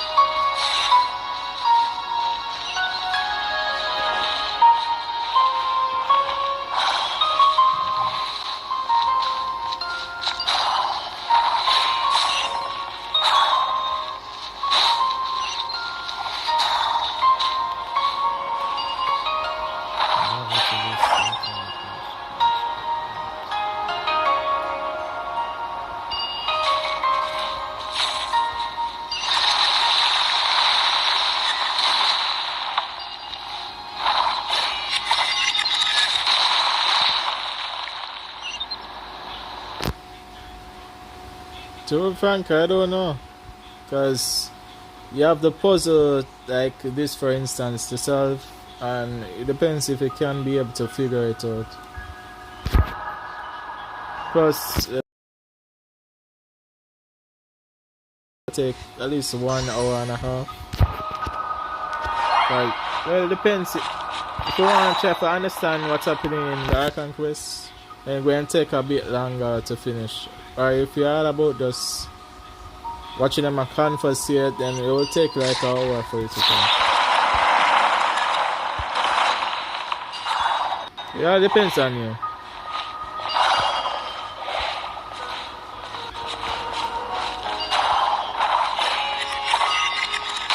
But still, despite all that, it's still an interesting story. The Welkin quest is interesting, especially in Nordcry, man.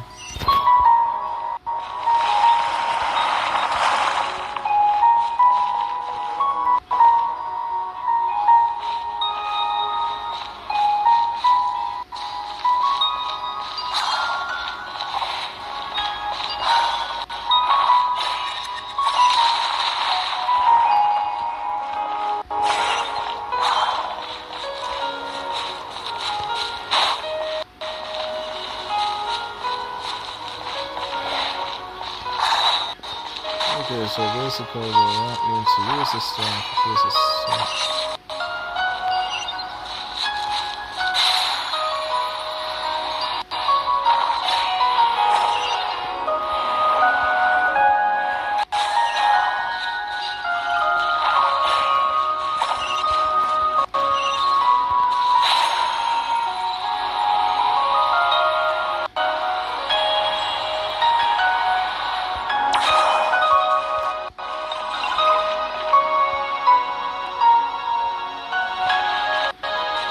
Because there's Act 5 and Act 6. If it's just Act 5, then it will take an hour, because for Act 5 it's nothing really major. Just conversate and also just an easy puzzle to be solved. That's it for Act 5. For Act 6 now, it's going to be a bit difficult. Like I said, it all depends on you. Alright, like a friend of mine told me that like last night it took him hours in order to finish it. Most times I was sleeping while I was doing that Archon quest.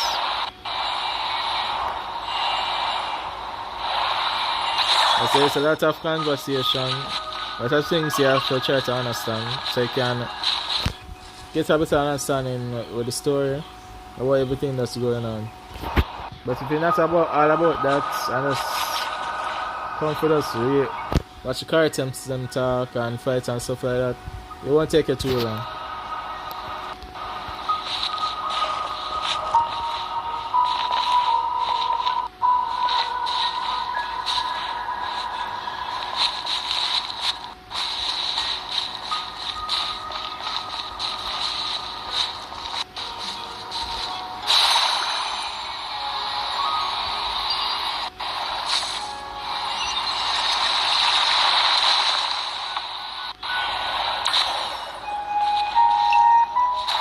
Sure, no problem.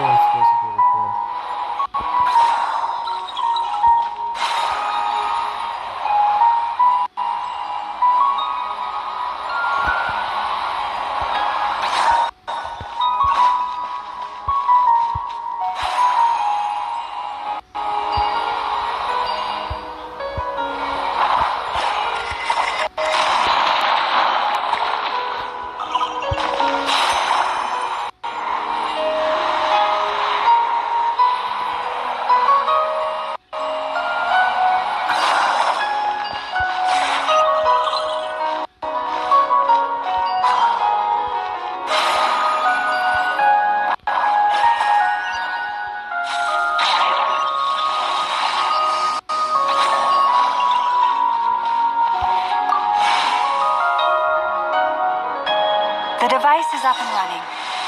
It's hard to believe that the ancients were capable of constructing such things. I'm on Caesar destination! It's right up ahead! Yes, let's go.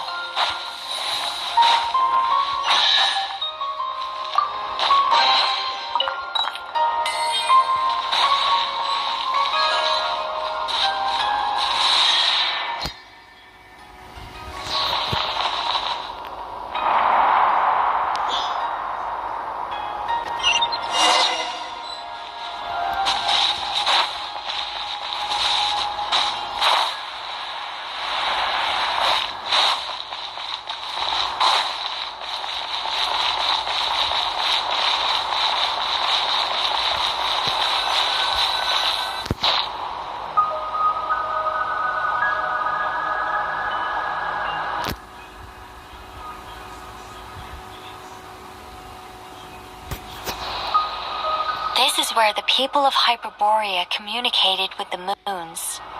We need only place the moon marrow upon this platform on Moon Prayer Night, and we shall be able to open a portal to the moon and send our moon goddess back home.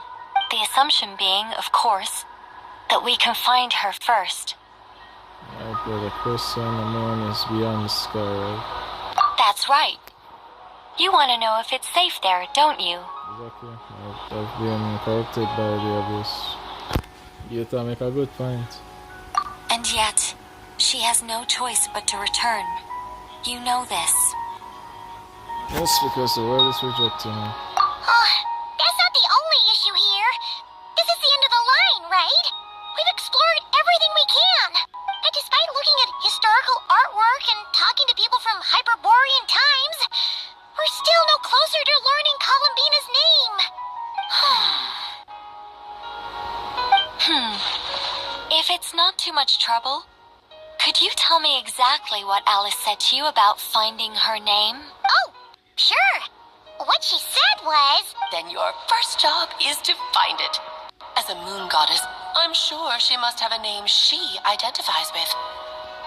Neither Columbina nor Kutar is her true name, and she's never really accepted either of them.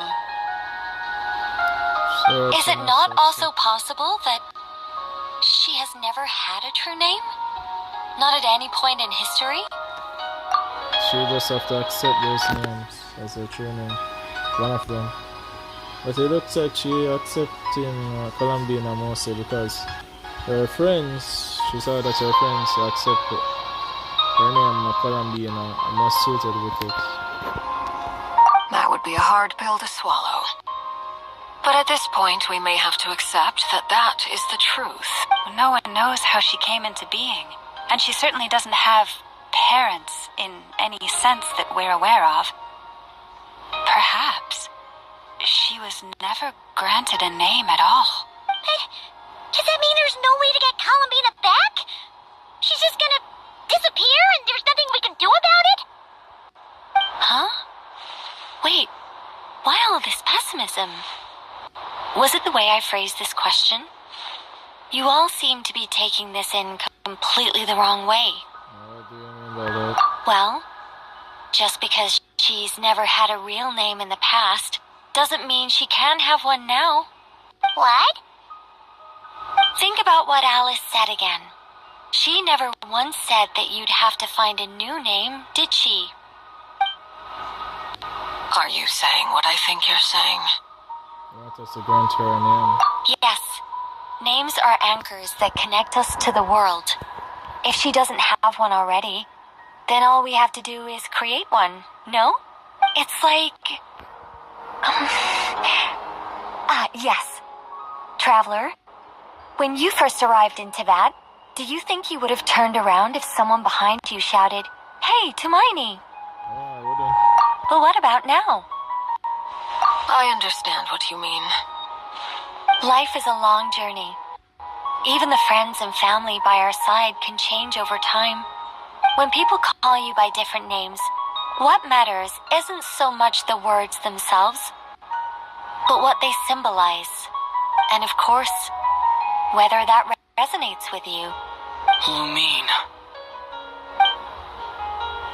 So, close your eyes and picture the moon goddess in your mind. If you were to call out to her in this moment, what would you say? Columbina. Columbina. Paimon would call her Columbina too. She has long forsaken everything that Kuta represents. I think from now on I should call her Columbina too. What time? Well, it sounds to me like you found your answer. Are you sure? Is it really that simple? We haven't found her this whole time, and not for lack of trying. For a journey like this, the process is every bit as important as the outcome. Had you not searched far and wide, rejecting every other answer you were offered, how could you have come to an answer you felt was finally correct? Oh, it all makes sense now. This has Alice's fingerprints all over it. Are you suggesting that Mage knew from the start that Columbina never had a real name to begin with? I can't say for sure, but I can definitely imagine her chuckling in satisfaction somewhere right now, saying, "Oh, what fun." Sounds like That's it. Llama, your antlers! You should hurry. The festive moon has begun to rise. Do not worry, for when you called the name Columbina just now, I could sense that the power within was enough to summon back the moon goddess. The power within what? The name? Yes. So, the thing is...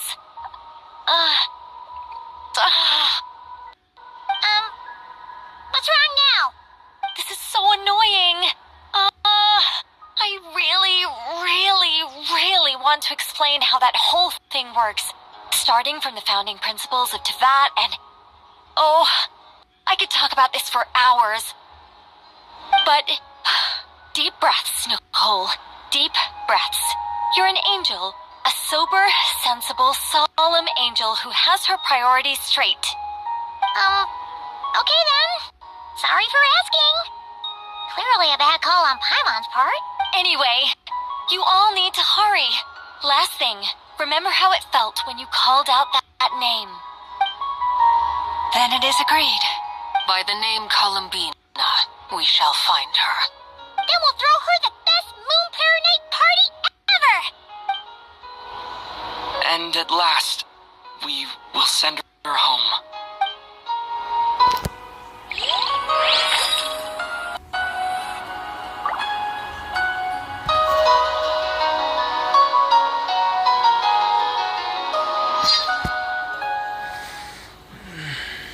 The enclave.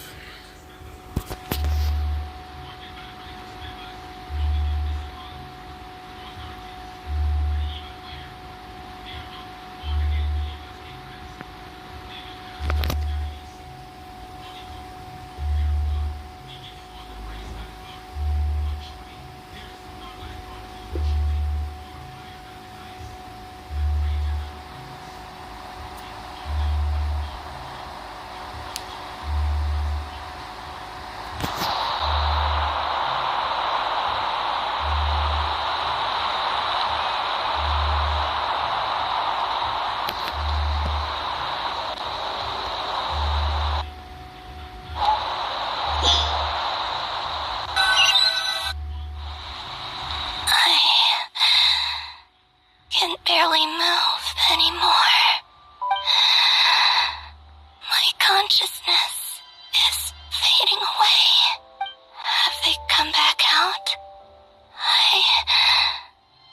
I'd love to see them one more time.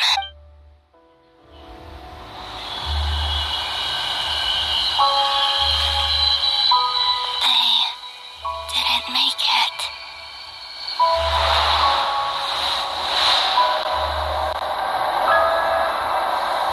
Could you tell me your name? My name is... Columbina!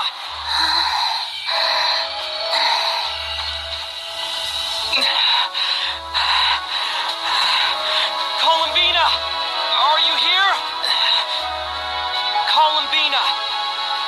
That's the name you gave when we first met. And it's what I've called you ever since. Columbina. It's a fine name. I have many fond memories of Columbina, and so do all of your friends.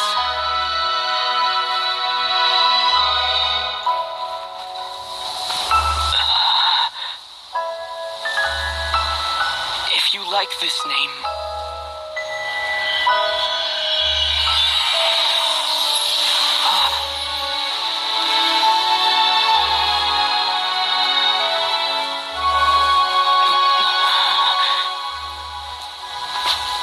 Looking for me?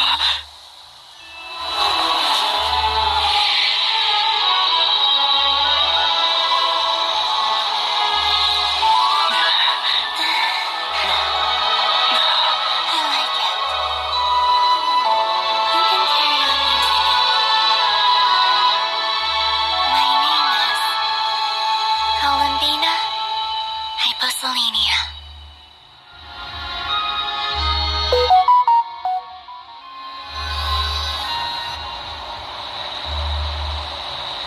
Columbina Hyposelenia. That's a wonderful name. I never thought that Columbina would become my real name. But after I met you and my other friends, the things that this name stood for slowly began to change. It went from being a Fatui code name to something my friends call me.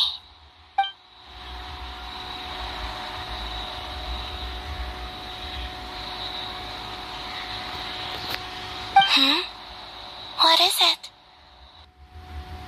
Why aren't you... I'm just so happy for you. Thank you. So, where's everyone else? We can go and meet them very soon. Everyone went to different places to try calling your name. Great. I'd like to thank them as well. Everyone's done so much for me. Searching for my name, entering those ancient ruins. Huh? Wait, so you were... Yes, I was there. Not physically, but my consciousness was still holding on. I followed you the whole way. Starting from when? You turned around and called out my name while you were in Nasha Town. Do you remember?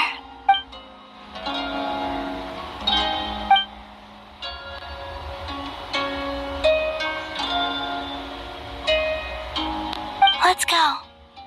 We don't want to keep them waiting. Sure. In that case, come with me. But... Before that, could you call my name one more time?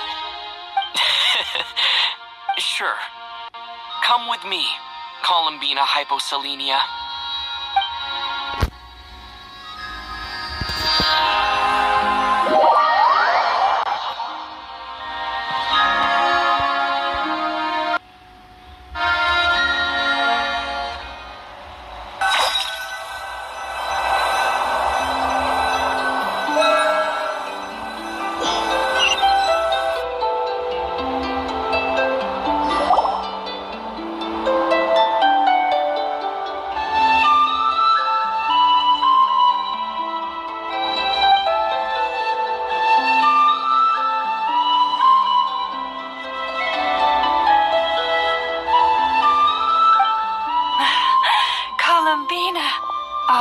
Truly is wonderful.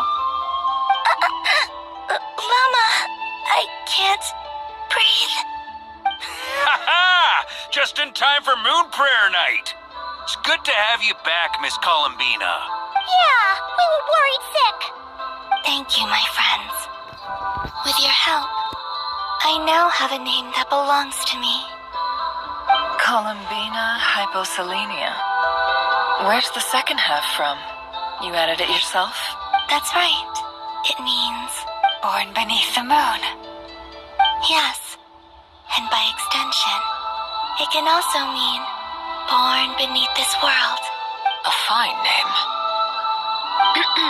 Now, As much as it pains me to interrupt this beautiful reunion, I feel obliged to remind you that the Moon Prayer Night celebrations in Nasha Town have already begun. Don't you want to enjoy the festivities? There's so much to see and do. And some of the ambient lighting and entertainments were sponsored by the kind souls in the Hexen Circle. Nicole? Why have you turned into Dodoko? So you're Miss Nicole. Thank you for helping us, and for helping me find my name. It's nice to finally hear your voice. You're quite welcome. Guiding lost people to hidden treasure is what we Seelie do. And if you ask me, spiritual treasures are far more precious than material ones. Chests are all well and good, but this was what it's all about. So satisfying. Anyway, I had to go help Alice. It seems like she ran into some trouble. That's why I couldn't be here in person. But don't worry, we're with you in spirit. We'll be celebrating right along with you. Keep an eye out for the Hexen Circle's festive stalls in Nasha Town. I think you'll like what we came up with. Alice said she even managed to rope B in this time. The Frost Moon Scions have also prepared various attractions. I believe Aino, Nefer, and their crew are setting things up as we speak. On that note, Nefer, about that request I made. It's all in hand. Yehoda is on site to ensure that everything goes off without a hitch. Wonderful. In that case, Traveler? Huh? Come on, Columbina. It's time to celebrate the best Moon Prayer Night ever.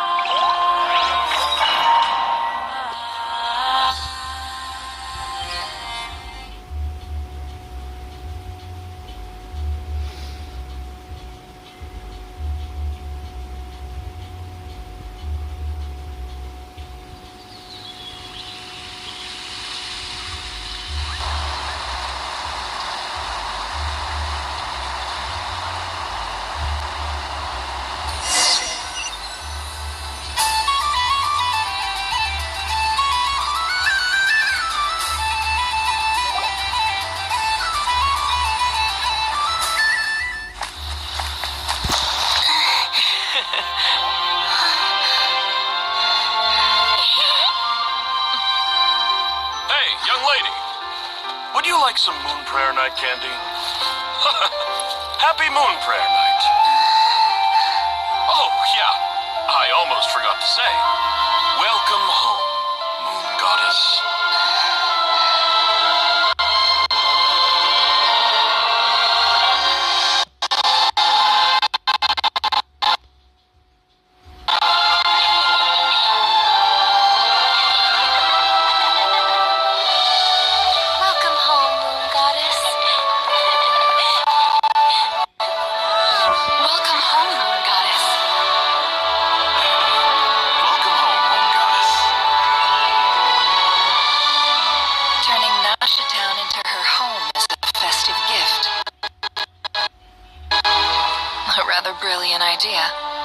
Perhaps this is what Nodcry, Columbina's home, should have been like all along.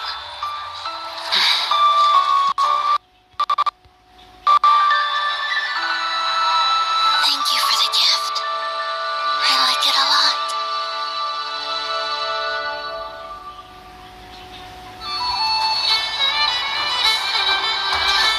This feels like the surprise of my life. You like it? I do. I never imagined I'd ever get to enjoy Moon Prayer Night with everyone so freely. If you're happy, we're happy. Quite a strategy you came up with. Hide the tree in the forest. It's not your usual style, Lauma. Is there something about Moon Prayer Night that enhances what's in your head as well as the antlers on top? Apparently so. It even inspired a perennial penny pincher to use their resources for a greater cause. It truly is a magical festival.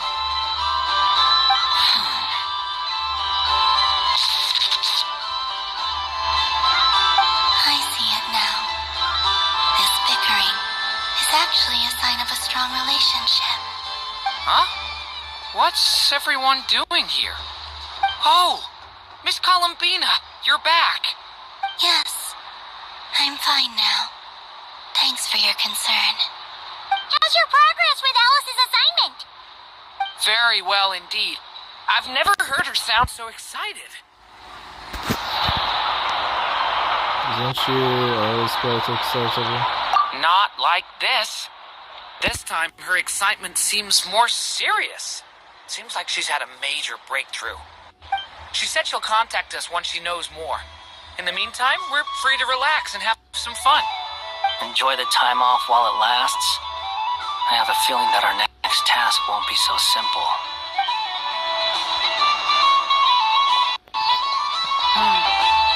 I should go. I still have a few things to attend to at the Frost Moon Scion stall. And I think I'll take a look around. With any luck, this once-in-a-year festival will come with once-in-a-year opportunities. Hold up a second. Where's Varka? I believe he made a beeline for the flagship the moment he entered Nasha Town. That's Mondstadters for you. They know what they want when festivals roll around. Goodbye for now, Columbina. I hope you have a wonderful night. I will.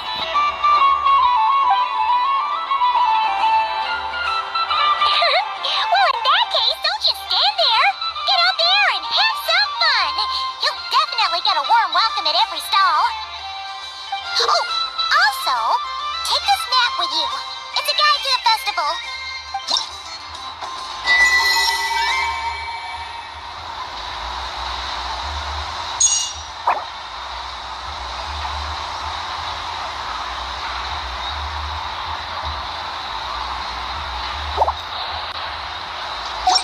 The Frost Moon Scion stall is over here. Lauma's invited a whole bunch of cute animals to celebrate too. Over there is the Hexen Circle section. Alice seemed more excited than anyone about this festival, so she insisted on making it a grand affair. Oh, and then there's the Nasha Town local specialties, including... Actually, forget that. Better if you go check them out for yourself. Thank you. It looks like a lot of fun.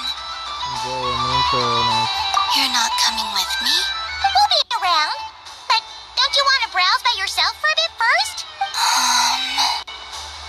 It's fine, Yep. If you find something you like and want to try it out together, just give us a shout. We'll be right with you. Otherwise, just relax and enjoy yourself. There's so much on offer, so try to experience as much as you can. And don't forget to stuff yourself with all the delicious festival food. We'll probably run into each other every... All right then. Off I go.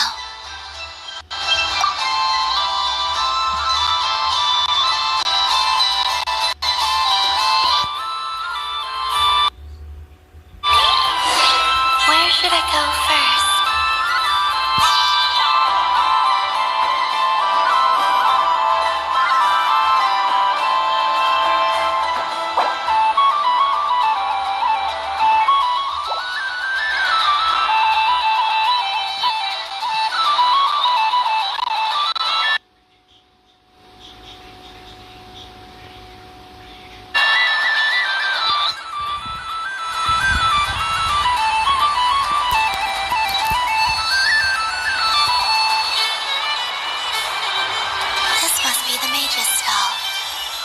Feels like I've entered a fairy tale.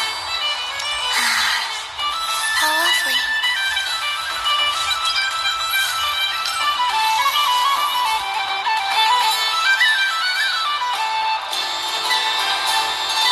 But I was aiming right at it. Oh dear, what are you saying? How could a paper frog move? Unless you believe there really is magic in this world. But even if I, the mere humble merchant that I am, knew such magic, surely I would not use it on a paper frog. I'd sooner give Mora legs, so it could walk right into my purse. My dear, dear customer, Why not have one more try? Your customers. Take your time, but don't take too long. This event is Moon Prayer Night only. Miss it, and you'll have to wait a whole year before I'm back. Next customer, please. Welcome. Hello. Whoa. What's this big one doing over here? How do I tell my employees not to go running around this time? Shooting them a glance won't work. I haven't known them long enough. Dory? Why, hello there, Miss Columbina. Would you like to play my ring toss game? The rules are very simple, and it's easy to get the hang of. How much for a round? Oh, first time's free. Not a single mora. After that, well, we can cross that bridge if and when we come to it. But with your sharp sharp skills, I'm sure you'll win all the prizes in one fell swoop. That was an obvious enough hint for them, right? Right?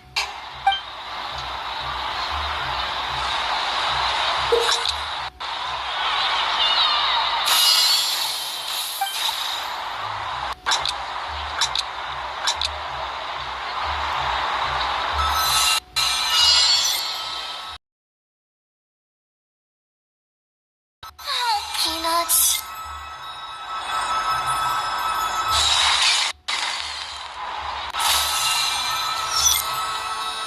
Change tracks.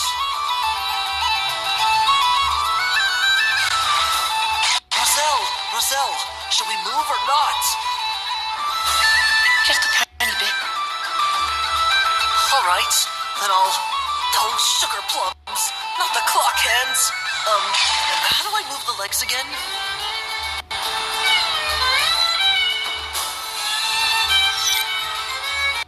Stop it! Stop touching!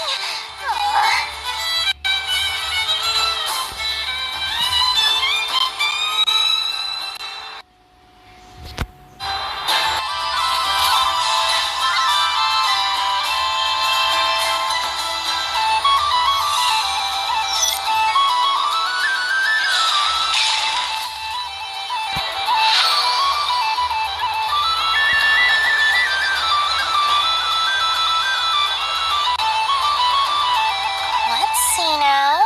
Let's see. Wow, very good. That's the highest score we've had all night. And here's your prize.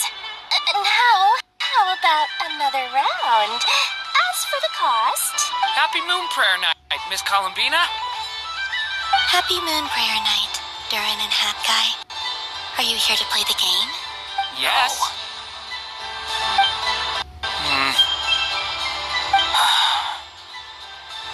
You said we were just coming here to say hello. I did, but then I recognized a few more people as I got closer.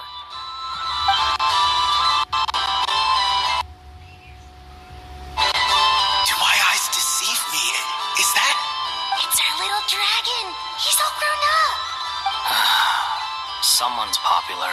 Well now, since you came all this way, why don't you try out this lovely game we have going? First try is free. He'll have a go. I'll pass. It's only one free try per customer. You can't give your try to him. I'm aware. How has Elder Almond been lately? He's in great shape. He goes for a run in the forest every morning to stay fit and healthy. He tried to go boat racing with Firecracker a while back, but he couldn't even make it onto the Lotus Leaf. Firecracker was in fits of laughter. How about you, little dragon? Can you still fly? Yes, I can. But you've become less chatty. Has growing up been tough on you? We call that maturity. You know, the thing people sing about. The knight wields a sword of stone to defend those hearts that are made of gold. Stone is very heavy. That's what keeps him from talking too much. That's awesome! I want to be a knight when I grow up, too. Ring, here I come! I'd see you again. You seem more determined than when I saw you last on the train. See it clearly. It's because you are once again on the right track. May the engine in our hearts propel us to the station of our dreams. I can move! I can move now, Roselle! What are you doing? Running into the rings like that? In all my travels, is this guy actually an old friend of theirs? But how?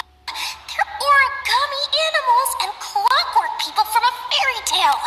Getting to know them would be quite an arduous task, unless they share a hometown? I have to get to the bottom of this. Next time I see the great mage Alice, I shall demand answers. Thank you, Dory. I had a lot of fun. So, now for your prize.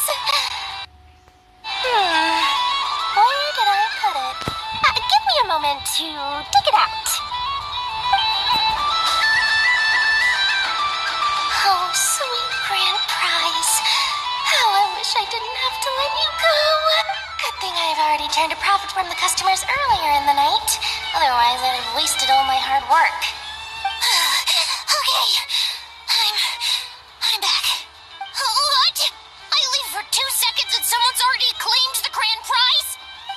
Oh, well, these things happen, you know? Perhaps you'd be interested in one of the other prizes instead. We've got all kinds of wonderful goodies here. Is this the thing you wanted? Here. You can have it. Huh? But... Don't worry about it. It will be happier with you. Oh, thanks so much, miss. Moon Goddess. Oh, goodness gracious, Columbina. Give me strength. How am I supposed to make any more money from this child at this rate? Daddy, look! That's the game I was telling you about. Forget it. She is the Moon Goddess after all. I'll think of some other way to swing this. Maybe I can try to hook this new kid. Huh? Oh, someone already won the grand prize. You can take mine if you want. What? Why? Why are all these bleeding hearts coming here to ruin my business? Happy Moon Prayer Night, everyone. Happy Moon Prayer Night.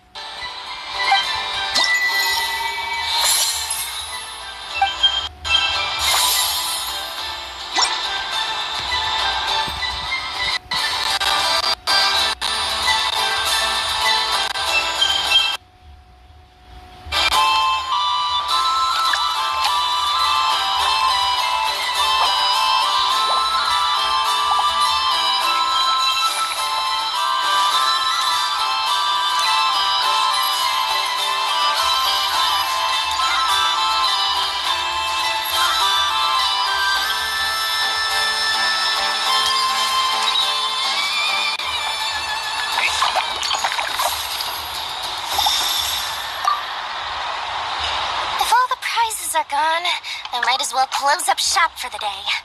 But you haven't had your fill of fun yet, right? So the next time a customer shows up, you're going to have to run faster, all right? And remember, run out of the rings, not into them.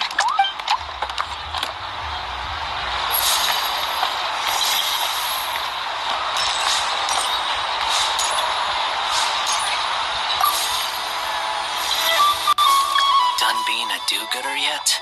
Thanks for coming here with me, Hat Guy. Are there any games you'd like to play? It's your turn to pick. I'll come with you. Why does that hamster think you've grown up? You haven't changed at all. I know you don't mean that. You're just taking the opportunity to make fun of me, aren't you? Even if you won't admit that taking some time to compose yourself is important, I can see that you're doing it in practice. Otherwise, you'd have taken off your hat and flown away by now. Looks like Albedo's socialization program has been far more useful to you than all those Vahumana textbooks.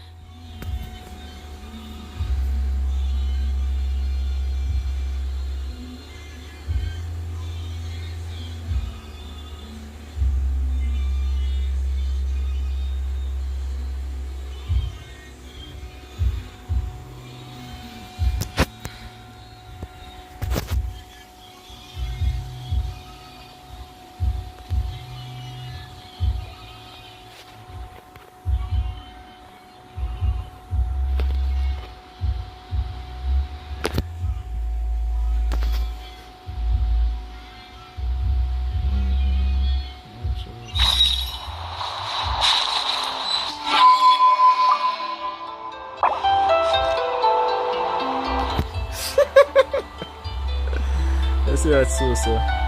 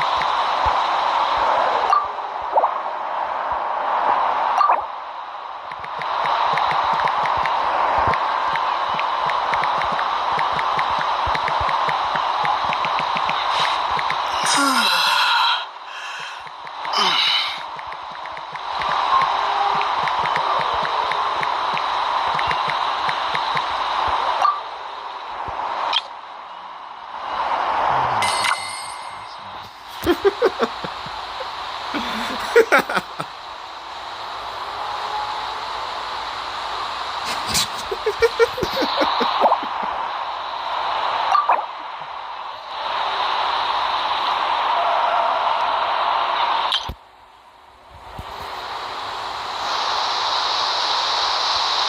there's was on the street.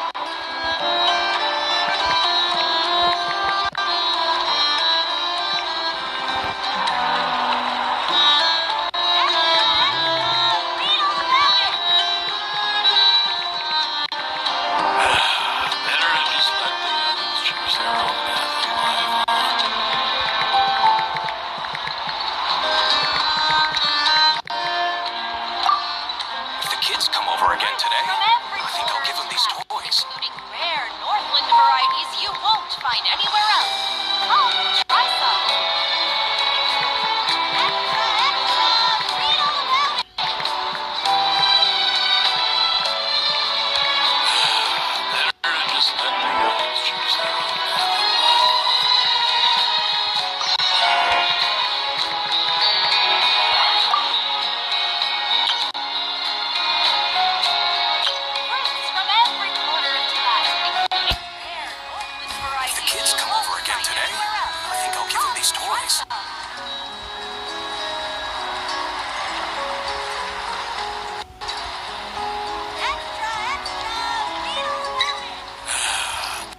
just let the young ones choose their own path in life, huh?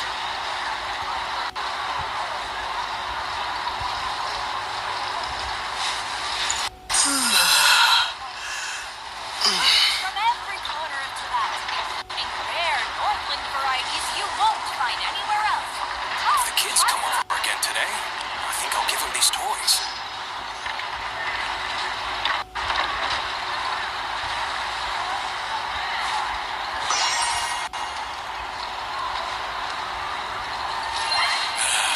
Better to just let the young'uns choose their own path in life, huh?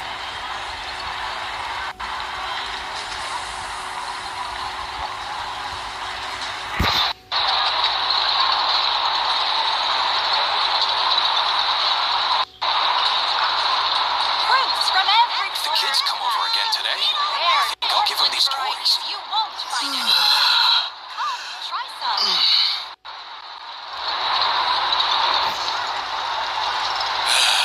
Better to just let the young'uns choose their own path in life, huh?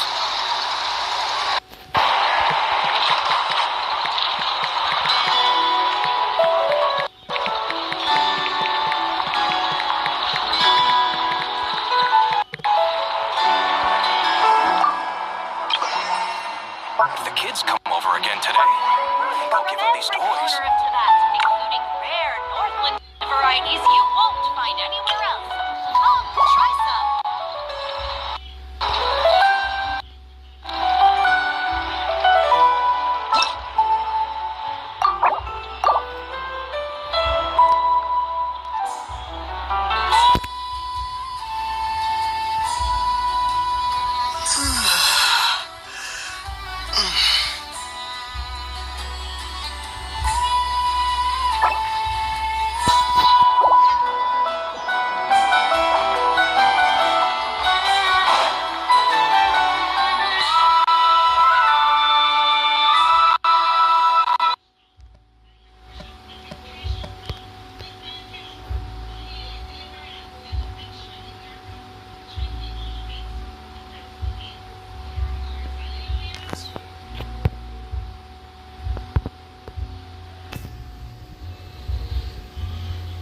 Really cool to see.